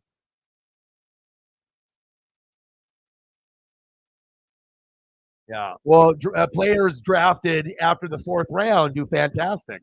That's one stat that, most people, when they get fourth through seventh round or undrafted, good luck, ends up not even panning out. But some guys, like Carroll, are able to get not only fourth to seventh round and undrafted guys to pan out, some of them to turn into Hall of Famers. So you can't say that most people have that kind of coaching ability and also picking the right guy to mentor and bring up, and then they overachieve, and then you have something called the Legion of Boom. Boom shakalaka. Grubauer. Good job, Gru. 2-1 Kraken. Gru again.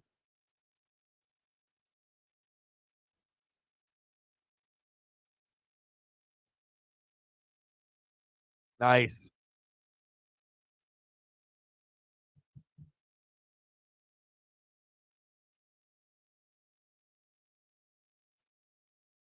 Yeah, I'm gonna get going once this period ends. I got to go take my dog for a walk. I've already been streaming too long. I want to make sure I spend time with her. So, but I want to be able to stay. Hell, I mean, I don't mind doing 4 or 5 hours, but I got to be able to make sure that my dog thinks that dad is still around. Dad cares. Plus, I need some more exercise. So, how many Funko Krakens do you have? Oh, what a save! 20 seconds on the power play, and they're going to get nothing out of us. Nice job, Gru. Screw Hannafin.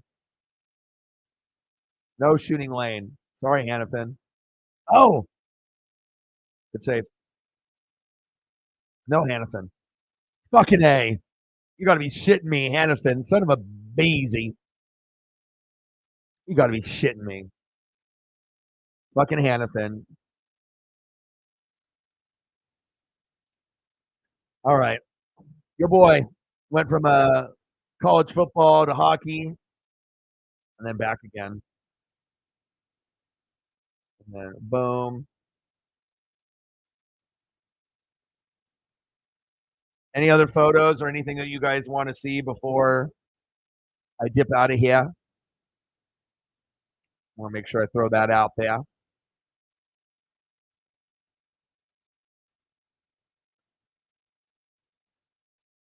Yes, right? But also keep in mind, if you lose, a lot of teams would lose on the road to the Ravens. So don't take it too bad. Most Seahawks fans, they'll get too emotional with the loss. But if you know going in that it's going to be a tough matchup, then you don't have to have this like crazy heartbreak and a crazy wave of emotions. You already kind of see it coming because you respect the other team and you know that they're fucking really good, and beating them on the road is almost fucking impossible. So yeah, you would have the mindset that we're probably going to lose, but if we win, it's going to be uber big, and it will be. So keep it that way. Give you expectations like, okay, if you win, it's going to be huge, but chances are it more than likely the Ravens are going to play Raven football. So if you do win, you'll understand how big the win is. But I would assume in that situation, if you played 10 times, based on how the flow of the games have been going lately, the Hawks would probably win 3 times, maybe 4. but probably not very many. I mean, most of the wins at the Ravens at home, I mean, they're not going to lose. I mean, it might actually be closer to like 8-2 or 9-1. I mean, Ravens at home are like the Hawks at home. They're very mirrored. You don't win in Seattle very often. I don't give a shit who you are, whatever team your record is. Hard to win there. So we will see. It'll be fun. We got like a lot of must-see games. You know, like I said, tomorrow, wake up early, sacrifice the sleep, wake up. O-Dog will be watching Dolphins Chiefs. Most people, no, you're crazy, right? Seahawks Ravens, another must-see TV game. Okay, fun. Cowboys Eagles, 125, fun. Bills Bengals Sunday night with O-Dog, fun. It's gonna be sweet. I think actually Chargers Jets might be a little bit better than people think, a little bit higher scoring than people think. ESPS. You guys are the best. I love you. I appreciate you. Reflect. Anything else that you want to see photo wise? You got anything like Seahawks player, something? Anything too? Anything else that for all the people that donated or anything like that? I didn't have so much love for my dog and really trying to give her the best fucking life every day. Like as if today is my last day and it's hers and we try to get a lot of exercise and whatnot, but I always will make time for you guys. But you let me know. Anything else that the goats want to see, you speak now. You let your boy know. This is what we're going to get. Pac-12 championship. Washington Huskies. Michael Penix Jr. Is that Tua? No, better. And Oregon Ducks. Who will win? We'll find out.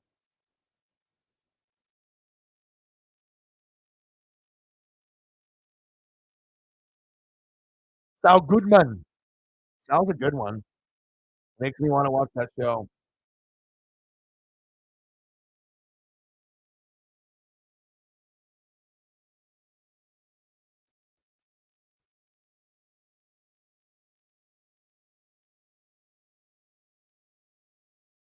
Either you know or you don't. If you're about this life, you either know or you don't.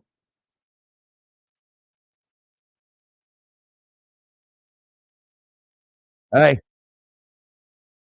it's me. It's me, Saul. Better call Saul. You guys are the best. Love you. Appreciate you. Call me. Goats. Good luck tomorrow. I will be rooting for you. I got Mark Andrews in fantasy. I don't give a shit. If he gets 2 touchdowns, awesome. But I think it would be really big for your guys' franchise. Keep it moving like the Huskies are. Do the unthinkable. Fucking go into Baltimore and beat their ass. Hard as hell. But if you do it, then it's going to solidify your number 2 spot behind the Eagles, and people can't say shit. Listen to O-Dog. Do that shit. Do it. Do it.